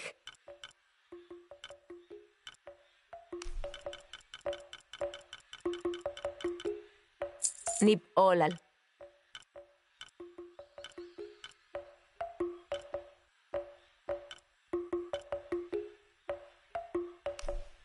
Kikik oltej. Nip olal.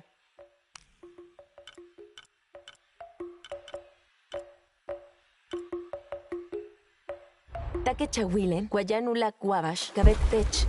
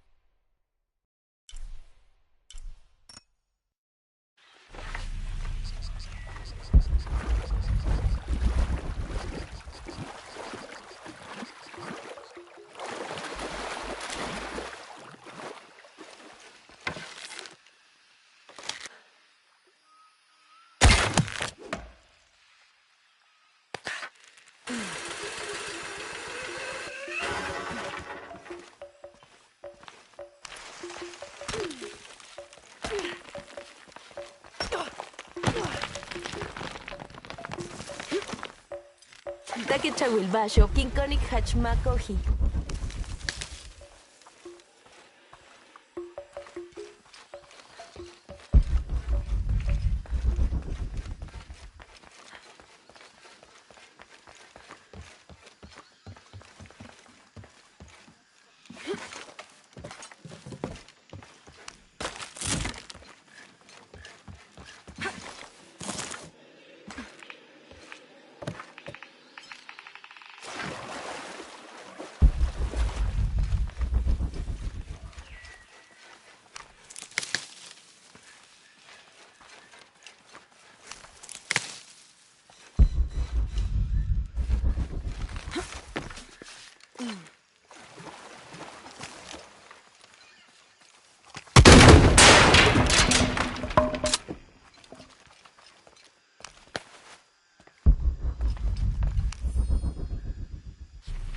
Follow the Napo to the Amazon. Nothing but jungle for weeks. Phillips got the fever and I had to drag the bastard through this forsaken jungle for the last few days. He kept me awake every night, screaming something about being covered in snakes. Just when we were about to succumb to exhaustion, we arrived at a small settlement built at the foot of an ancient temple. The locals fed us and nursed Phillips until his fever broke. After asking around, I found out there's another temple close by, twin to the first. Once Phillips regains his strength, we'll explore these temples. This journey will not have been for naught after all.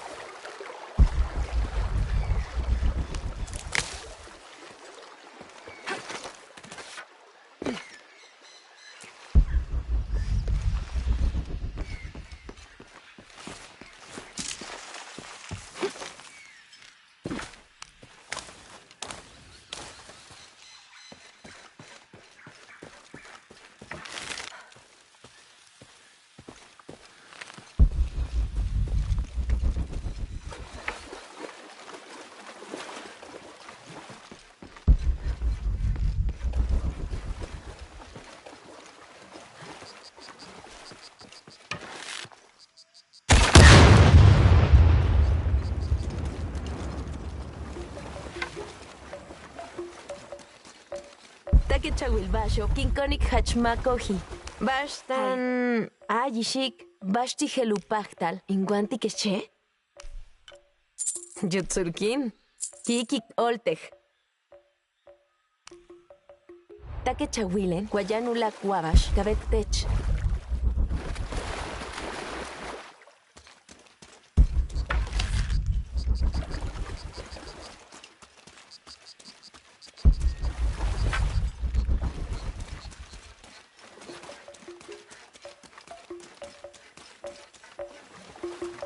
Take chawilbasho, kinkonik hachmakoji.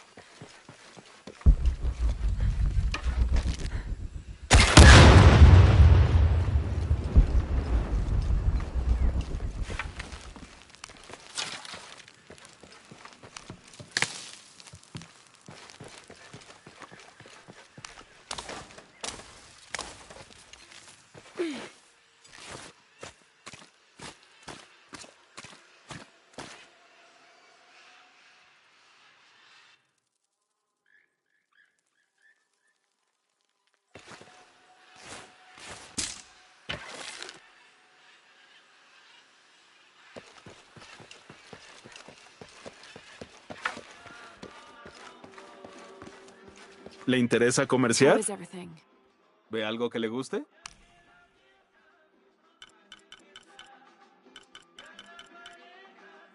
Un placer hacer negocios con usted.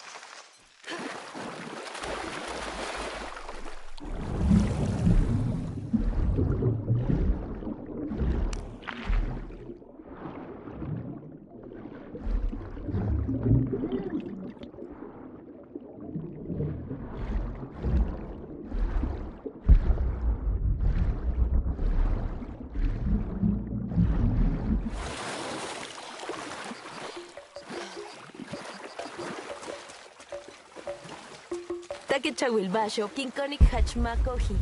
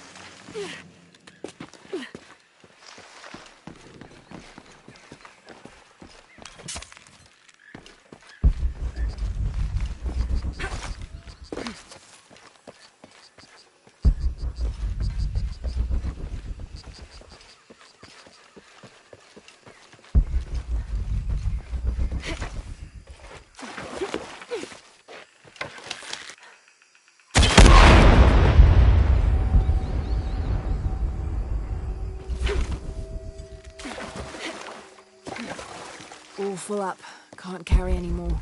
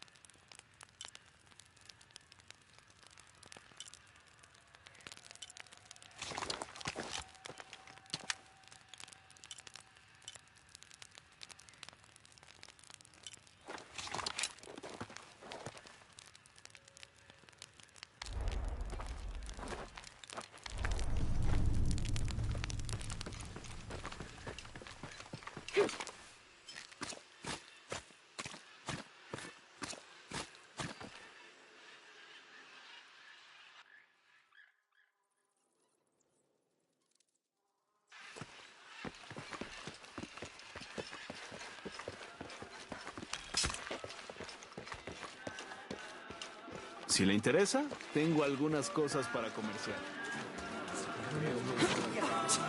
¡Cuidado, señorita!